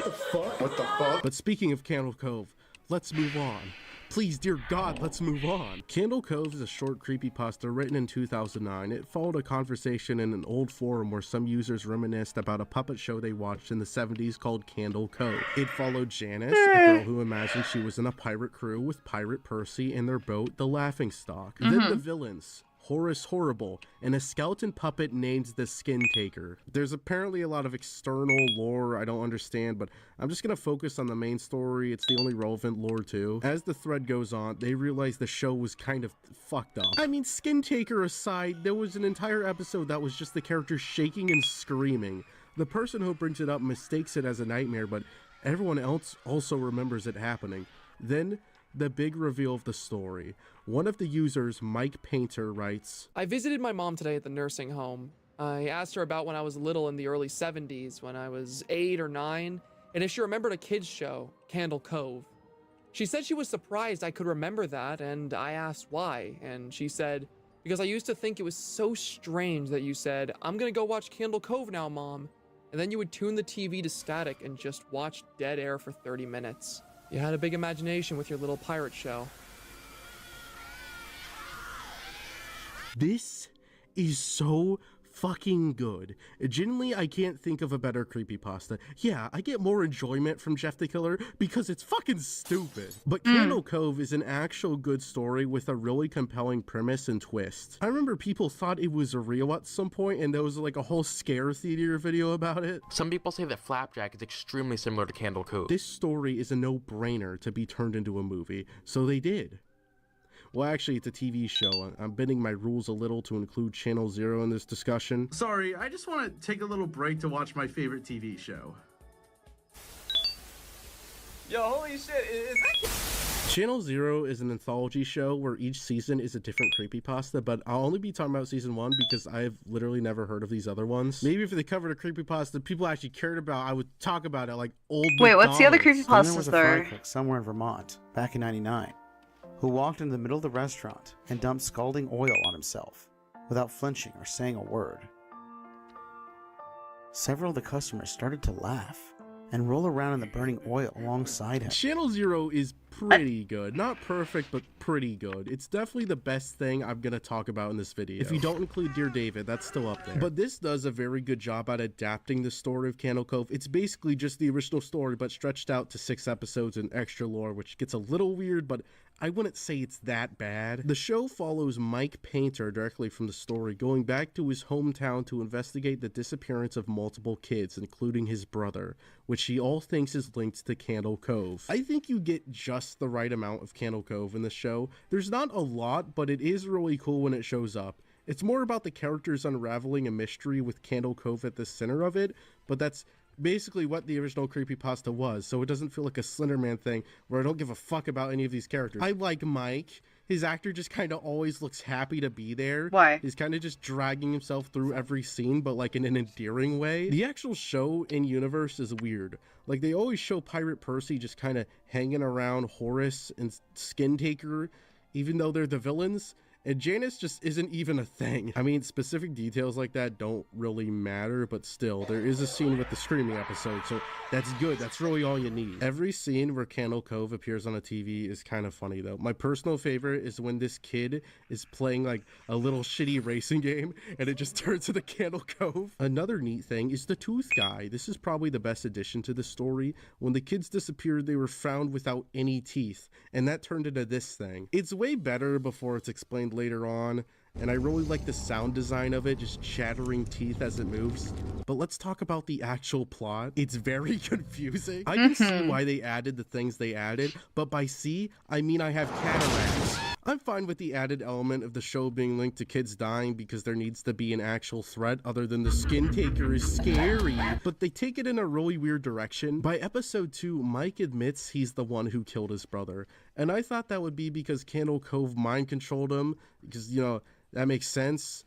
And I like how everyone doesn't trust him anymore after admitting that. But no, he killed his brother because his twin brother is a weird magic psychic that controls the other kids and they're jumping off a hill to kill themselves. Yeah, these flashback scenes are probably the worst part of the show, but at least they give us the single greatest line. You like Candle Cove?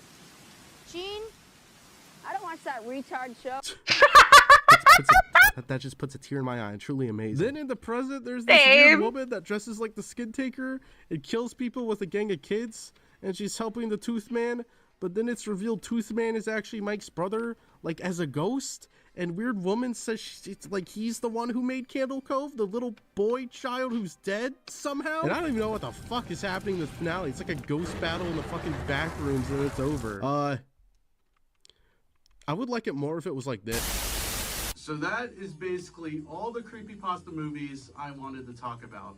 There is the upcoming Backrooms movie, which I would put in this category, but again, it's not out, so we'll probably never talk about it. While I'm sitting here, I'm starting to think that there's just something missing from this conversation.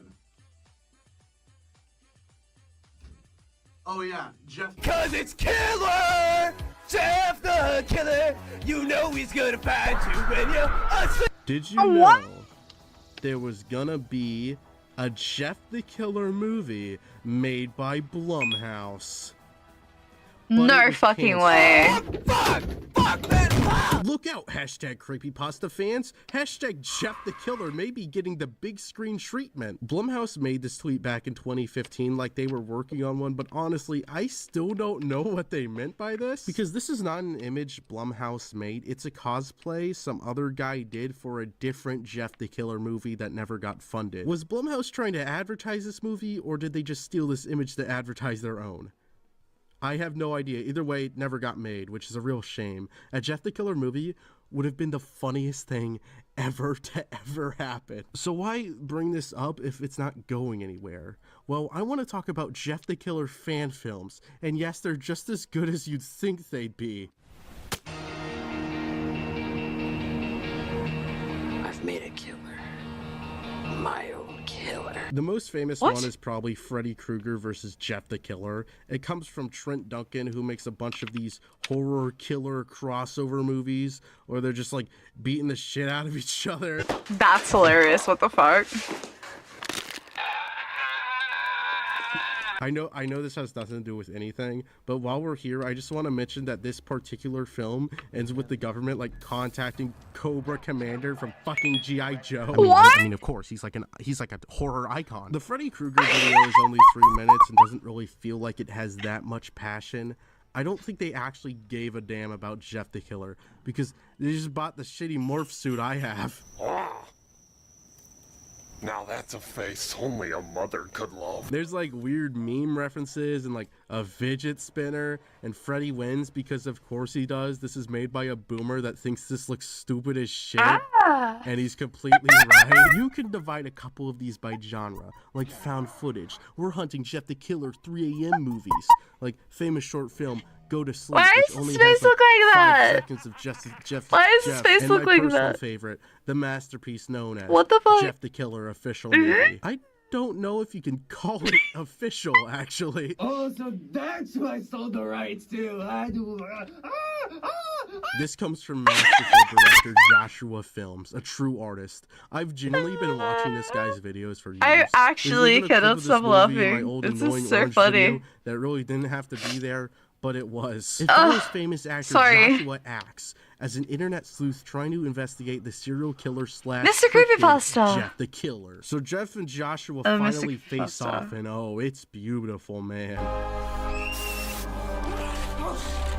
Then the house explodes. Next film I want to talk about is Jeff the Killer Origins. Okay, this is clearly just some like random fun or some school project. It's obviously not supposed to be taken seriously, but I only want to mention it because this might be the worst Jeff the Killer interpretation just ever. Sir, how do you want to make them suffer? We have to kill people. I think we have time to have some real fun first. Go to sleep. We have to kill people. Toby versus Jeff creepypasta fan film. I must be completely insane at this point. Now. What the fuck is that Daisy Brown shit? Okay, I may be joking around, but all these fan films are actually beautiful and I love them. Please go check them out, especially this one, because I, for the life of me, have no idea what the hell is happening in this. Holy shit, is that Adam Ellis from Dear David? This is a true crossover. 10 out of 10.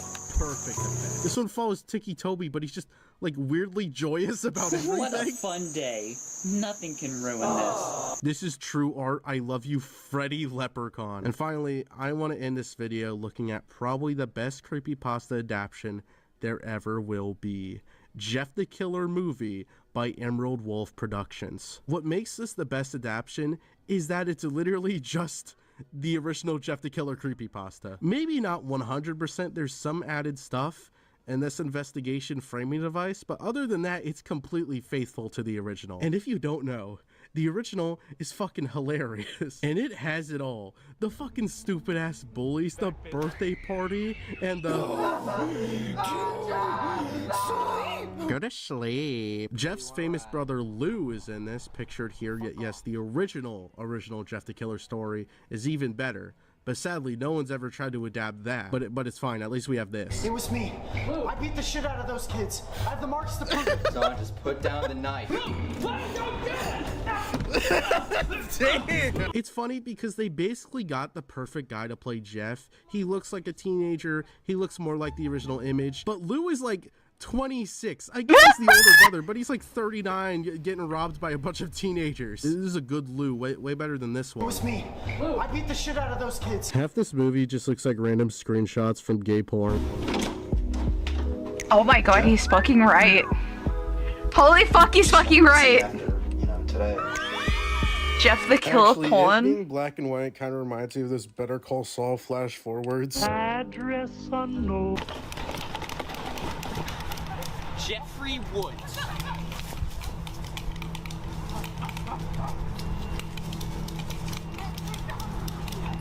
What the fuck do you want? Oh shit, the bullies are here. I wonder if the adults can de-escalate the situation. I think you boys need to leave. Racky, wacky, smacky, smacky, goo. Damn. Leave her out of this. Stay back, bitch.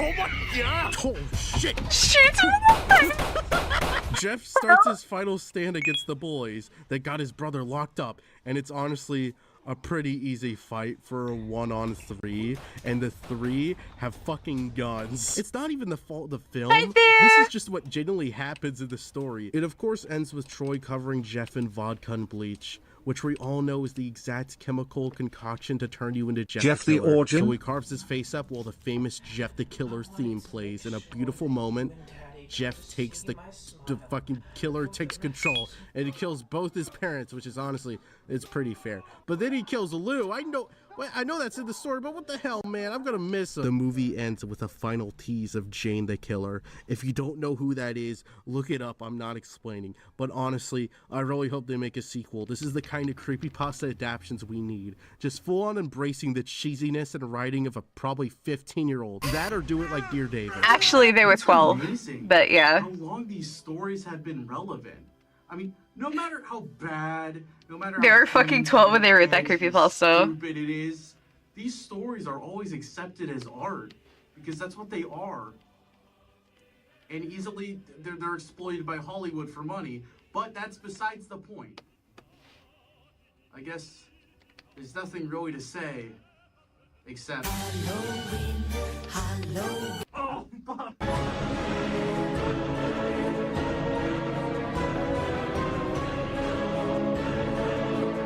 What the fuck? That was actually so good.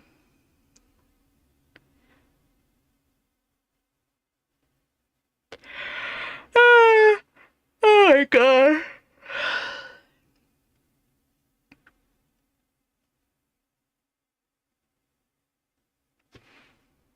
Oh my god, Dennis, you're going to bed. He's going to bed. You forgot Wallace and Gromit? Oh my god. I've one here now. Yippee! Welcome back.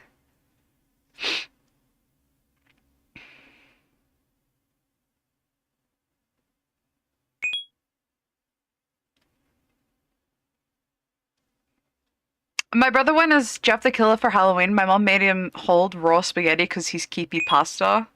That is so funny.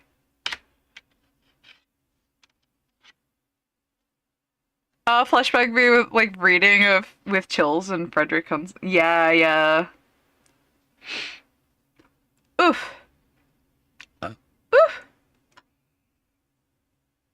Oh no! They did a thing about fucking. Now that I understand the depth of the depravity of this creature. They did FNAF movies. Yes, good. To create, as if the suffering wasn't enough, the loss. I fucking love Willy's Wonderland. I watched that with Lex and the rest of my besties. It was so funny. Of innocence, the loss of everything to so many people, and used in ways I never. Also, fun fact, right? Fun fact.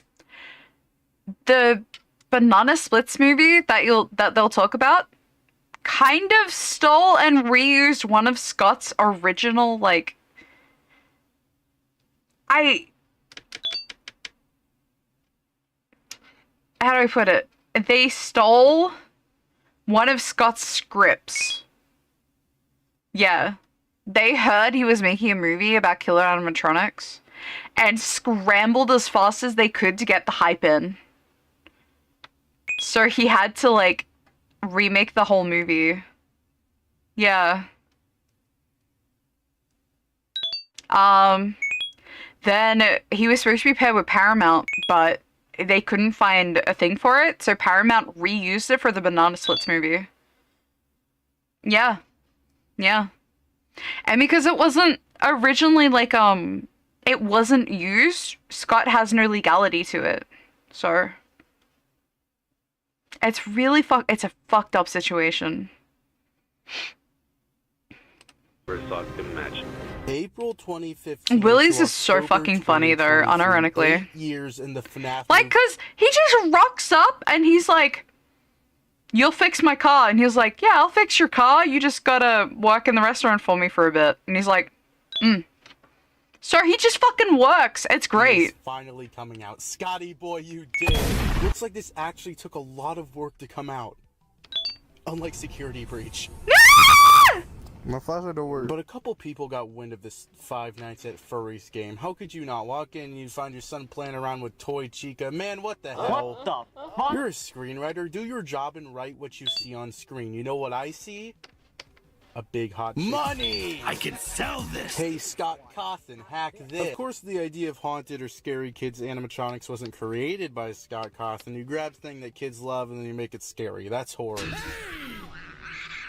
What the fuck? But once the FNAF mass hysteria hit and all these new FNAF games were coming out and everyone loved animatronics and shit, it feels a little disingenuous to say your movie about a group of murder bears is actually an original idea. Yeah, okay, makes sense, Willie. So in preparation of the FNAF movie, I just want to look at some of these things. It's like FNAF, but without Springtrap. Look, he doesn't always need to be there, little fuck. These movies are really interesting to me because it's almost like an alternate dimension where the movie didn't take like 18 drafts until Scott said yes. Now it feels like Scott just said, fuck it, call up Nick. As if the suffering wasn't enough. I've known a lot about these from random YouTube reviews about them, but I haven't really watched them except for one, so I decided to watch the one that looks like the most shameful copy first. It is Willy's Wonderland. Willy's Wonderland, that title's right, because Willy could be, talking about a penis. For those of you who don't get the joke, the joystick is a metaphor for penis. This released in 2021, which is weird. I swear it was like 2019. The director is Kevin Lewis, who I thought had something to do with The Hug in 2018, but no, apparently not. I'm just losing it. It's another similar animatronic horror, so I should mention it. It's a short film, and it's actually pretty good, especially in comparison to the actual feature-length version. The weird panda animatronic is way more interesting than Willy and his gang, since there's more mystery around it. Also, it's just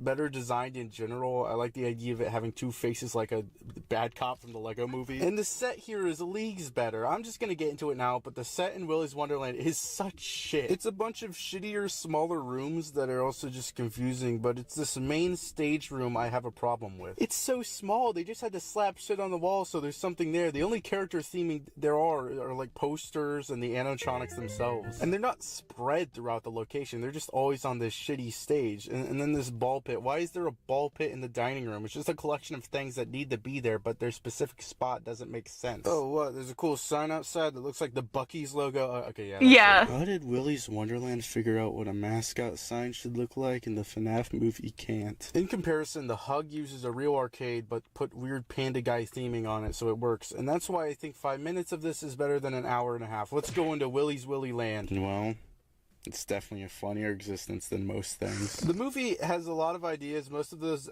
ideas are from this, but that's still a lot of ideas. The director claimed it wasn't based on Five Nights at Freddy's, but I find that very hard to believe, especially The fucking turtle literally looks just like Chica, too. You made sure every main animatronic wasn't an animal species featured in FNAF. When I think of just animatronic characters, not even FNAF animatronic, I think of a bear and a chicken. And look who took both of those. Of course, again, evil animatronics isn't an original idea. An episode of Gravity Falls and Regular Show released before FNAF, and they're always compared to FNAF, even though they came before. And the Regular Show episode is way funnier because they aren't haunted or anything, they're just gangsters with guns. And the Gravity Falls episode somehow predicted FNAF and Doki Doki Literature Club. Lewis Dawkins is dead. Willy's copy is way more than that, and I think they should just own up to it. Are you gonna answer the question? No. The main character, played by famous actor Nikki Cage, basically has the job of the night guard and acts like a video game protagonist. You're not safe in there. We gotta get you out. No. No. He says nothing and then beats up the monsters. It's like a boss fight. They also Yeah. explain the origin, and it's just FNAF. Willy's was built in 1996, the brainchild of Jerry Robert Willis. If that name sounds familiar to you, it should. Jerry was one of the last century's most sick and sadistic serial killers. Okay, some of the creepiest, most depraved people of society made a pizza place. That just makes me damn sick. Jerry spent most of the time cultivating similar sickos.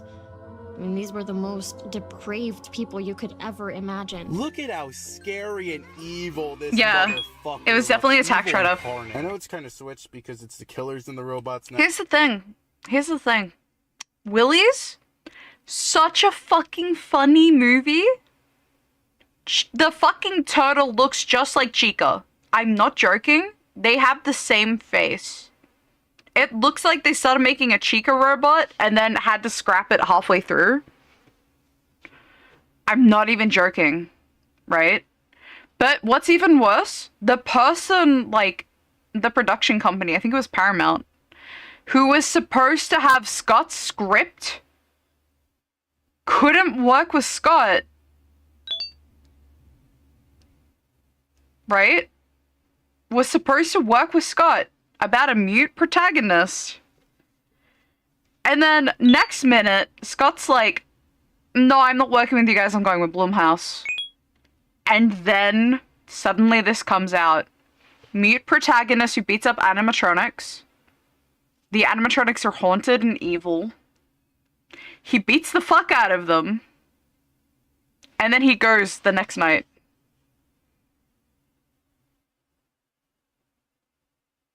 He stays there 5 nights until his car is ready, and then he leaves after beating them up. Oh. Hang on.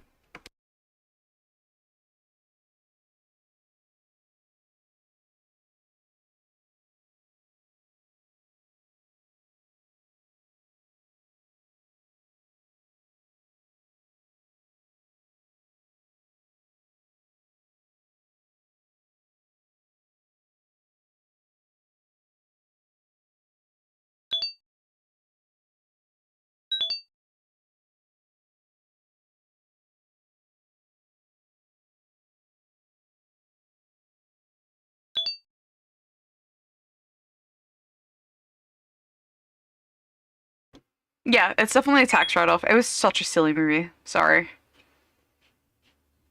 Now, but whatever, the Venture Spirits. The overall look for the movie is fine. Most of the shots look kind of shit because of the shaky cam and this absolutely awful filter and this stupid lens flare that is like, it's like on every shot, like holy shit, it's so bad. I couldn't find like where they were in the room in half of these. But there are these shots that look really cool and stylish, especially towards the end when little Nicky is fighting Willy and all this cool confetti is everywhere. But yeah, it does look like the movie was dipped in my forehead's normal. Let's talk about this. They put Doug Dimmadome in their movie. This guy's name is like Texas McAdoo or some shit. All of the animatronics are very bland and just say shit like this. I'm gonna face them your face. Opila bird joke. I'm gonna face them your fucking dick. My main problem with this film is that there's no like child aspect, you know what I mean? We need that disconnect as an audience for a bunch of children to love these dumbass people in suits, but none of that is in the movie. That's what made the idea of FNAF scary. Of course, it's not scary anymore. It's so but the good. thought of a bunch of kids being murdered by this guy is maybe a little scary. The only children in the movie is during the flashback sequence that explains why Willie Afton is doing this, because he's apparently Last century's most sick and sadistic serial killers. But all we get is basically this. Some would say things they weren't programmed to say. Wanna fuck, daddy? Damn, I don't even know what to do with all that. Wanna make out the fucking closet? Fuck you, asshole. Fuck you, fucking piece of shit. Fuck you. You fucking suck. Instead, there's this teenager plot, but they're literally here just to be killed. And then this is a weird, like, thing to notice, but the main girl sounds exactly like Velma from Scooby-Doo. I checked, it's not, but it's really weird. You're not safe in there. We gotta get you out. Two of them fuck because the opportunity of boning in front of Willy the Weasel only comes once in a lifetime. And then, like, main girl is hanging out with Nicholas at the end and Freebird is playing.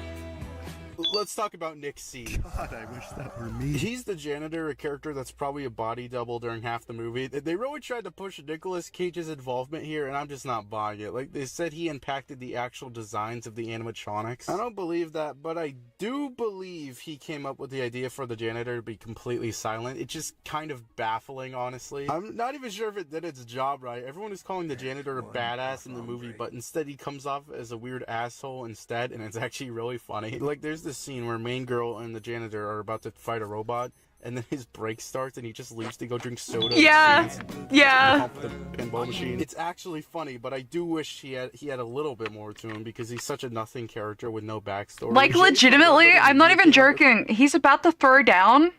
Like, Willie's getting up in this chick's grill. She's like, oh my god, thank you so much, you're gonna help me. And then just like Nick Cage is like, his alarm goes off. And he's like, hands her the knife, nods at her, and walks back into the break room, and Willie's there like... and fucking, like, the girl's like, really? You've handed me a knife and leave me with the animatronics? And he's like, shrug. Goes back in to chug fucking soda, play arcade games in the break room. Yeah. It's so fucking funny too, because she's like, time out? And then they start fucking beating each other up. It's so funny. With a really good idea while they did their review. Again, I thought that was a setup for something. Actually, so funny. Reason he was playing it. He went to Willy's Wonderland as a kid and he never defeated it, and so now he's back to defeat the machine or something, beat his high score. He just goes back there and plays it for no reason. Oh, Jay, it's like you've seen a movie before. Like, that's perfect. Give him something more that makes sense, but it's stupid motivation, so he's still a weirdo. Overall, I think the movie is okay, Lynn, thanks for coming piece in. of trash to be dumped on the streaming, but also, the next movie, not to release, Willy's released after this, but I got them mixed up. I don't give a shit. I don't give a fucking shit. I'm not changing the order.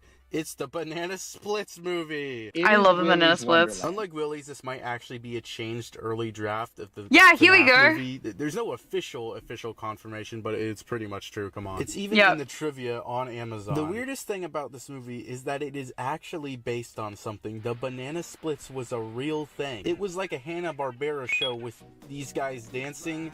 Why use real characters that nobody really knows? What's the point? It just made people who did know about the Banana Splits confused that they were like horror characters now.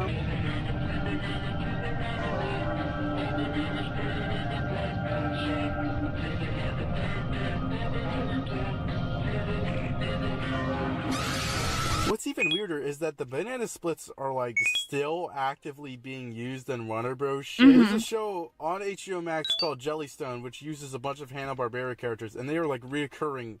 Like, they are the focus of more than one episode. You can't learn this shit from Dead Me. See, this is why I still matter. There might even be a reference to this movie in Jellystone because the characters are villains now and the elephant doesn't talk. What the fuck did this movie do?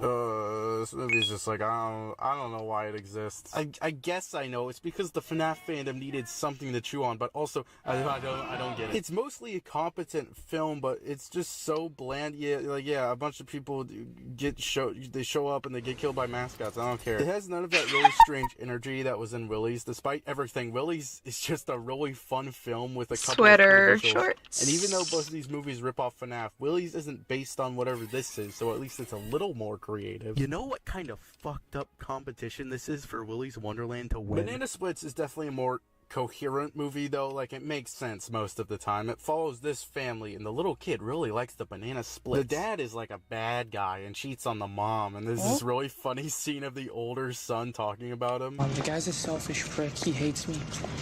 He barely remembered his own son's birthday. He doesn't even want to be here. He'd rather be at work. He's saying it like it's a fucking cinema set. Spoiler alert. It's a dump. The family goes to see the Banana Splits and everyone's having a great time, but oh no, they're being canceled. And the technician that like works in the boiler room, like fucking codes them to be aggressive and killers. Why the fuck would you do that? It's not like he's even this movie's version of Afton. He's really not a threat or anything. They just kill him. Also, yes, these are robots, not people in mascot costumes. Definitely not. You could have tried redesigning them a little bit more to look like robots, but okay, sure. The Splits are all voiced by Eric Bauza, who was the main Bugs Bunny guy, but he's like barely in this. It kind of just sounds like they got Eric Bauza to do a cameo video and they kept reusing the lines. My favorite part about this movie is probably Stevie. Who is Stevie? The Banana Split show has this human actor hanging out with the others, and his name is Stevie, and he was never a thing on the original Banana Splits. Who the fuck is this guy? That's Stevie.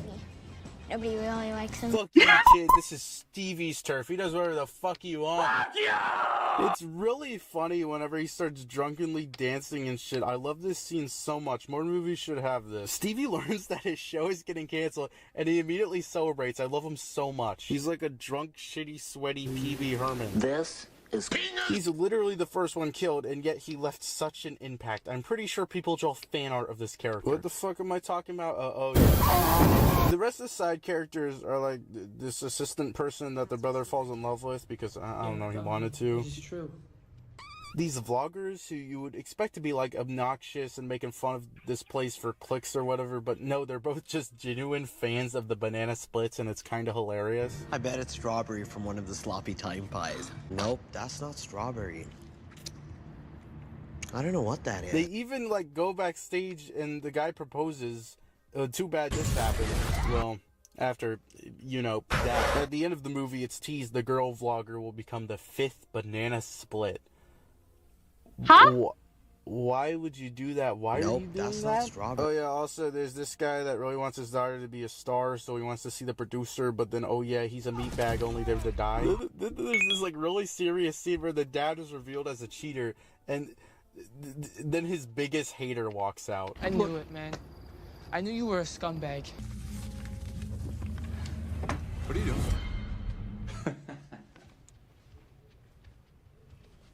Dick. Then there's like an actual well-written line. There was always Austin, and then there was Harley. Us. What a joke. That's like Peacemaker. What a joke. It's a good thing they got all the people who were good at writing marriage dramas to write a funny animatronic killer movie. Nope, that's not strawberry. And then when the dad leaves, he's all like, Hey, guess whose night just freed up? You look at this fucking guy. Dick. Did you hear me? What the wait. So they cut his head off, stuck it back to the point where he looks completely normal, because it looks like to me that dad just fucking tugged on him too hard and his head fell off. Kim Kardashian's head fell off. Fleagle, who was the dog, like starts kidnapping the kids, and oh fuck, they gave these asshole red eyes too. Why aren't people mad about this? And then Bingo, who is like the gorilla, captures the brother, and mom has to get all hot and shit to save him. I wish Snorky was the one getting hot. You know what I mean? Nope, that's not. They start making these two, the producer and the dad guy that got his face, go through this Nickelodeon Double Dare shit, and it's probably the most creative scene. You don't see a lot of kids' obstacle course saw trap stuff. The producer didn't even do anything. The other deaths, at least they were like trespassing and being annoying and shit, but the producer girl was actually like a sympathetic character, and she even passes the sloppy time course. Yes, it's called sloppy time. I wish Snorky would give me some of that sloppy time. I'm joking. She did what they fucking wanted. They just kill her. They just fucking. They're fucking ruthless. Yo.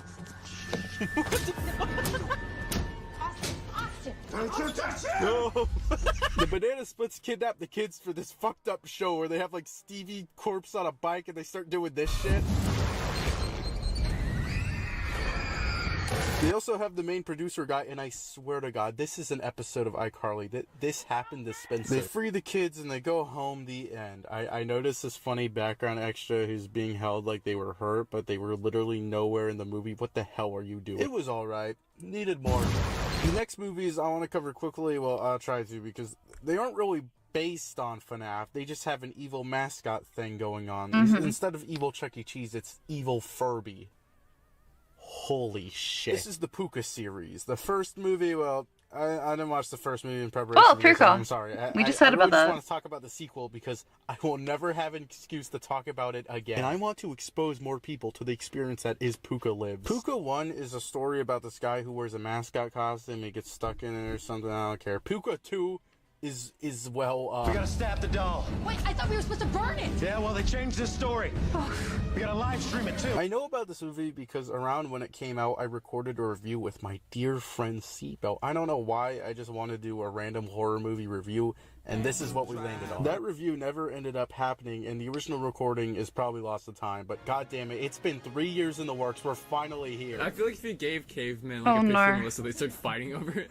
The movie follows Derek, an author who wrote a book, and it failed, so now he's working for the Puka Company. He visits his friends, and I actually really like the cast of this movie. They come off as boring at first, but then they just kind of become endearing, and none of them are killed off. For like a body count, they just have to deal with this Puka shit, and I kind of love it. Maybe it's because the end of this movie makes these characters seem like epic badasses who are gonna beat the shit out of Puka's ass, but then the credits is like this cheap comic book art style, and it looks like one of those animated true scary story videos. Why is there a guy wearing a pig mask on my screen? Yeah, this is like Tails gets trolled.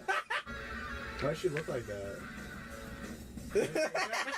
Derek is like infamous on the internet, and he decides to make a scary story about Puka, and it's kind of like a creepypasta sort of deal. Like, Puka comes to life because the internet believes in him. It's like when little kids thought Slenderman and Jeff the Killer were real. Me personally, I've seen things that cannot be explained. There's a really creative choice they didn't have to do, where the internet keeps grabbing Derek's idea of what Puka is and changing the design through fan art and misinterpretation, and as the movie goes on, Puka gets more grotesque. What the hell, that's actually fucking cool. They even set this up with a scene where they talk about, like, fucking a Momo. Yeah, like this thing. They're not allowed to use Reddit and shit in this movie, and it's really funny.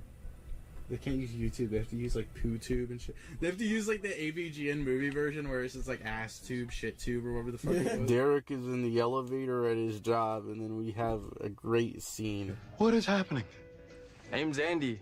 I'm in charge of social media. I'm glad they told us this is Name's Andy. I had to know that information. Like, is this like the director's son? Who is this? I'm not saying I hate Andy. Name's it's actually Andy. an inspiring I'm in charge performance. of It's called Google, old man. Dude, this is the guy from Big Hero 6. He's in the costume like inside, outward, inside, outward, backwards, inside, out. He looks like Criterion. Oh my god. He looks like seven-year-old girls. Two 7th grade There's girls. so much fucking funny shit in this movie. There's a scene where one of their friends, who's a police officer, pulls up a picture of a charred corpse, and the other guy's reaction is this. Annie, why do you have that on your phone? You brought that up so fast. There's something so genuine about that reaction. I feel like they brought in a writer to do one last draft, and they just added all these really funny moments. I feel like I haven't made a lot of jokes in this review yet, and that's because I know this is our big haven't had a film. peanut This is the bubbles. funniest thing that ever be picked a film.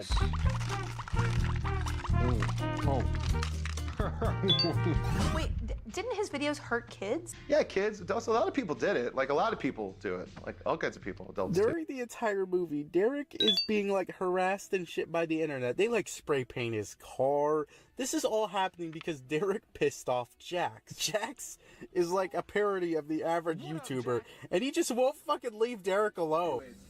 Anyways, I'm too busky. We need to dissect this scene frame by frame. Okay. So Derek grabs his phone, the video is already playing, and it's this. Got a quick little update about that doucher, Derek. He is now officially canceled. This is the best character in any piece of media ever made. This scene is complete tonal whiplash, and I immediately started laughing when I saw Jax again. He fills me with joy. For some reason, his whole thing is like jacking off, and like, you know, Fucking dick! Making jacking off your entire personality, you know. That is far off from real YouTube. Jax just keeps uploading videos harassing Derek, and the editing is just fucking deranged. It's about FNAF movies before. FNAF movies. Come and beat the shit out of him. He looks like fucking Roderick. I love Jax so much. Can we see some Jax love nowadays? Go make Jax fan art. Here's mine. This actor, I love you. I'm a Jacker till death. Alright, Jax like records himself doing the Puka challenge, and it consists of eating ashes and then dancing, and then later that night, he's like live streaming And then Puka, well, Puka gets him. I'm devastated. Out of respect and memory, I will now do the Puka challenge. Oh, Puka! I love all the fight scenes because the movie doesn't want to kill off any of the characters, so it's like a regular show fight scene and they're just like throwing shit at Puka. German shorts, the ones like the high ones that the German kids wear with the suspenders on them. What are you talking The stupid like German kids shorts, or the green ones where the Lederhosen. Funny, I don't care. Why did they edit her saying, "What are you talking about?" like 3 times? Lederhosen. What if you heard knocking door on Jackers like, you want Oakley's? I don't like that 3 years ago, man. He closed the door. He's like, I'm just kidding, man. We don't even know what he said. Like, we don't remember what he said after this. Like, what? It doesn't matter. We couldn't even understand. I remember him crying. Got you! I got you! Hey, listen to this. Here at Spectacular Contraptions, really pride ourselves in bringing you the best in kids and... I thought that was fucking Matt Pat talking. I don't think the movie does a good job at representing what the internet is actually like, but damn, the way it uses it in the story is actually creative, and I haven't seen another movie do it. This isn't like a super amazing movie that everyone should go watch right fucking now, but like, come on, I like it. Oh, thank God. Okay. Oh, fun. I mean, think about it. This movie was a Blumhouse production, so the budget is already low. But it was also an installment for a Hulu anthology series called Into the Dark, where each episode is based on a certain holiday. So basically, your budget is a bunch of fake fucking toy money. For what this is, they did a good job, and I genuinely enjoyed it. Good job, Jax. We're gonna call you Jacker. So I It's need not gonna catch on. sweater _stocking. In Aubrey's opinion. Fucking intruding on our conversation. In Aubrey's opinion. Fuck you, Aubrey. That's not gonna catch on. Who told you to speak, Aubrey's? That's not gonna catch on. In Aubrey's opinion. I could really end the video here. Actually, I could have ended it a while ago, but you know, I want to go over some fan films because I want to make a separate video for them one day. Too hard. First off, I just want to quickly mention the VHS analog horror videos. They're kind of like short films. I'm only really familiar with them because I got really bored and started watching these Dawko and 8-Bit Ryan reaction videos. Why do I always talk about Lewis Dawkins? I'm not a big fan of these videos or anything, but the videos made by Spectre are pretty cool. They're all really well done, and there's about 4 that only get longer and longer until the 4th is like 30 minutes. They cover a story revolving around each of the Withered animatronics, and it's just really cool. Withered Bonnie is like an origin story for why he looks fucked. Withered Freddy's is probably the best. It follows a paranormal investigator asking questions to the spirits of the children, but they start attacking. And Mr. Afton fucking just shoots him with a shotgun. I love the way William is portrayed in some of these videos because he's just a fucking asshole. Elizabeth Afton. I don't understand. Elizabeth Afton, daughter of William Afton. Why won't you remember? Remember, Donald? Yes. I seem to be trapped inside the Springlock suit. He isn't like a killer with a knife. He's just like a fucking gangster and he just shoots police officers and shit. Where's your robot? I don't know. Try to call it back. You know, I'm almost tempted to leave that useless piece of shit here. I also like how he has control of the animatronics, meaning he's the one making them attack and the spirits are just dormant and forced to do it. I always thought it was weird how hostile the animatronics were to people who literally didn't do anything. The main characters in these are pretty funny though. They're like the whitest people alive. In the 4th one, the main character just saw his partner get mowed down and shot to death, and like 15 minutes later he's saying this. Well, if there is still power, hopefully the phones here still work. I gotta make sure backup knows I'm here, otherwise they'd be looking everywhere to try and find where the action is. These are pretty neat, but also a bunch of pussy shit. Where's the live action fan film?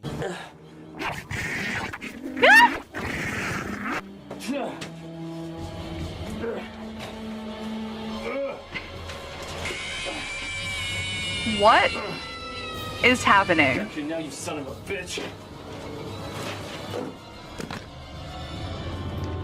Okay, this is a film by LGE. I skimmed through it, I'm sorry. It is rough, but it looks like the quality gets better halfway through. And now he wants you dead. What are you talking about? Did you not notice that every security guard inside that records book, besides me and Fritz, up until a few days ago, was dead? Yeah, I did find that a bit strange. But you want to know why I love this? Any sane person would have wanted to get, like, a location and good sets to make this, but not this guy, because he's fucking brave, okay? I'm not being ironic. This is a commendable effort. He went out and made a movie. That's amazing. Look at this Chica and tell me it's not amazing. That Chica is amazing. There's even a sequel to this. We're living among gods! Jeremy!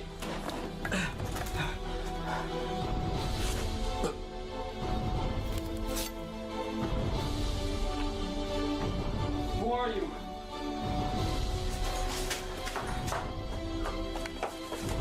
Okay, here it is, our last movie. I really have been wanting to talk about this movie, and I was almost going to give it its own second channel video, but this seems to fit more. Night 5 is a movie made by the people at XBlue. They created an entire recreation of the FNAF 1 building for a challenge video where they got a bunch of random people to participate in a real version of FNAF 1. God, I wish that were me. Oh, not the challenge. I meant that again. Since they already had the set, they decided to make their own FNAF movie because the chuckle fucks at Blumhouse were taking too long. We can do better. Oh, no. I don't want to go over that much because you should watch it yourself. It really is impressive what they pulled off. It follows Michael Afton, played by this guy who just comes off as a shitty dollar store version of Mr. Beast in the challenge video. But here, I really like his acting. Like, yeah, it's not Oscar-winning acting because that goes to William Afton, actor. Evening, Michael. I love how he's just saying his big evil plan. This is like that one scene where Charles Butts is intimidating fucking Carl and Up. I've already tried killing you once. Now get the fuck out of here before I try doing it again. Big props for accidentally finding a guy who looks exactly like Matthew Lillard before the movie's casting was even revealed. This does a great job at adapting a lot of early FNAF things, like Phone Guy's an actual character, and kind of the main reason Michael is even there. And I really like whenever Phone Guy has anything to do with anything. Phone Guy is my petit souffleur. The biggest problem is definitely the animatronics. Not only are the costumes not the best and probably made quickly, which I can't really blame them for, but they decided to, like, graft these bolts and endo parts onto the suits, like PNGs that, like, got tracked to the slits in the suits, and it looks awful. In their own commentary, they even think it looks awful, but I honestly think a better solution would be completely blacking out the joints or just fuck it, don't do anything. I'm sorry, it looks so bad that I think it would be better just not to have anything. The movie also has a lot of frame rate issues, but this is because apparently the entire film was corrupted and they could only partially save it, which really sucks. They tried hiding this with a film grain effect, I think, and it just doesn't work. And the number one worst cinema sin with this movie, I really want to see fake Matthew Lillard be Springlock. Now get the fuck out of here. And that's how far I am willing to go with this. And as I'm writing this, the FNAF movie isn't out. And hopefully when this video is out, it still isn't, because this is a Halloween video, and I want it to be out on time. I think the movie will probably live up to the hype, at least for me and Lewis Dawkins. But the question is, will the FNAF movie be better than all of these alternatives? Well, yes. Yeah, of course it will. But if Puka 2 is in the running, then not a fucking chance! Nope, that's not strawberry. At the driver in the old man's fault, behind the bushes, said you got me screaming for more. Hi, that was my video. Thank you. I really hope that was a good Halloween video. I have to go watch Dear David the movie now. Go check out my Patreon. I have stuff there. Bye. I love you. Now get the fuck out of here.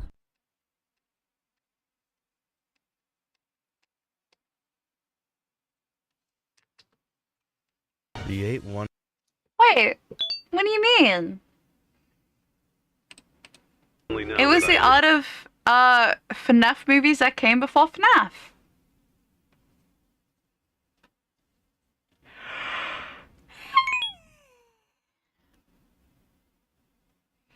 You want to know what I know about Willy's? Is that Nick was really passionate about it. The movie didn't even have a budget before it was distributed.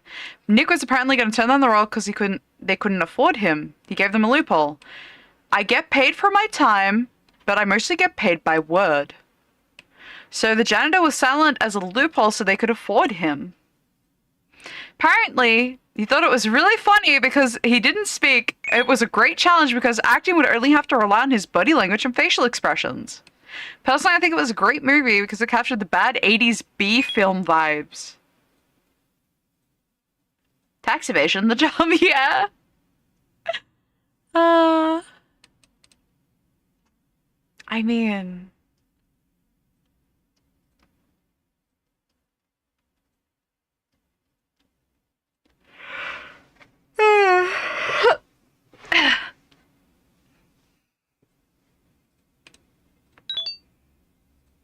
Yeah, here we go.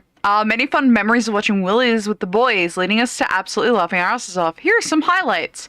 Gus the gorilla saying, "Gorilla greetings," before punching Nick in the face. One of my friends getting a Discord notif during a scene where it was dead quiet. The random kid pogging when the siren animatronic asked if he wanted to fuck. Nick Cage's passionate, steamy relationship with the pinball machine. Do you know he actually went broke? Wait, Nick Cage. Really?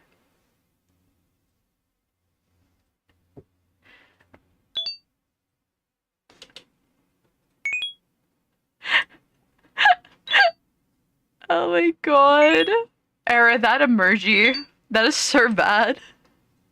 That is so bad. Oh.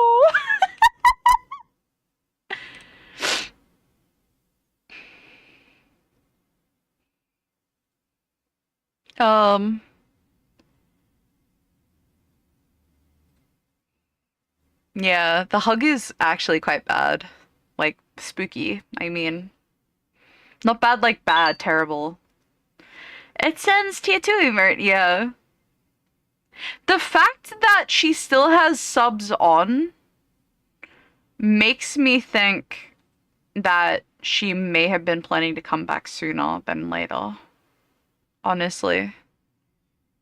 Like, why would she still have revenue and stuff on? Including subs.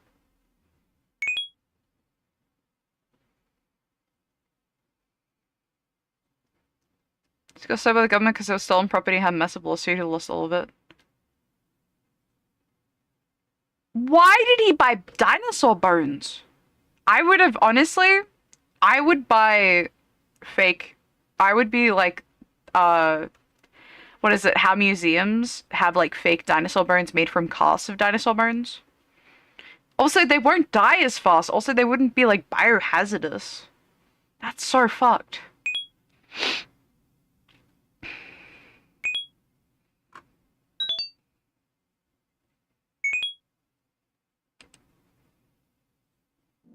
I can totally see Nick Cage being like, hey, I bought dinosaur bones. It seems like such a him thing to do, to be There are honest. plenty of analog horror series out there, ranging from eerie backrooms, unsettling animatronics, and doppelgangers, to alien invasions and even a deadly moon that... He's literally supporting the entire shrunken head market. Dude, I love shrunken heads. Do you know how they make them? It's really fucked up. Like, it's really fucked up.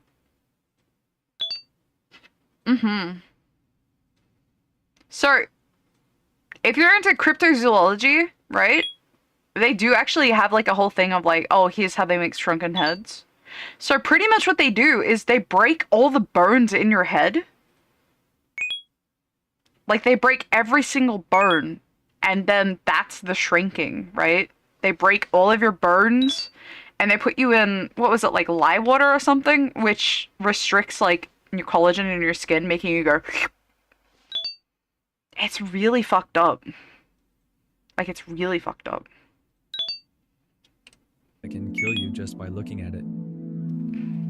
I love analog horror. Beetlejuice! I love its hidden, disturbing plots that make you obsess over figuring out what's truly happening in those alternate realities.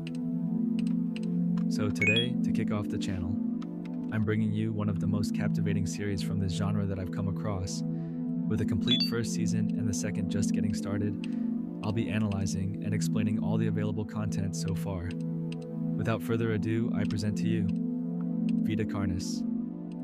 Vita Carnis? Vita Carnis, you mean? Created by Darian Quilloy's channel, Vita Carnis tells the story of an alternate reality. In this reality, mysterious beings known by the same name have appeared. If we translate... Okay, we've gone straight back to creepypastas, but Vita Carnis is one of the most interesting, like, creepypastas I think I've read to date. Because it's all about, like, oh, these random fucking flesh globules just kind of appeared. And there's, like, giant, like, Earth-sized worms and shit that they just feed. And they feed to make them as big as like a fucking subway tunnel. And there's like these guys who are like called mimics who will like just sit under your fucking couch until you like relax and then they eat you. It's so whack. Get it from Latin, it means So something whack. like life of flesh. These Or a creatures are live made of flesh, with actually. no skin, and they mysteriously appeared in 1931. Since then, they've been spreading across the planet, altering not just nature, but also the way humans interact with their environment. As the tape says, the Earth is now their home. Think of them as a grotesque addition to the food chain. But where did they come from? According to the tape, this has been a heavily debated question since their first appearance. Do they come from space? A demonic dimension? No. Despite not knowing how or why, one thing is certain beyond a shadow of a doubt. Their origin is right here on our planet. The first video in the series introduces us to these beings. Naturally, this is classified material, and there are severe consequences for unauthorized individuals possessing these tapes. From this, we can think that infer looks good, the yeah. initial videos are not directed at us, but at the employees of the National Living Meat Research, whose goal seems to be the study of these creatures. Looks pretty I'll be accurate. going into detail about each of them shortly. But first, what is generally known about them? We know they are made up of muscles, bones, and organs, skinless beings resembling raw meat, which is why they were named Vita Carnis. They feed on almost anything, primarily meat. Hi, including human Cutter! flesh, Welcome but back. they do not engage in cannibalism. That is, Yeah, I'm they don't still eat alive. each other and are usually found in areas populated by crawls. Or just having a looky.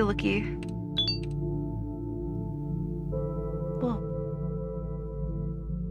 Watching creepypastas while we work. The crawl is the first species and the foundation of the entire Vita Carnis ecosystem, serving as the Vita root of Carnis. everything. This entity resembles a vine made of flesh, spreading across the land like a biological mold and can be found all over the world.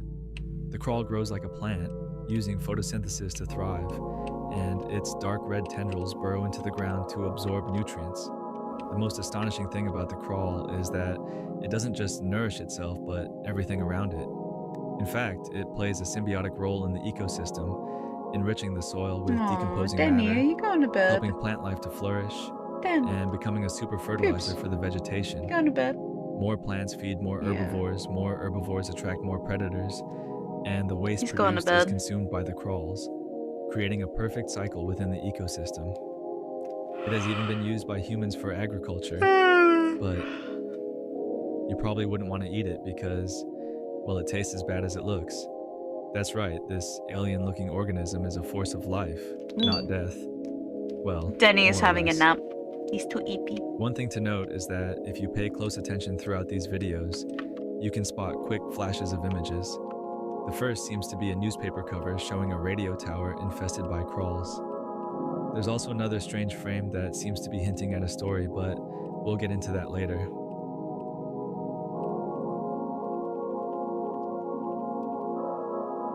Trimming! I love trimmings.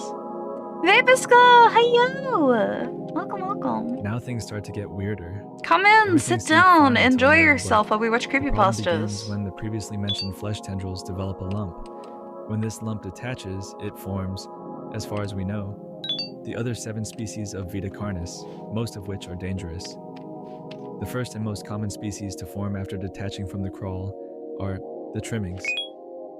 Imagine a hairless, skinless raccoon, just raw flesh. Oh, well. These creatures are small, about the size of a basketball at most. Each trimming is unique, with varying numbers of limbs or other characteristics. Although they're omnivorous, trimmings are almost entirely scavengers. They roam around, eating anything decayed, plants, fruit, rotting meat, you name it. The good news is they're harmless and very skittish. So, despite their terrifying appearance, they pose no threat to you. Yeah, Unless baby. you're bothered by them raiding your trash at night. Oh, and they're also very loud.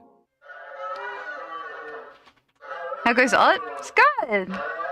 We've just done for the raccoon girl her outfit. They're preyed upon by many predators. Yippee!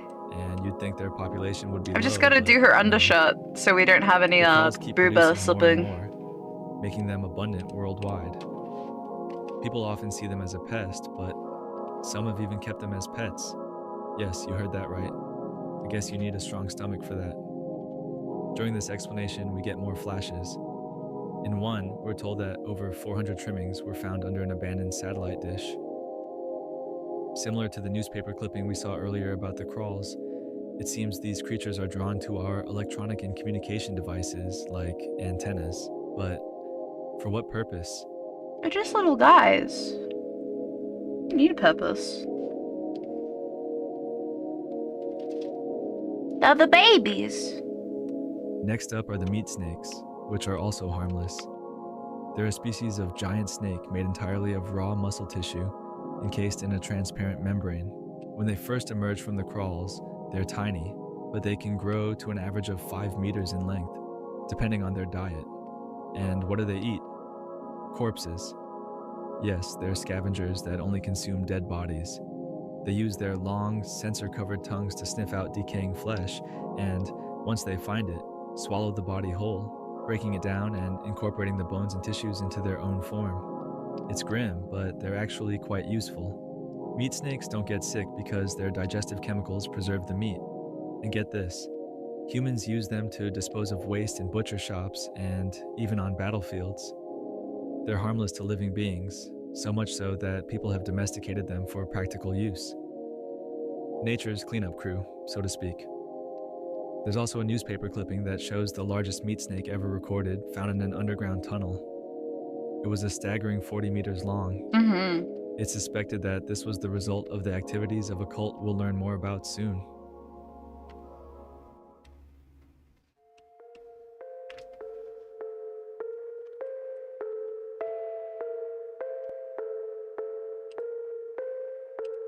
The fourth creature is called the Mimic, and it's by far the most dangerous of all the Vita Carnis creatures, at least for us.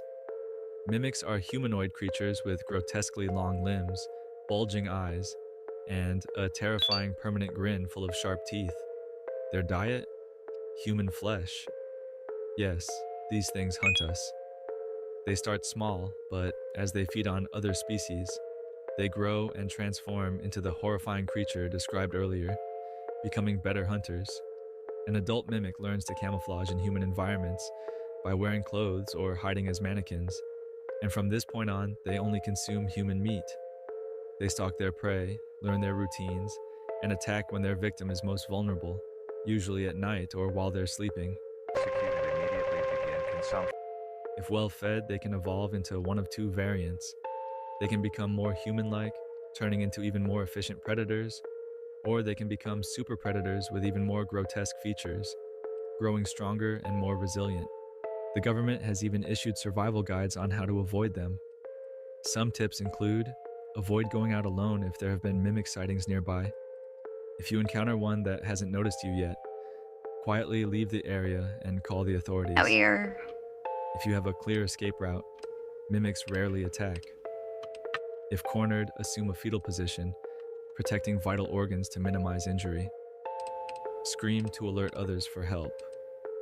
Few weapons are effective against mimics, so the best way to protect yourself is to use a weapon to block their attacks. Hiding in low places, like under a bed, is surprisingly effective. One positive thing is that a mimic won't spend too long searching for its prey.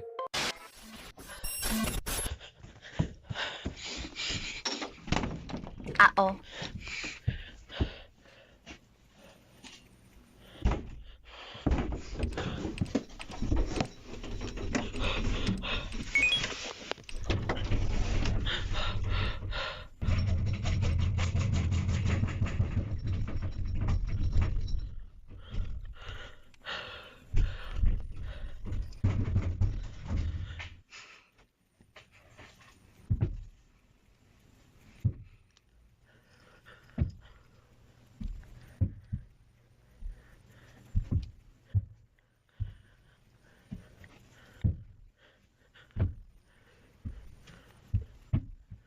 Wait for it.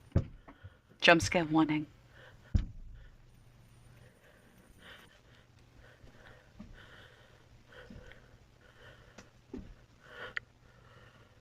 She has her fucking flashlight on. He can see it through the crack. Baka.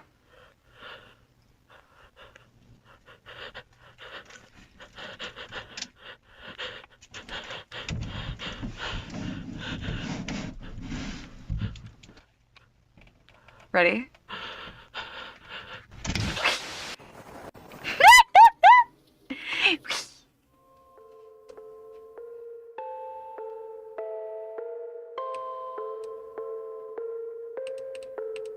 Then there's the Harvester, a stationary but deadly creature.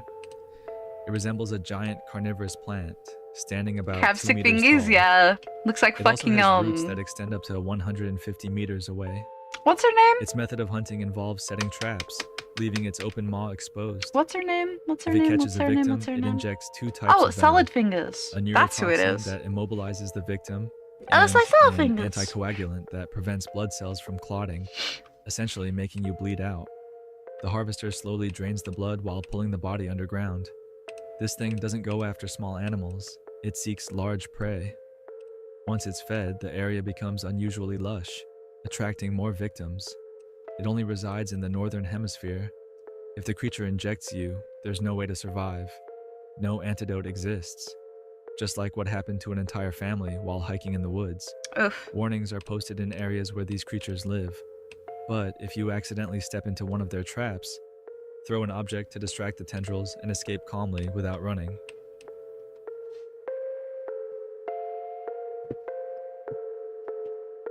Oh, the host of influence, yeah.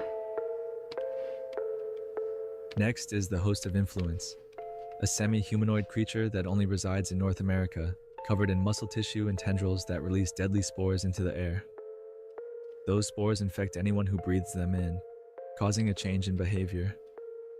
The infected will begin to walk slowly toward the host, and once they reach it, they expose their organs, and the host devours them.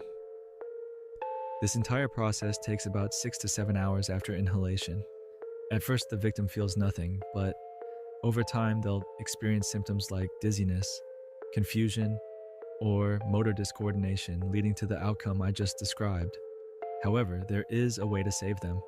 If the infected person is prevented from reaching the host within 36 hours or receives medical attention, the effects of the disease will disappear.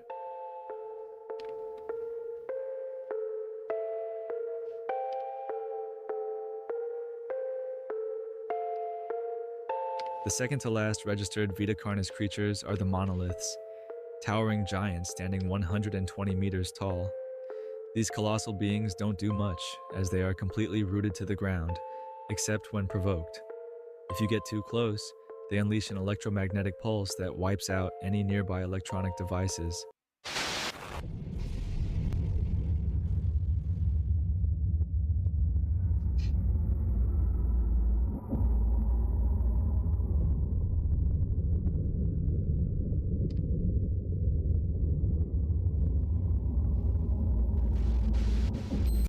Despite military attempts to destroy them, they regenerate almost instantly. These entities appeared in 1972, and there are only 7 of them, arranged in a circle with a diameter of 1.5 kilometers, surrounding something that has been censored from the public. Their exact location is also classified. The monoliths are composed of thousands of fleshy fibers that extend up to their necks, where they merge into a solid, triangular mass with a hole in the center. Where their arms should be, there are only hundreds of tentacles that stretch down to the ground. After the attack I mentioned, the surrounding area was sealed off, and access is strictly prohibited. For now, the monoliths remain dormant, and the reason behind their behavior is a complete mystery.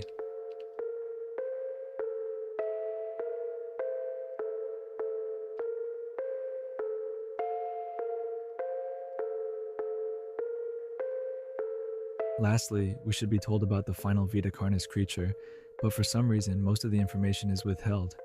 Its name is the Singularity, a creature resembling an orb that floats in the air, emitting strange energy patterns. It's an enigma, and I love as I orb. said before, most details about this being are concealed by the government, leaving us with more questions than answers for now. And with this, the explanatory videos from the National Living Meat Research come to an end.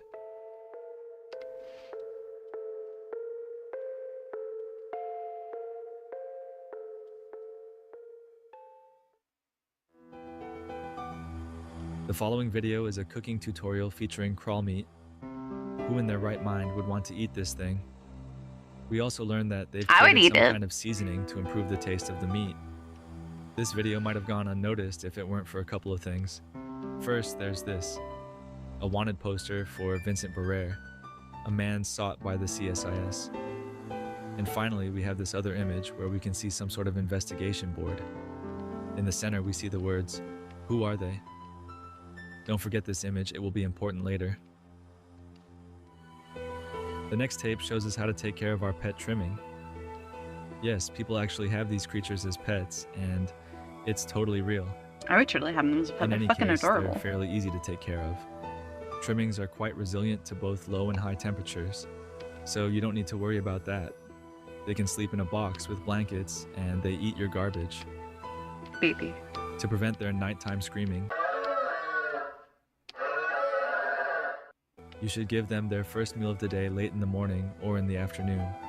This won't stop them from screaming, but it will keep them active during those hours, so you can sleep peacefully. Unless, of course, a mimic notices your presence and decides to devour you. Trimmings are also very social creatures. If your neighbors have more trimmings, you can let them play together. And for some reason, they seem to enjoy watching TV and listening to the radio.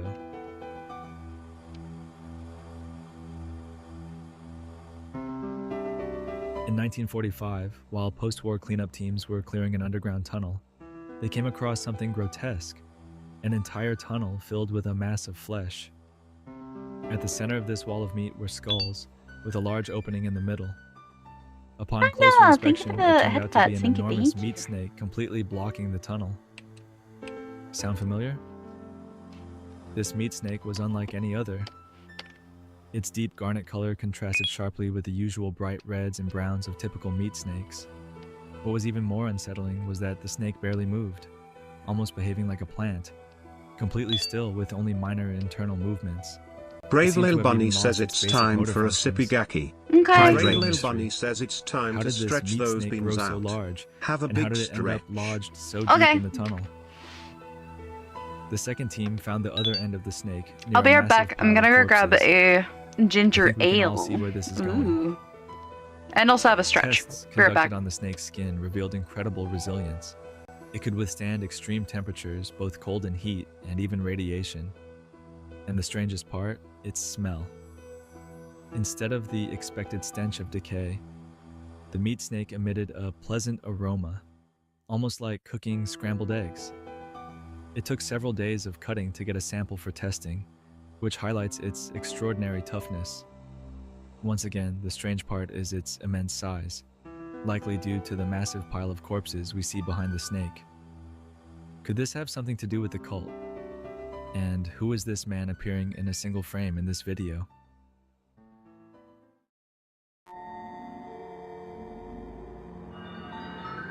By 1986, an emergency message was issued on how to defend yourself against a mimic, all due to a significant increase in attacks by these beings on a global scale. First, the video re-explains how mimics hunt and how we can protect ourselves from them. They can even enter small spaces, waiting for the right moment to attack their victim. Remember, they can mimic a person's appearance and wear clothes, making them highly adapted predators among us. However, you can spot them by the characteristics of their faces.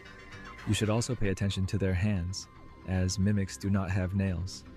In the initial description of mimics, we were told that using weapons was not recommended due to their immense resilience. Well, due to this emergency situation, tactics were developed to combat them. Similar to some animals, trying to appear larger and making noise can be effective. If you have weapons, aim for the head or legs. This will immobilize them and give you some time to escape. The next video is recovered and found footage. A couple goes out for a nighttime walk to head to a location related to an incident that left a body mutilated by some strange creature and is being covered up. They manage to reach the spot but find nothing. Here the guy explains the case in front of the camera. This is classified as confidential. Finally, they decide to leave the area, but suddenly the guy disappears. Here is the video. Chris? Where are you? Chris! Come on! This isn't funny!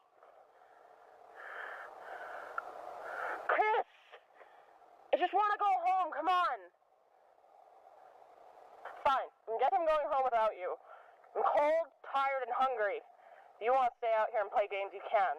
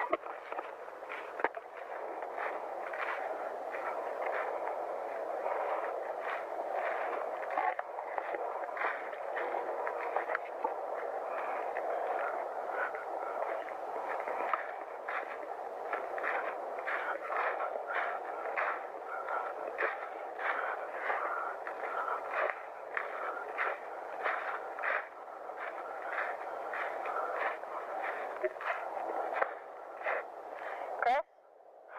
What are you doing? Because this isn't funny.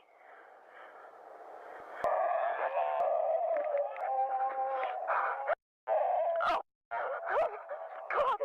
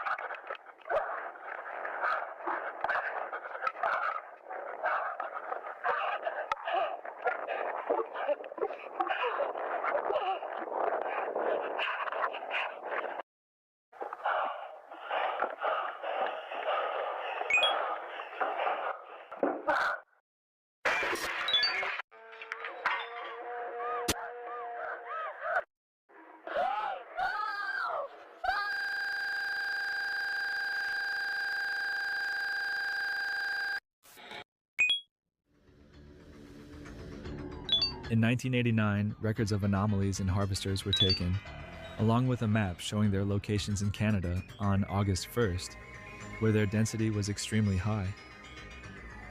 Later, we are shown a photograph of a family, two of whose members would meet a tragic fate. Okay, I'm back with a drink and I had a First, we see stretchy. one of the children separating from the group, only to fall into one of the harvester's traps. Shortly after, the mother finds her child and, unfortunately, in her attempt to help, she also falls into another trap.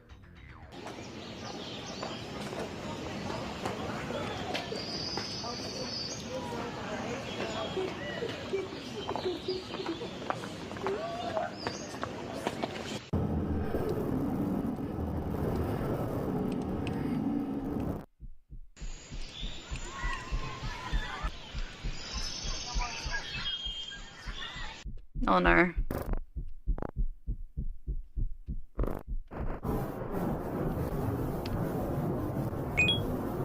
Oops.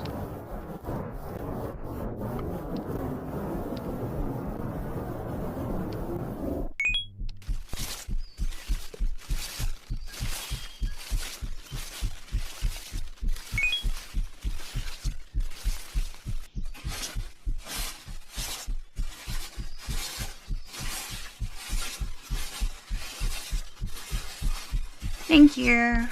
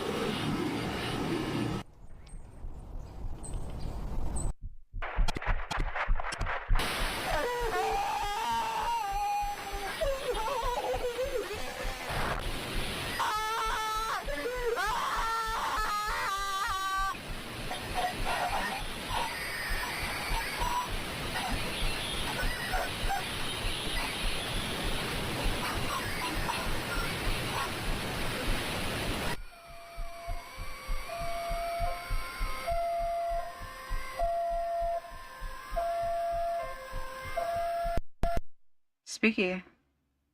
If we keep analyzing the maps, we can see that by September 1st, the harvesters begin moving north, something unusual.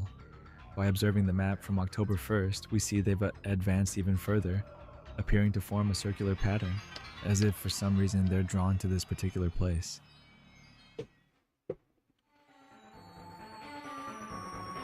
Remember that strange seasoning used to improve the taste of the meat? Well, it was made from the spores of the host of influence. In other words, the people behind this product are getting people to sprinkle it on their food, so they end up dying in the clutches of one of these creatures. But for what purpose? This product gained immense popularity, with its commercials increasing over time. But as we know, this was all a ploy to bring people under the mind control of a host, as evidenced in later commercials. This company is plotting something truly diabolical, and it's working. Millions of people have already fallen into the trap. After a while, they didn't even bother making good commercials anymore. They had already achieved their goal. However, there were still people willing to stop these things, gathering countless pieces of evidence, as seen in the next tape, where the issues caused by this seasoning are highlighted. This video reveals something else important. The people responsible for all of this. That cult which seemingly worships the Vita Carnis. Their logo is a triangle almost identical to that of the Nutrier Corporation, the company responsible for manufacturing the seasoning, which leads us to believe that this company is run by them. It makes sense, right? It explains why they use the spores of the host.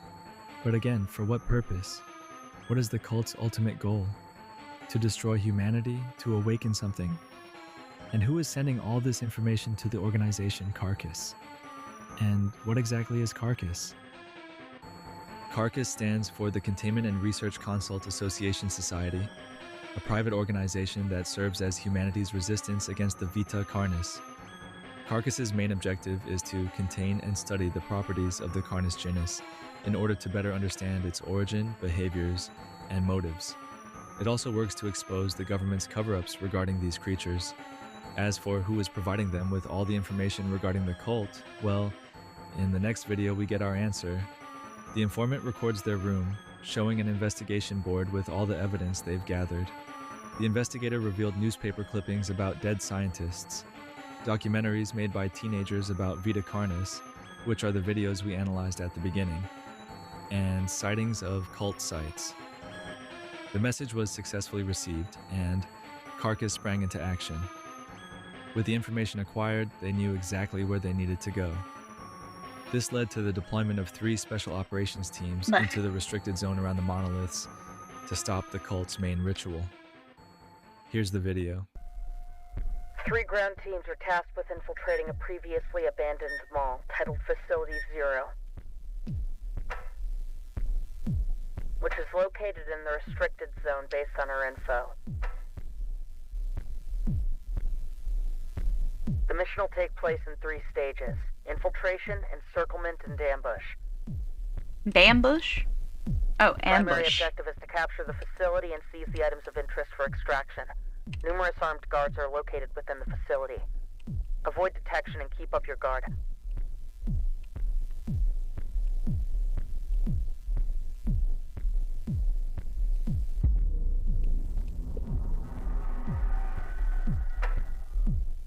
Alpha team, in position. Beta team, in position. Gamma team, in position. Copy. Beginning phase 1.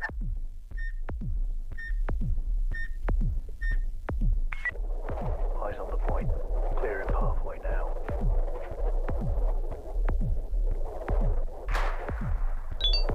Pathway cleared. Give it the green light.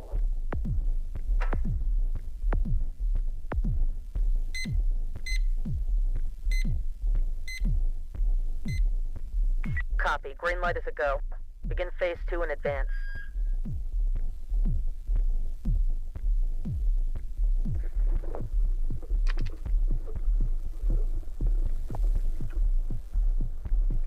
Alpha team, copy.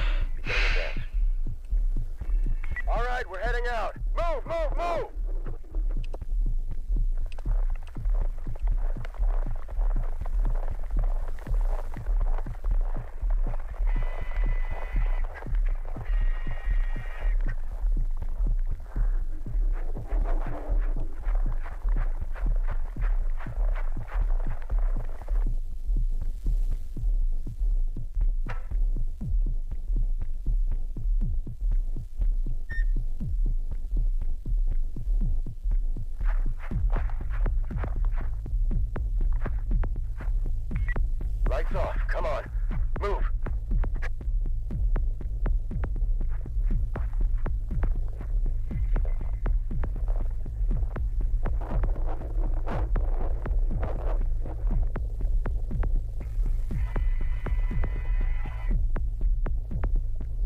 Oh, there's the big boys.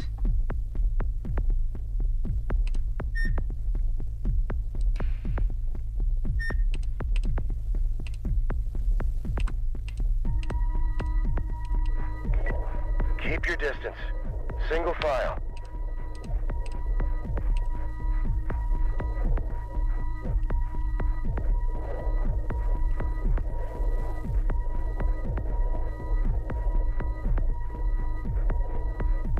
Halt.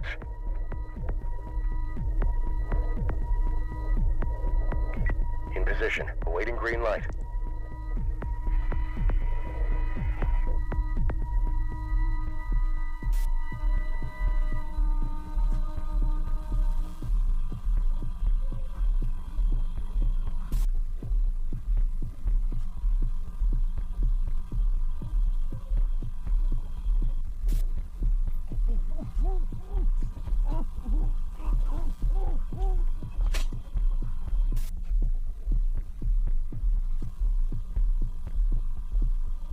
Eyes are secure. Very blind. Light's green. Copy. Green light is a go. Begin phase 2 in advance.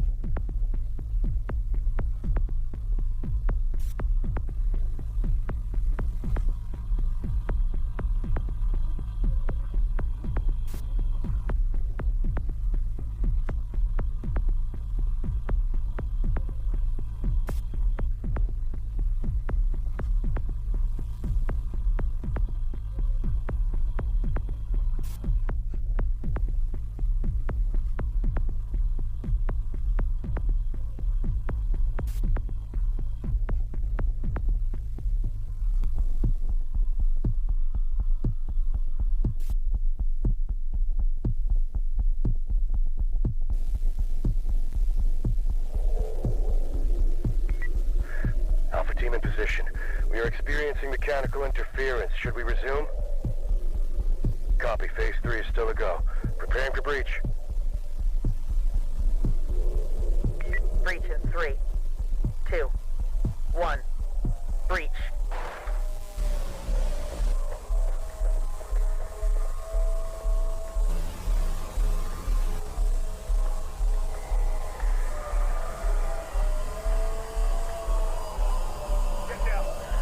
Get down! Put your hands up! Put your hands up! Get down! Get down! Put down your weapon! Get down! Put down your weapon! Put your hands up! Get down! I said get down!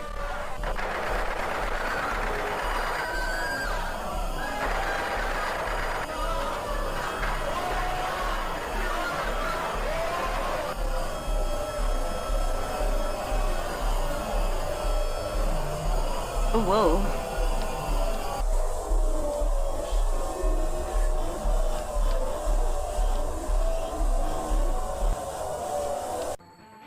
The tape ends abruptly, and for now, we don't know if Carcass succeeded in their mission or not. And with this, the first season concludes, but the story doesn't end here. Yippee!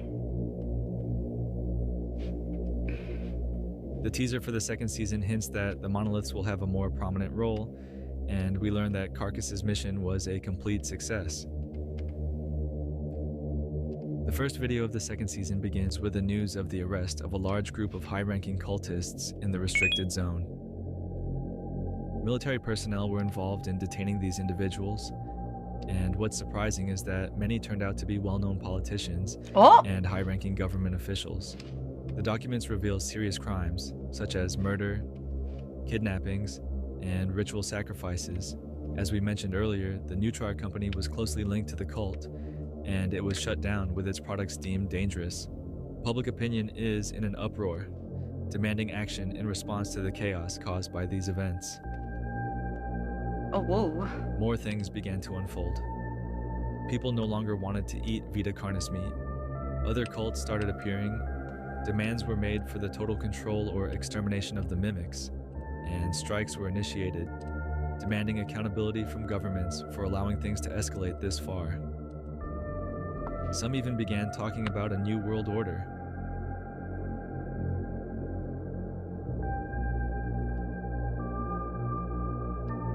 Next, we see that Carcass facilities began studying the singularities, showing incredible results despite still knowing very little about them. There are 7 in total, each one a meter in diameter, made of an unknown material resembling crystal, with swirling lights inside, predominantly red. Scientists who conducted tests on these entities detected unusual energy pulses, but were unsure if they were alive or trying to communicate. The tests revealed minimal results, except for interference with electronic devices when more than one singularity was nearby. One of the most chilling moments of the video occurs when the researchers place a live cow in the chamber with one of the singularities, labeled B1. After minimal results from the live test, they used a cow carcass, which, after a couple of hours, was consumed, leading to a massive, rapid growth of the crawl. A scientist suggested that this upends everything we previously knew about the Vita Carnis species. The video delves into experiments with crawl specimens, cultivated under various environmental conditions, with radio signals causing abnormal growth patterns. Other species, such as trimmings, meat snakes, and mimics, were successfully born and transferred to enclosures, spurring new research on these life forms. The team made significant advances in understanding the social behaviors of these creatures, particularly the trimmings, which communicate through vocal and physical signals like chirps and mouth movements. One interesting experiment demonstrated how trimmings responded to positive and negative acoustic signals, associating sounds with rewards or punishments. This reinforced how intelligent and social these creatures are. Later, the researchers conducted an unusual experiment, linking their captive colony of trimmings with a wild colony via a radio device, further expanding our understanding of their communication capabilities. It seems like some kind of hive mind. The singularities, on the other hand, might be the origin of all Vita Carnis. From the singularity comes the crawl, and from the crawl, everything else. Now let's dive into the latest video available, Revealed Progress. The video starts with what seems to be a beauty pageant for trimmings, I suppose. Aww. Yes, it sounds absurd. Babies. Then it shifts to the reports of Dr. Asram Griffiths, a specialist in meat snakes. Dr. Griffiths updates the audio log on the progress of the project. The meat snake shown in the video was raised in captivity until it reached maturity. Throughout its development, the research team fed it meat, including bones and organs, to help it grow. Over the course of 21 days, the research documents how the snake's behavior changes from aggressive to patient, and how its physical attributes evolve, such as the color and texture of its skin. Around day 21, something unexpected happens. The meat snake undergoes mitosis, splitting into 2 identical creatures. The escape causes the research to pause temporarily, but both organisms are recaptured and returned to their enclosure. Babies. The second half of the video dives into an audio report from Dr. Farron Bronas, analyzing the hunting behaviors of the mimics. We see mimics being raised in captivity, and when they reach adulthood, they refuse food. As we know, they only consume human flesh at this stage, leading to their eventual death from starvation. Next, we're informed that the best specimens were those captured in the wild. They lasted longer because they already had food and nutrients inside them. Several adult mimics were brought in, one of which was humanoid. One of the most shocking revelations from this tape is that the information we originally had about mimics was incredibly basic, and since their first appearance, all interpretations of their patterns have been wrong in one way or another. They keep changing. In reality, it's almost completely random. Whoa. Dr. Braunus seems determined to go further to fully understand these creatures. Finally, we see a recording from 1992 about an incident involving the V1 singularity. Here's the footage.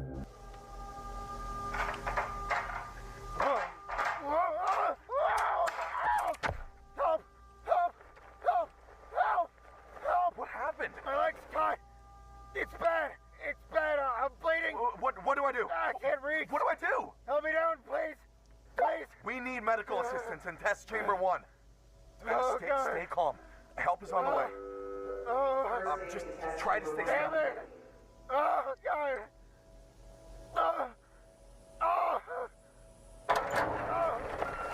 All right, we're here. We're going to help you. Lower the ladder slowly.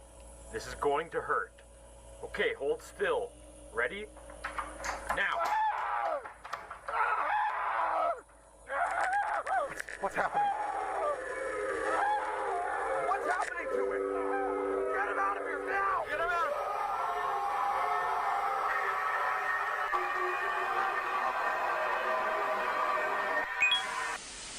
Oh.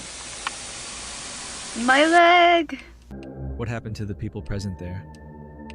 Why did the singularity react this way? Let's remember that the man was bleeding. Could that have been the reason? Was it reacting to the blood? It seems that singularities respond to the pain and agony of other creatures. What do you think? Oh my god, so valid. Before we wrap up, let's look at something hidden within nearly all of the episodes of this analog horror series. Secret images. These images tell a story, which goes like this. Once upon a time, in a distant kingdom, there was a royal family gifted with magic. They traveled far and wide by land and sea, discovering new places and gaining knowledge. On one of these expeditions, a fierce storm struck the ship they were on, casting the prince overboard. After drifting for some time, the young prince was washed up onto an island. Wounded, he sought refuge in a nearby cave and used all his magic to enter a healing slumber. This sleep lasted for a long time, and during that time, the land around him changed and grew, becoming unrecognizable. The cave protected the prince as the outside world transformed. In an era of hardship, the island's inhabitants, small creatures, struggled to find food. One day, while searching for sustenance in the forest, they found the sleeping prince. They were awestruck by his magic, noticing objects floating around him. They wondered who this being was, and if he could pose a danger. Some thought the prince might be able to help them with his magic, perhaps growing food or curing illnesses. Oh, thank you most for the creatures thought it follow. was too risky. Thank you. I appreciate A few it. decided to help him in secret. Oh, vaporwave. They gave him the little food they had, accelerating I'm a his vaporwave recovery. fox. Welcome in. One Feel day, free thanks to their to aid, the pull up a chair as we continue watching Vapor creepypastas for Vita Canis. prince finally awoke. Startled by his awakening, the creatures hid, but one brave little creature stepped forward, extending a hand in friendship. The prince reciprocated, forming a bond that would change his fate. The creatures guided the prince out of the cave and led him to the top of a hill, showing him the forest, Thank their you for the home, follow as well. full Thank of you, wonder, thank yet you. unable to Welcome sustain in. them. They asked for his help, Where's and the my prince, clothing? raising his arms, summoned a bright light filled with mystical shapes and colors. The creatures watched in awe as the prince finished his work, promising that with his power and the aid of his kingdom, he would improve their land. The prince gathered everything he could and set sail to return home. Once he returns, he promised he would come back to the island with his kingdom's help and reunite with the creatures.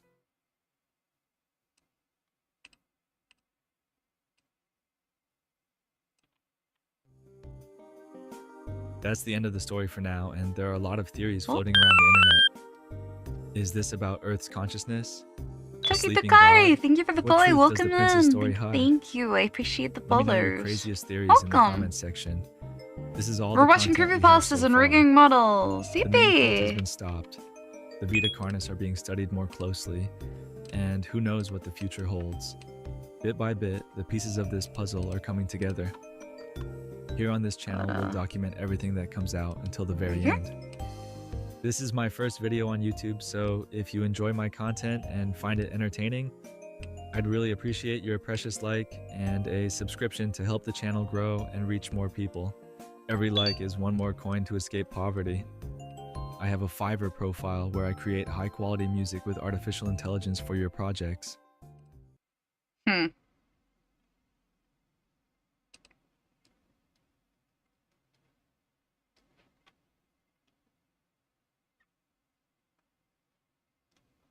Let's see. What else should we watch?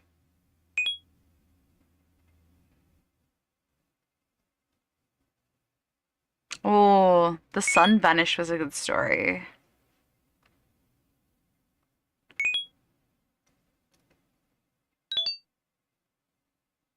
I have a lot, yeah, I have a shit ton of South Park stuff on here.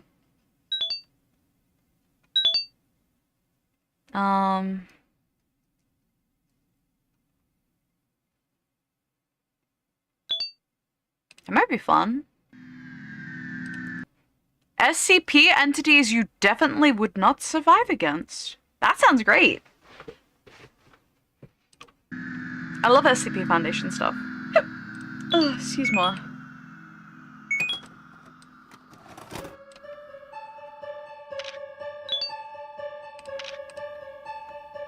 We've extensively looked at analog horror entities, looked at some creepypastas, and now it's time to cover SCPs. A wall? In case you don't know what an SCP is, or you need a quick refresher, it's an anomalous item or creature that doesn't follow the regular rules of nature that we've come to know. I love the back rooms. SCP Hell yeah. stands for Secure, Contain, and Protect, and most entities are numbered in a way to classify them as well. But who are the ones classifying them? None other than the SCP Foundation themselves, and these entities need a crazy amount of specific containment protocols. After all, there are so many of these that would decimate you, and dare I say, you definitely wouldn't survive against them. Each SCP is classified as being in one of three object classes: Safe, Euclid, and Keter. There are other classes and secondary classes, all with their own rulings, but in the more general sense, a class is assigned to something depending on how difficult it is to contain. Safe is easy, Euclid is a bit more complex, and Keter is very difficult. And I'll tell you what, there's a lot of SCPs, like 8 series worth of them. But I've picked some of my favorites and other ones I find interesting that you it's really sweet, actually. survive against. I've got the Some of Bundaberg these are Diet absolute Ginger Beer. classics you'll have stumbled No real upon sugar in while it. It's browsing so the late good. 2000s and early 2010s. It tastes exactly like normal ginger beer. Bundaberg is so good. It's my favorite little treat. But yeah, if you wanna like not drink so much sugar, I definitely recommend the Diet Ginger Beer because it tastes exactly the same. It's just full of like fake sugar instead. It's really good. Literally, the amount of sugar per serve in this, which is 1 bottle, is 4.5 grams. 4.5 grams of sugar. Because it's mainly fake sweetener. Because, like, they need to ferment it, which fermenting takes, like, a little sugar in the first place, but yeah. It's internet, and some of them you may not have heard of. That's like I'll 1/12 of the Coke, from yeah. least to most strongest at the end of the video, like I always do Calorically, with these they're types only of like videos. So if you 30 end up enjoying calories? the video, why not consider subscribing so you don't miss out 28 on more calories? of these. Something like that? Check out my second channel, Soda Jump, where a friend and I get goofy playing video games and doing some IRL things linked in the description. And of course, I'll have the links to what I talk about in the description, along with resources for you if you want to get into all of this. So, with all of that being said, let's take a look at SCP entities you definitely wouldn't survive against. Yippee! I'm gonna fucking die. Yay! If we're gonna start anywhere, it has to be Is my here tail the with same? SCP-096, the Shy Guy. Object class, Euclid. There's been discussions, theories, No, and it's debates over if you could survive this thing, and I'm here to choose a side that says you won't. This thing is a humanoid creature standing at around 2 meters and 38 centimeters tall. It's lanky, has long arms, not in proportion to the rest of its body, and has an almost bleached white skin. Along with that, it can open its jaw 4 times wider than the average humans and doesn't show signs of higher brain function. Okay, so what's the deal, I hear some of you wondering, while the rest of you sit there, knowing. It's a docile creature contained in a 5 meter by 5 meter by 5 meter cube with pressure sensors in the cube so it can be monitored. And the pressure sensors are there for a good reason. You see, if anyone views SCP-096's face in person, in a photo, or video, it becomes extremely distressed, screaming and trying to hide its face with its hands.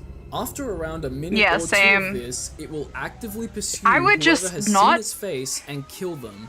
100% of incidents end in no traces of the victim being left behind, and we can assume they're probably eaten or disposed of somehow. And then SCP-096 slowly calms down and then tries to find its way back to its habitat, not the containment cube. So you can see how a mass viewing of SCP-096 could cause a giant loss of life or mass extinction event. It would work like the boiled one, except SCP-096 will launch itself to your location and end you as soon as it can.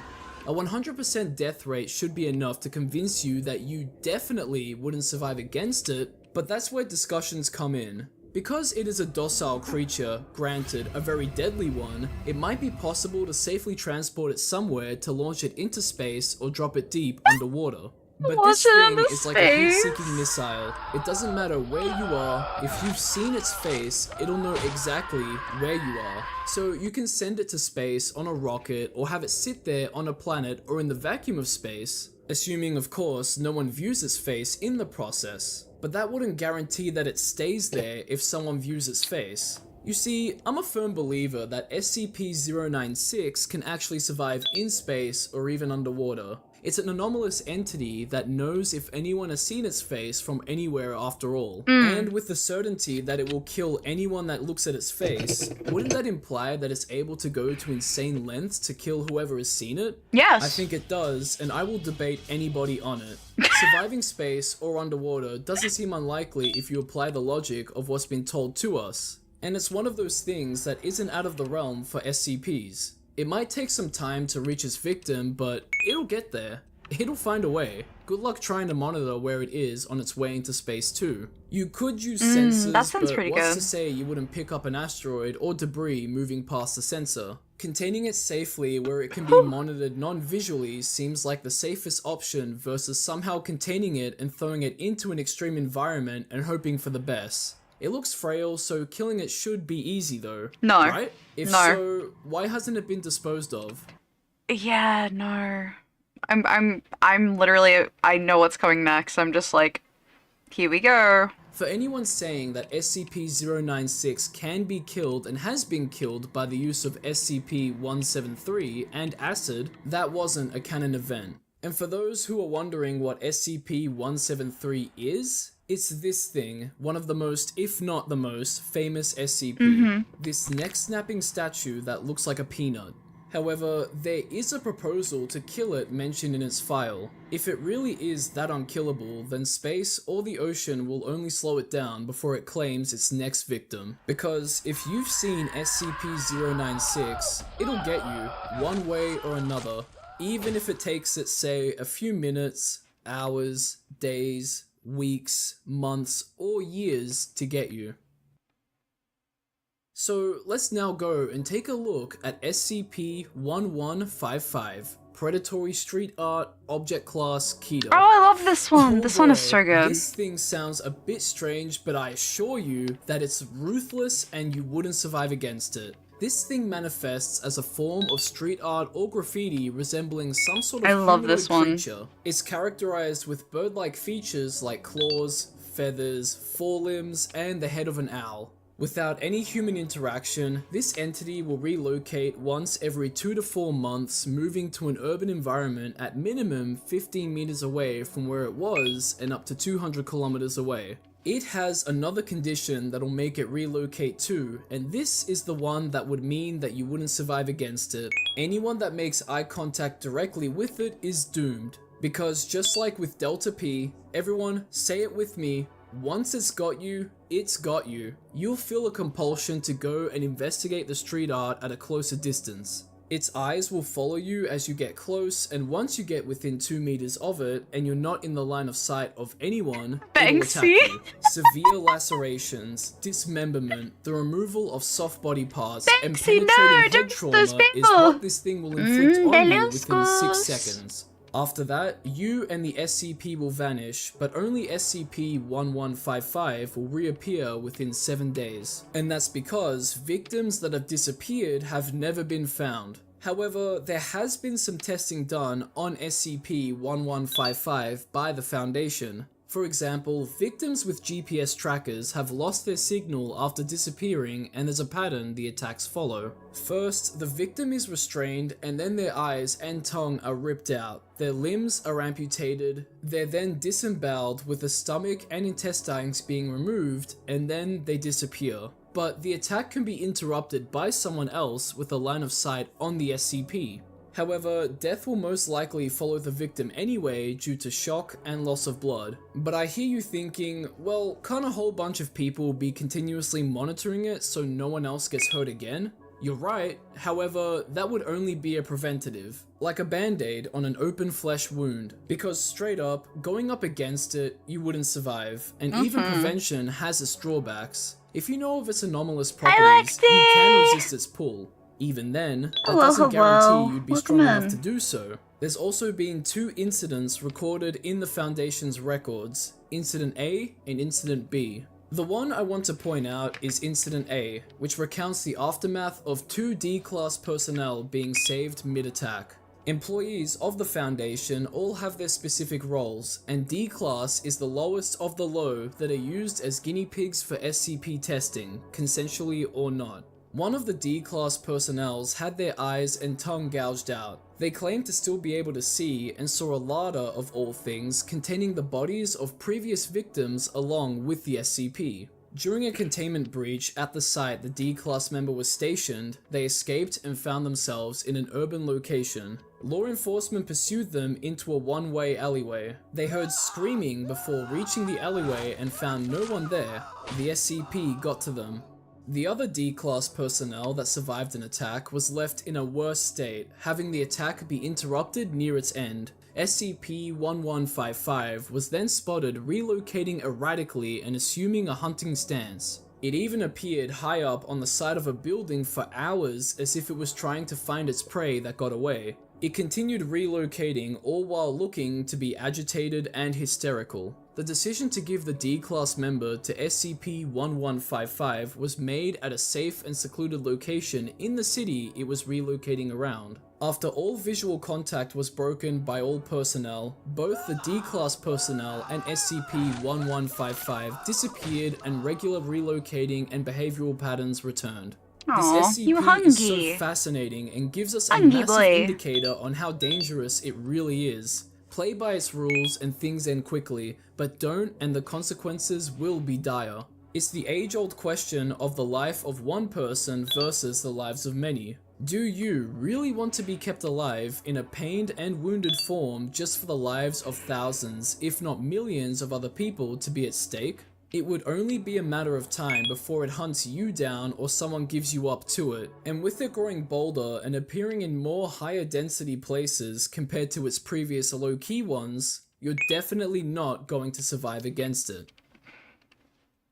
And so, moving on to the next SCP, we have, what's that?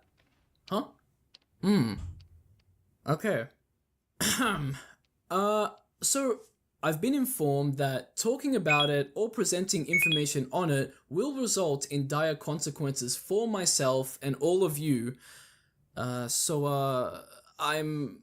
I'm struggling to find a way to talk about this entity, but we can view the SCP's file, which shouldn't trigger its reaction, I hope.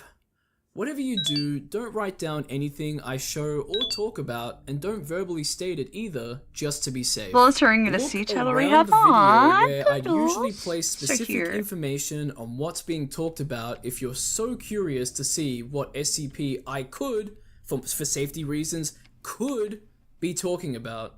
Now to the file, you may have to piece together why you wouldn't survive against this thing for yourself. To keep myself safe, I really can't say anything here, so I'll need the file to speak for itself, and you'll need to piece it all together, and piece together why the file remains safe. Make assumptions and conclusions for yourself, but be careful when talking about it in the comment section.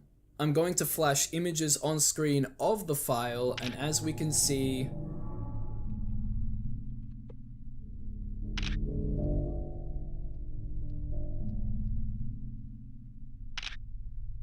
Okay.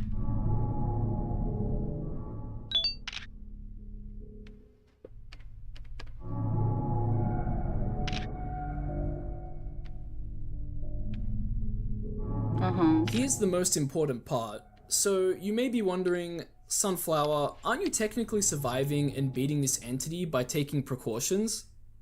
I mean, yeah, I guess, but I know things, and so do you now, and that puts you forever in danger. Don't slip up. Getting away from all of that, next up we have SCP-106, the Old Man, Object Class Kita. Oh, I hate this entity guy. has the appearance of an elderly humanoid and looks to be decaying or rotting. It'll stay pretty motionless for the most part, but can phase through solid objects, vanish inside a solid object thanks to its pocket dimension, scale vertical surfaces, hang upside down from ceilings, and corrode anything it touches. It also produces a black mucus substance that drops from its body that also corrodes anything it touches. This stuff is detrimental to living flesh, as once contact is made, it'll erode it for around 6 hours until it fizzles away. As you can imagine, this makes containing it a difficult task. Layers and layers of containment are needed, and to make things worse, it attacks humans, making us its prey. If you're unlucky enough to be its target, it'll attempt to incapacitate you by damaging your major organs, muscle groups, He'll just or slurp you into his tendons, and pocket then pull dimension. you into its pocket dimension. Yep, there it is. There's little to no information on what the pocket dimension is or what's in there, but anything taken into it is strictly to be viewed as missing or KIA and not to be retrieved. SCP-106 is sadistic too, hunting KIA not for is hunger but action, for right? sport, a sick and twisted desire. When it goes on its hunt, it might take multiple people or multiple objects into its pocket dimension. It seems to toy with these people, keeping them alive until it doesn't.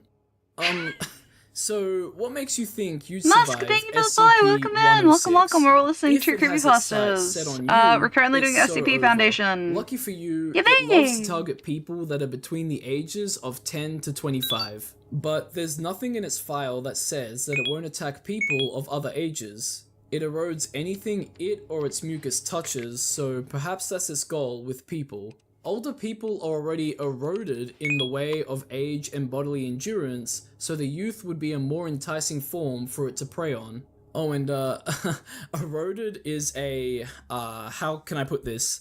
A harsh word for someone over the age of 30, but it's in theme with things. So, if it wants to attack you and take you into its pocket dimension, it'll do it. It breaks so many conventional laws of nature that you wouldn't be able to do a single thing to it. Attacking it wouldn't help either. This due place to the feels like a erosion pocket dimension. effect it Check out has on pics. you Oh, whoa, or okay. any other weapon you Hang on. use to attack it. Any other form of attack that can't erode, like a flame, can be avoided simply by jumping into its pocket dimension. It doesn't play fair, and you definitely wouldn't survive against it. Let's see. Now let's move on to the next SCP. SCP-682, Hard to Destroy Reptile, Object Class Kita.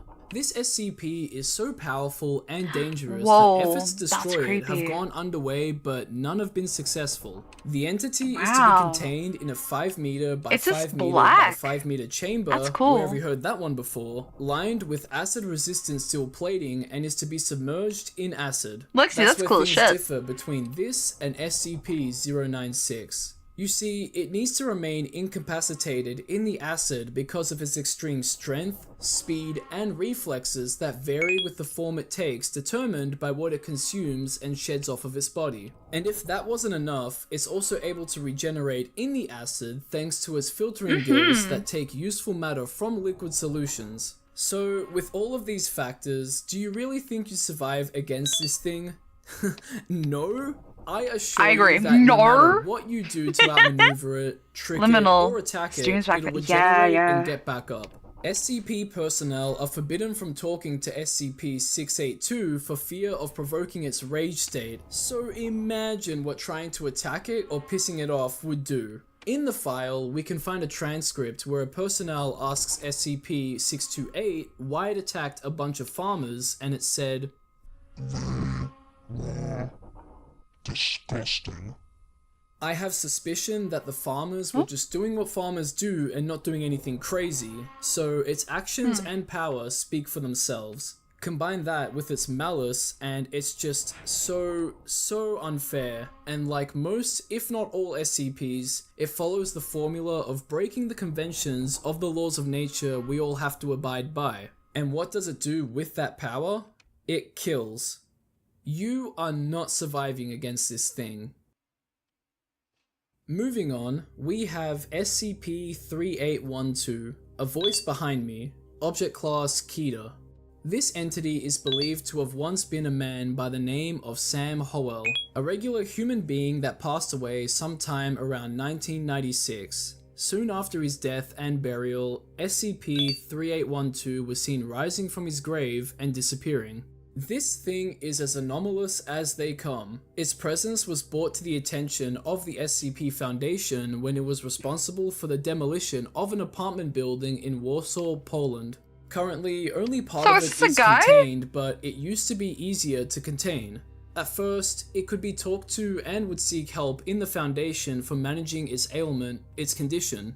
Over the course of 20 years, its condition has significantly worsened to the point where it shows extreme paranoia, dysphoria, mania, depression, an inability to perceive its surroundings, the inability to discern the difference between real and the imaginary, inability to tell the difference between the dead and alive, can't control its emotions, hear voices that aren't there, sees things that aren't there, and experiences stimuli that doesn't exist, among other things. And what does it do to try to orientate itself? It alters reality. Something this erratic, unpredictable, and ill has an anomalous power that can and will destroy the fibers of space and time. So, do you think you'd be able to survive against something like this? Nah. You could be as friendly as possible to it, and it's a dice roll on whether or not it takes that as a threat. Due to its unpredictable nature too, no one would know how it would interpret anything.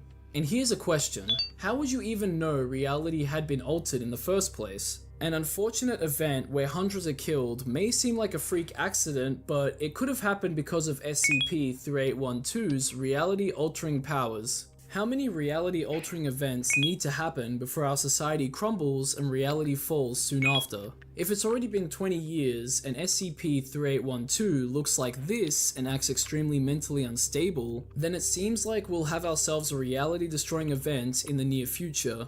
You definitely wouldn't survive against this thing if it targeted you, and you definitely wouldn't survive against it if you were coincidentally attacked by its reality-altering capabilities. I mean, none of us would when our fates would be left to the actions of SCP-3812.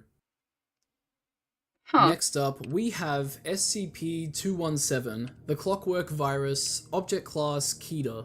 As the name suggests, this is a virus that turns whatever organism that's infected by it into an organic metal of sorts, resulting in the victim turning into a complex arrangement of gears and clockwork. This virus is incurable and has a 100% chance of infecting its host when coming into contact with it physically or through bodily fluid. The changes to the body don't happen immediately either. Things can take years before noticeable changes and issues start to show themselves. However, when it comes to mammals, symptoms begin on the inside of the body and not the outside. So hypothetically, you could go years without knowing the insides of your body are a massive and complex system of clockwork. Regardless, the end result is always the same. Unless you're put down out of fear or pity of what you'll become, you'll turn into an organic metal hybrid creature of sorts. This transformation won't be painless either. Symptoms like stiff joints and insomnia are what'll greet you in the early stages of infection, but later stages of conversion are painful, akin to a knife going deep through your tissues and muscle fibers. So if the fact that the infection rate is 100% and symptoms will occur and persist hasn't already convinced you that you wouldn't survive against this, the side effects will.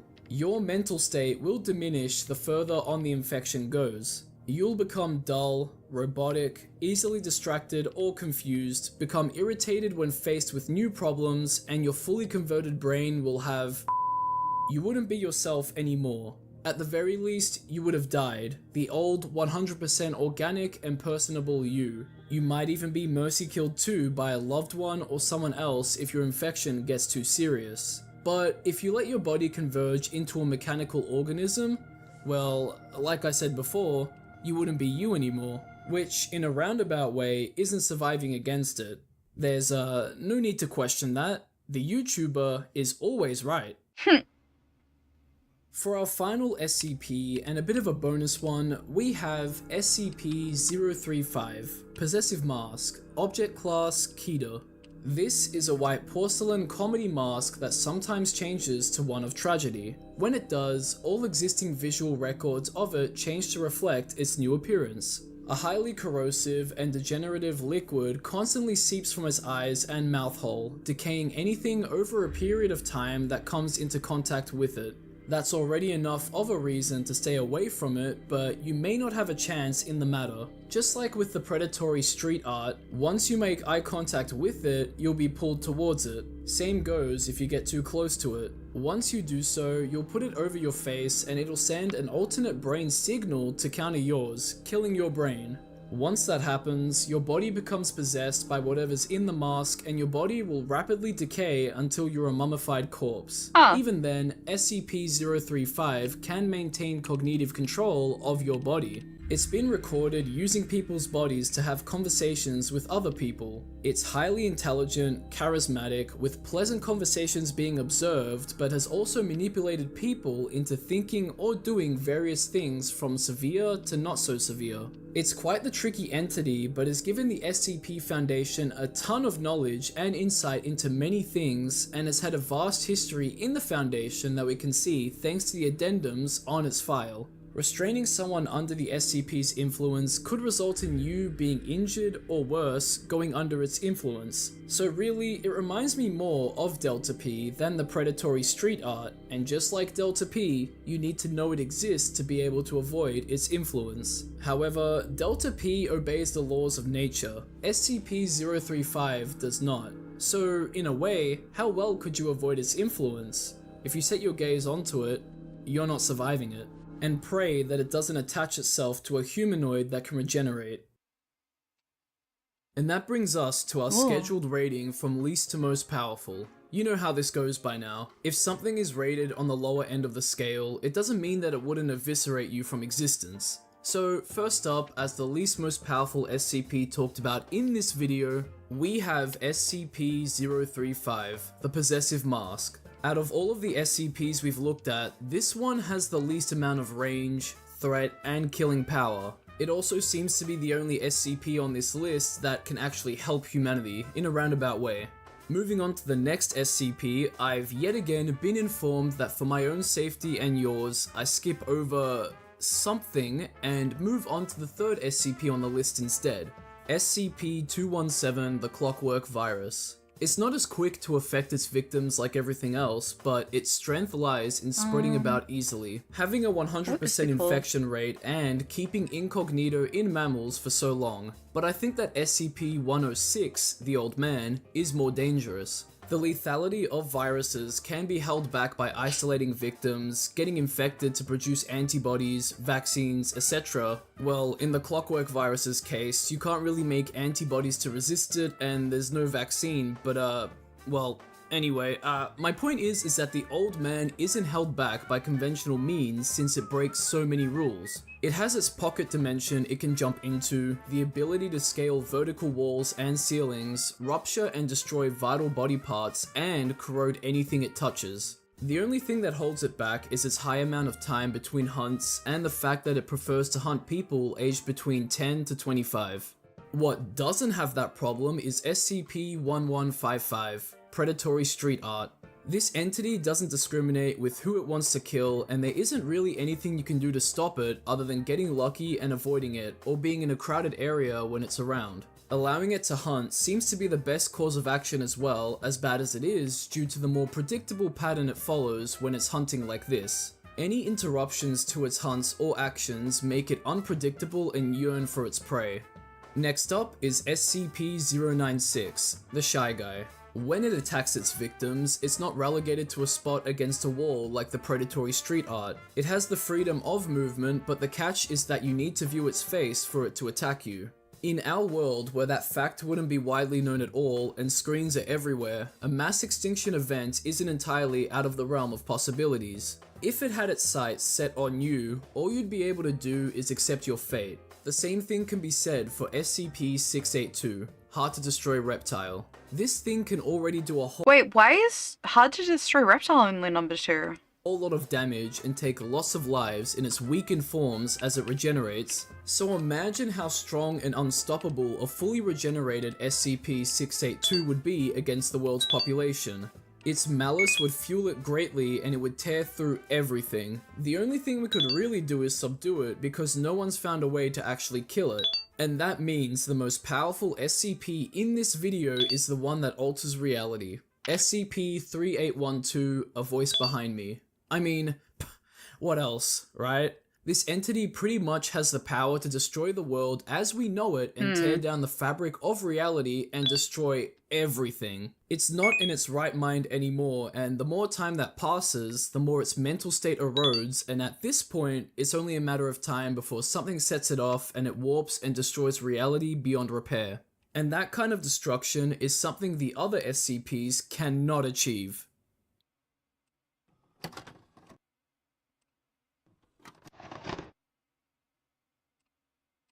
We've barely scratched the surface regarding SCPs since there's so many more that you definitely wouldn't survive against, and a whole lot that you could definitely beat. So, you know what that means. Thanks for watching, and I hope you enjoyed the video. Like and subscribe if you want to see more from me, and comment down below your thoughts on what we looked at and how you'd rank things. Would you win? As always, we can't forget the shout out to my lovely patrons and YouTube members, and a big shout out to the highest tier patron member, La Creatura. Thank you for your continuous and generous contributions, and thank you to everyone else as well. You guys are absolute legends, and I'll be back with more analog horror, and depending on how this and the creepypasta video went, more of those too. Stay tuned for that, and I'll catch ya in the next one. Oops.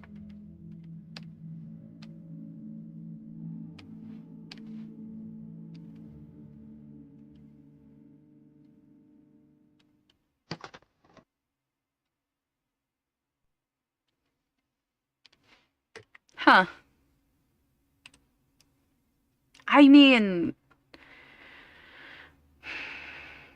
imagine the Shy Guy getting stuck on the moon, getting on a meteor and riding it, aiming straight at your country. Jesus Christ.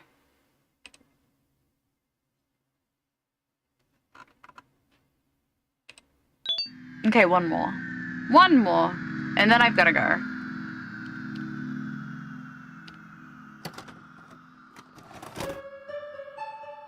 I'm back with another SCP video covering the ones you definitely wouldn't survive against. I love SCPs and the lore and info surrounding it, so I'm glad the first video did so well. Thank you all for that. I do want to clarify that SCP does stand for Secure, Contain, and Protect, but also Special Containment Procedures Foundation. It's just different names for the same thing, but there are some silly names scattered around the wiki too.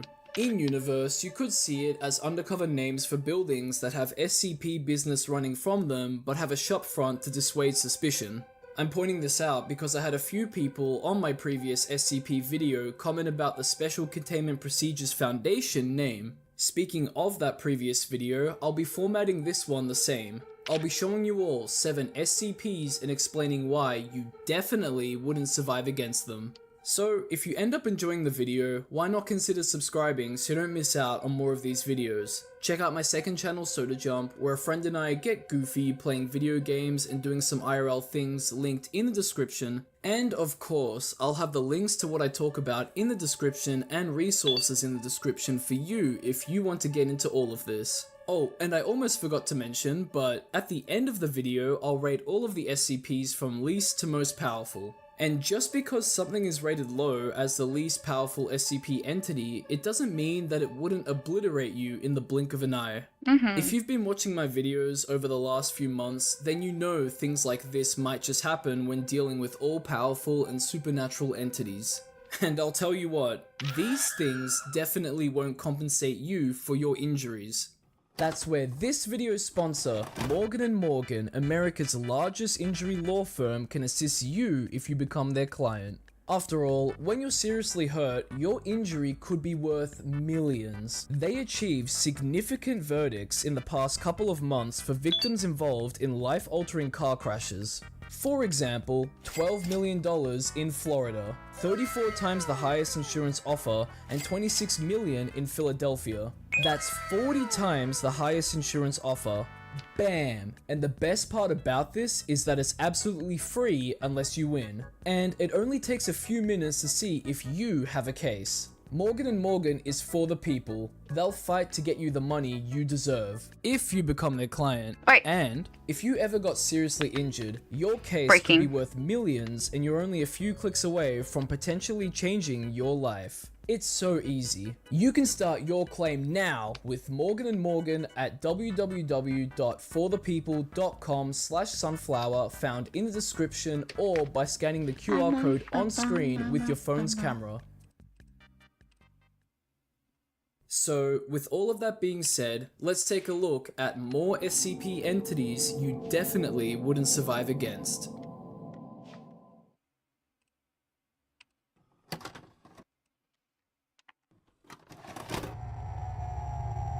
There we go. SCPs vary significantly in what they do and how they can destroy the Earth and even the universe. So, let's start off with something a bit tamer, I suppose? SCP-1179, Centralian Fire Demon, Object Class Keter. Maybe tamer isn't the right word for this entity, but compared to most of what I'll be talking about in this video, it might be. SCP-1179 is a giant, vaguely looking humanoid made of volcanic rock. It has 2 horns on its head, a beard, and holds a whip in one hand and a sword in the other. It's also over 30 meters tall and resembles a carving of the Norse Eld Jotun Surtur, the god of the sun, fire, well, of course you're not going to be winning and against that cosmic thing, flames. holy fuck. The creature has been dated to be 359 to 318 million years old. If that was enough to convince you that you definitely wouldn't survive against it, it can also change its shape at will, become invisible and without form, being noted to be able to take the form of a shade. However, there are no photos of this entity due to the incredible difficulty of taking one. After all, it's a fiery and hellish volcanic giant living in a harsh environment deep underground. Descriptions of the entity may vary too, with specifics like facial features, if it has wings, if it has horns, if it has fiery features being the biggest culprits of this. The only recorded image relating to it is this danger sign. Locals know of the SCP, but they think it's the cover story, a coal mine fire caused by a trash dump fire. You just wouldn't survive against this thing. For starters, if you live around the area above... Did they take it from a Doctor Who episode? They just said it was Norse, which means that it's Nordic, right? It's a Nordic god. So Doctor Who took a Nordic god that was centuries old. That's not... Doctor Who wouldn't have created that. Of where 1179 resides, you'd be exposed to fumes from its fire and suffer health effects. These are caused by too much carbon dioxide, monoxide, and insufficient oxygen levels, which can lead to death. No one is permitted to live in that area because of that. If you were to come into contact with the SCP, its sheer size and heat it produces will decimate you in the blink of an eye. That is, if you could even survive the area down where it lives. And hell, you wouldn't even have anything you could use to destroy it. Since it's made of a strong and volcanic rock, trying to break through it with modern weaponry would be slim to none in terms of possibility. Especially since it can shapeshift, turn invisible, and become formless. If it wants to be, it can be untouchable, but you can't. And what happens if it's angered? I'm sure it would want to go to the source of what made it angry, aka humanity, on the surface of the Earth. And if that happens, it's all over. Or maybe it won't. Either way, you wouldn't survive against it. That was a pretty intense start to the video, so here's something that's a little less intense. But I've will got still some destroy lights on you me. in one way Tracking's or starting to another. break. It's getting too dark. SCP-999. Alright, so I know it sounds ridiculous, but this thing is extremely dangerous. It's not intentionally dangerous, but its pure and kind soul could spell the end for you and all of us. This is going to be a controversial take, but let me explain. SCP-999 is a large, amorphous, gelatinous mass of translucent orange slime. It weighs around 54 I want to be kilograms, orange which is slime. That sounds 120 cool as shit. pounds, and is very malleable, smells pleasant, A baby! touching it That's gives a off a baby. mild euphoria, and it loves tickle wrestling. That Well, is- what's tickle wait. wrestling, you may ask? Well, 999 What are you will breaking envelop about? its playmate from the neck down and will tickle them until it's asked to stop. Although, The baby. sometimes it gets carried away a little bit and will need to be asked multiple times. If injuries occur because of the wrestling, it'll quiver and whimper as a sign of apology. That doesn't sound dangerous, especially when you consider that it gravitates towards unhappy or hurt people. Obviously, it'll try to cheer them up, but there has been a reported interaction with Watching SCP stuff on a repair on my SCP-682. YouTube history. If you remember from my last video, it's the hard to destroy All I watch is like reptile, SCP the stuff one that and like hates creepypasta everything stuff, and so. is full of malice. So as the story goes, 999 nuzzles onto 682 and starts a tickle wrestle with it. Despite 682 pleading for things to stop, they don't, and it appears to fall asleep. 999 is evacuated and 682 immediately wakes up, releases a wave of energy from its body while laughing, in turn making all personnel near it laugh, allowing it to escape confinement and slaughter until it was recaptured. Despite all of this, 999 has shown interest in playing with 682 again. 999 is like a gentle giant. It means well, its heart is pure, but because of its simple-minded thinking, it accidentally causes destruction and hurts those around it. Nothing it does is out of any sort of malice, but in the end, one wrong move and it could spell devastation for humanity. Someone could feed it the wrong thing, lose track of it, upset it, tickle the wrong creature, and it's game over for you and everyone else. Just one bad interaction and it's done. You wouldn't even be able to destroy it either, since only the Foundation can issue instructions to destroy an SCP, and if you're caught trying, it's an immediate termination for you. So, if everything goes smoothly, you'd have nothing to worry about, but as soon as things get out of hand, you definitely wouldn't survive. And really, it's only a matter of time. So he's baby. You know, SCP-999 has one hell of an origin story. It involves mature themes and the mistreatment of children. Oh. SCP-231-1 to SCP-231-7 are 7 girls turned to brides that were impregnated by the Children of the Scarlet King, a satanic sex cult to bear the children of the Scarlet King. 231-1 to 231-6 weren't detained properly, resulting in the failures of their containment and their deaths. But 231-7 had been confined to a soundproof cell. She was strapped to a bed, and once a day, procedure 110 Montauk is administered to her. What this procedure was is up for debate, but it's safe to assume that whatever it was administered to prevent 231-7 from giving birth.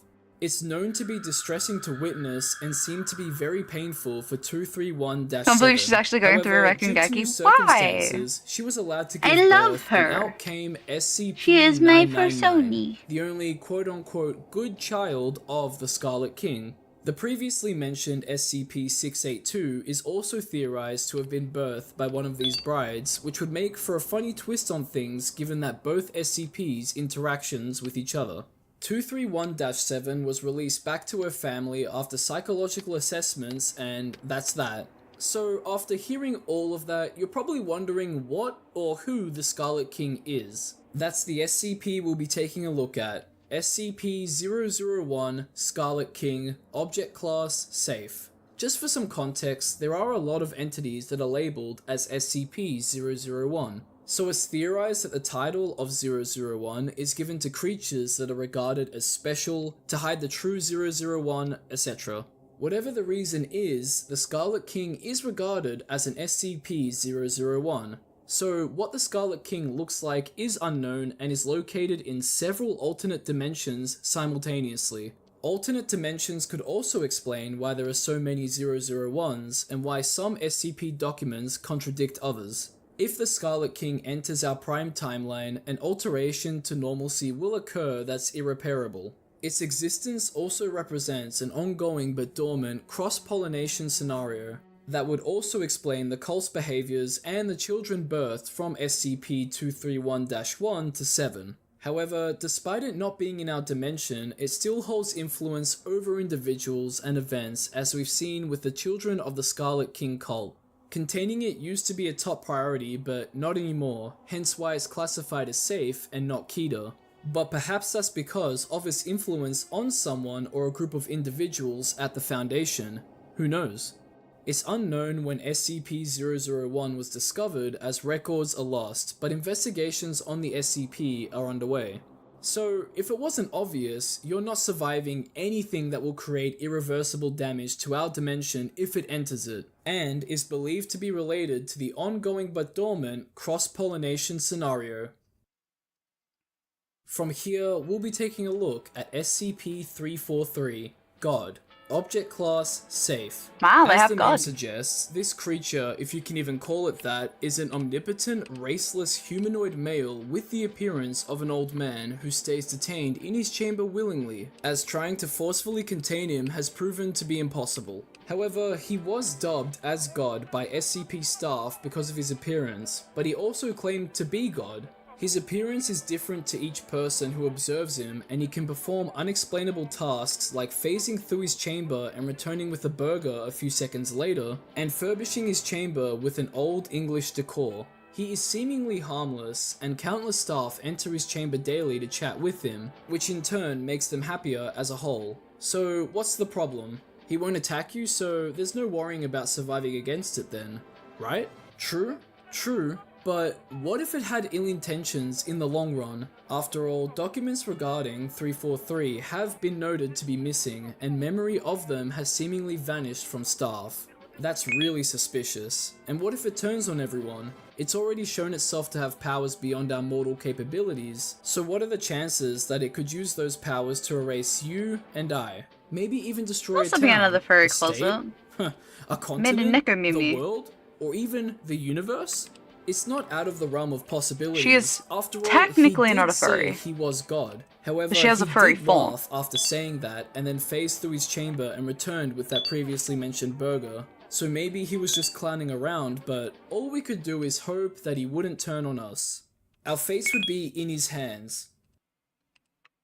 You could say the same for the next entity, SCP-2700. I think she's so cute. Teleforce Object Class Actually so cute. Keter. This is a complicated mechanical device constructed by Nikola Tesla himself with the purpose of producing a directed energy weapon. However, investigations have found that it has another function more distinct and dangerous than its original design. Right. The device is made up of 3 components: the interface, the accelerator, and the core. The core is what matters the most Time for here, the since it arms. holds a discrete energy phenomenon labeled as SCP-2700-Omega, And what they which have. I'll just refer to as Omega. Luckily, the document explains how Omega behaves in a complicated and simple way.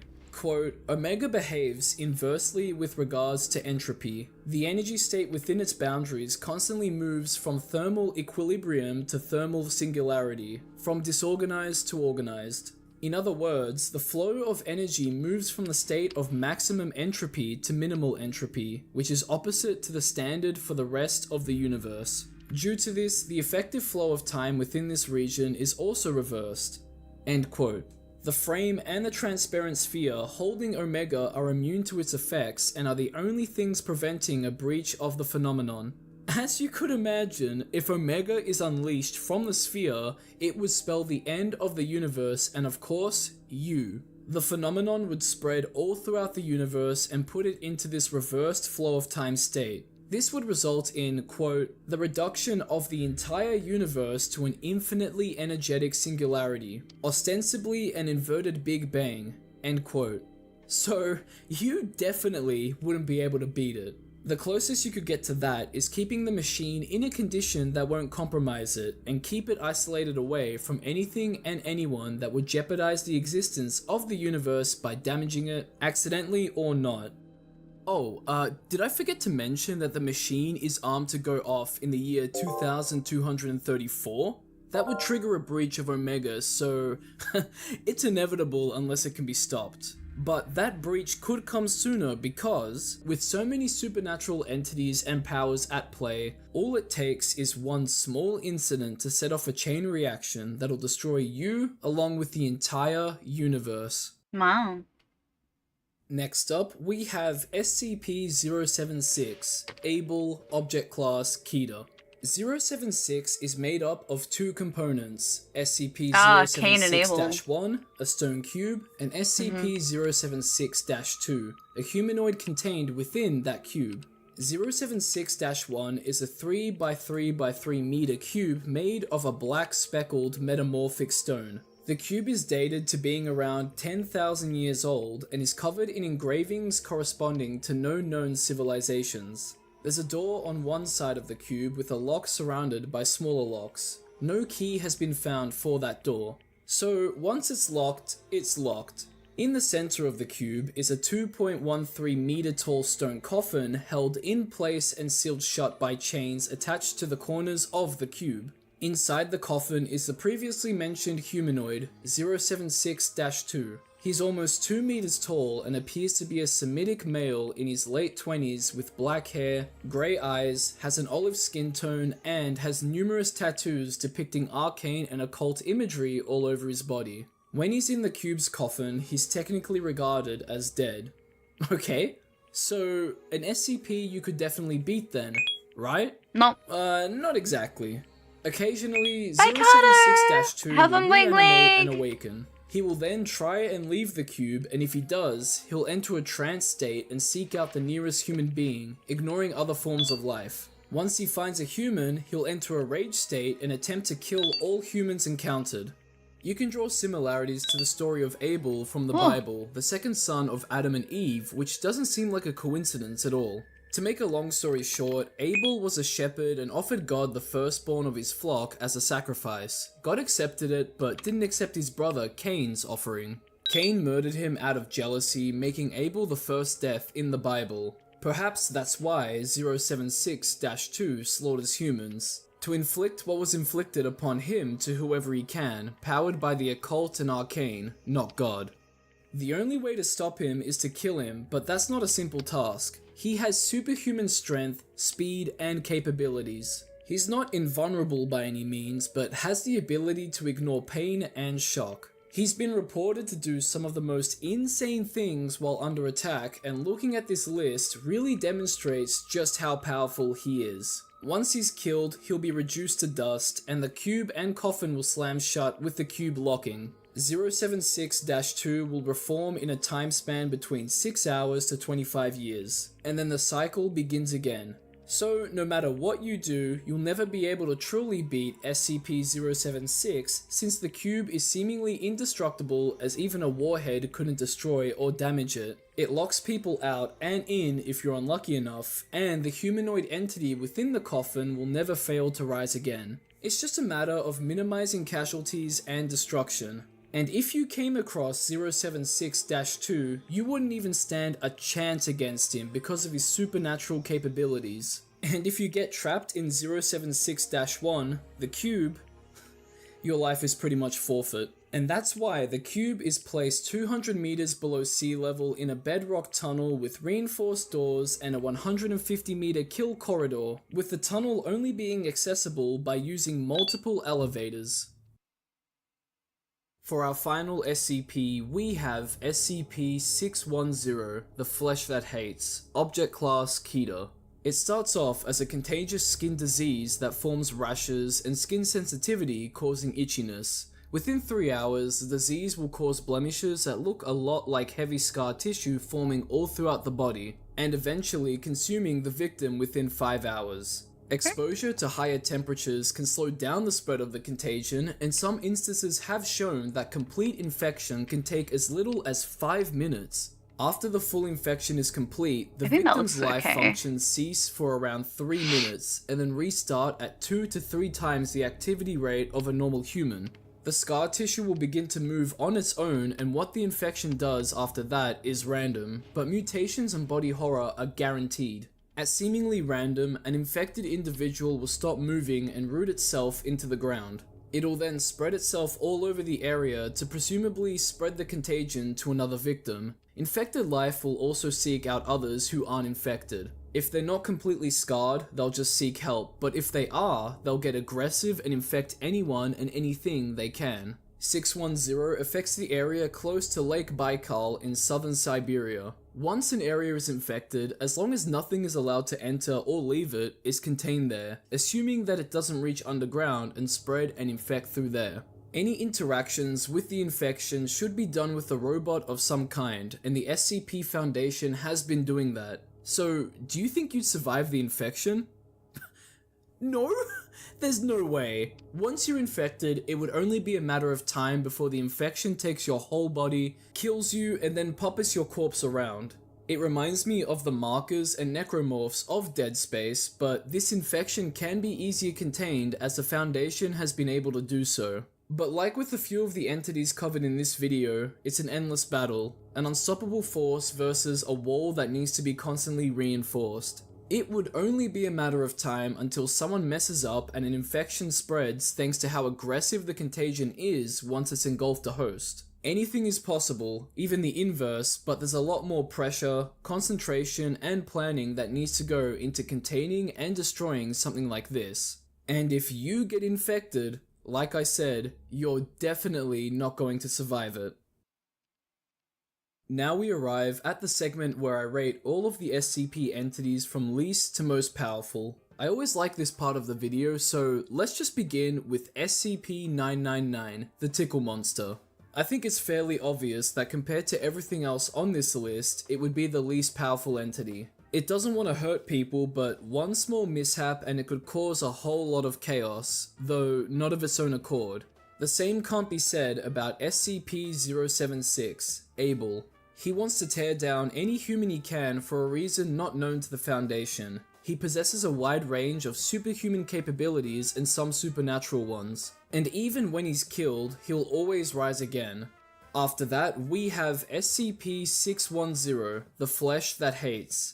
I was debating whether or not I should put this one just below Abel, but decided to put it above him because of the fact that 610 assimilates all manner of biological life, not just humans. Abel only targets humans, and if this contagion is able to spread, it'll spell the end of everything on Earth. But something more powerful than that would have to be SCP-1179, Centralian Fire Demon. With a strong exterior, strength, weapons, and fire, it could do some devastation to the Earth if it was to somehow reach the surface. Even being too close to it underground can be a death sentence. From here, we have SCP-2700 Teleforce. If this machine is maintained and relatively left to itself, there's no issues to be had here. However, if someone were to use a directed energy weapon, they'd be able to do some damage to a population. And then, if the time-reversing phenomenon is unleashed from the sphere, you, along with the whole universe, would eventually cease to exist after a reverse Big Bang. There'd be nothing left. Yikes. The same can sort of be said for SCP-343, God. In terms of destroying the universe, that is. He hasn't shown himself to want to cause harm, but with how powerful he's shown himself to be, and how powerful he could be, it's safe to assume that 343 could be a universe-level threat if he so chooses, which gives him the one-up over 2700. And that brings us to the most powerful SCP in this video, SCP-001 Scarlet King.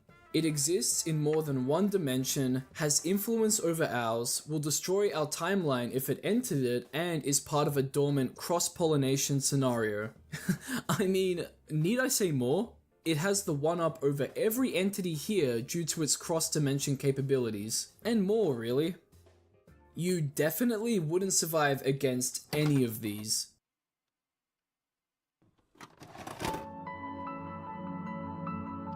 This has been more SCP entities you definitely wouldn't survive against. I hope you enjoyed the video and thanks for watching.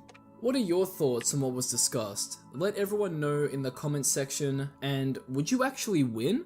Like, subscribe, and check out my second channel Soda Jump if you want to see more from me. Thank you again to Morgan & Morgan for sponsoring this video. If you want to start your claim, use the link in the description or by scanning the QR code on screen. And as always, we can't forget the shoutouts to my lovely patrons and YouTube members. And a big shout out to the highest tier Patreon members, Joel Matthew Colgrove and La Creatura. Thank you both for your continued contributions, and thank you to everyone else too. You guys are absolute legends. Stay tuned for more content like this, and I'll catch ya in the next one. Yippee! Oh. Wow, that was really good. Alright. That is it for today, I think. I think we are done. Yippee! Claps! Yippee! Thank you everybody for coming and like hanging out with me for a while. That was really cool. Let's see.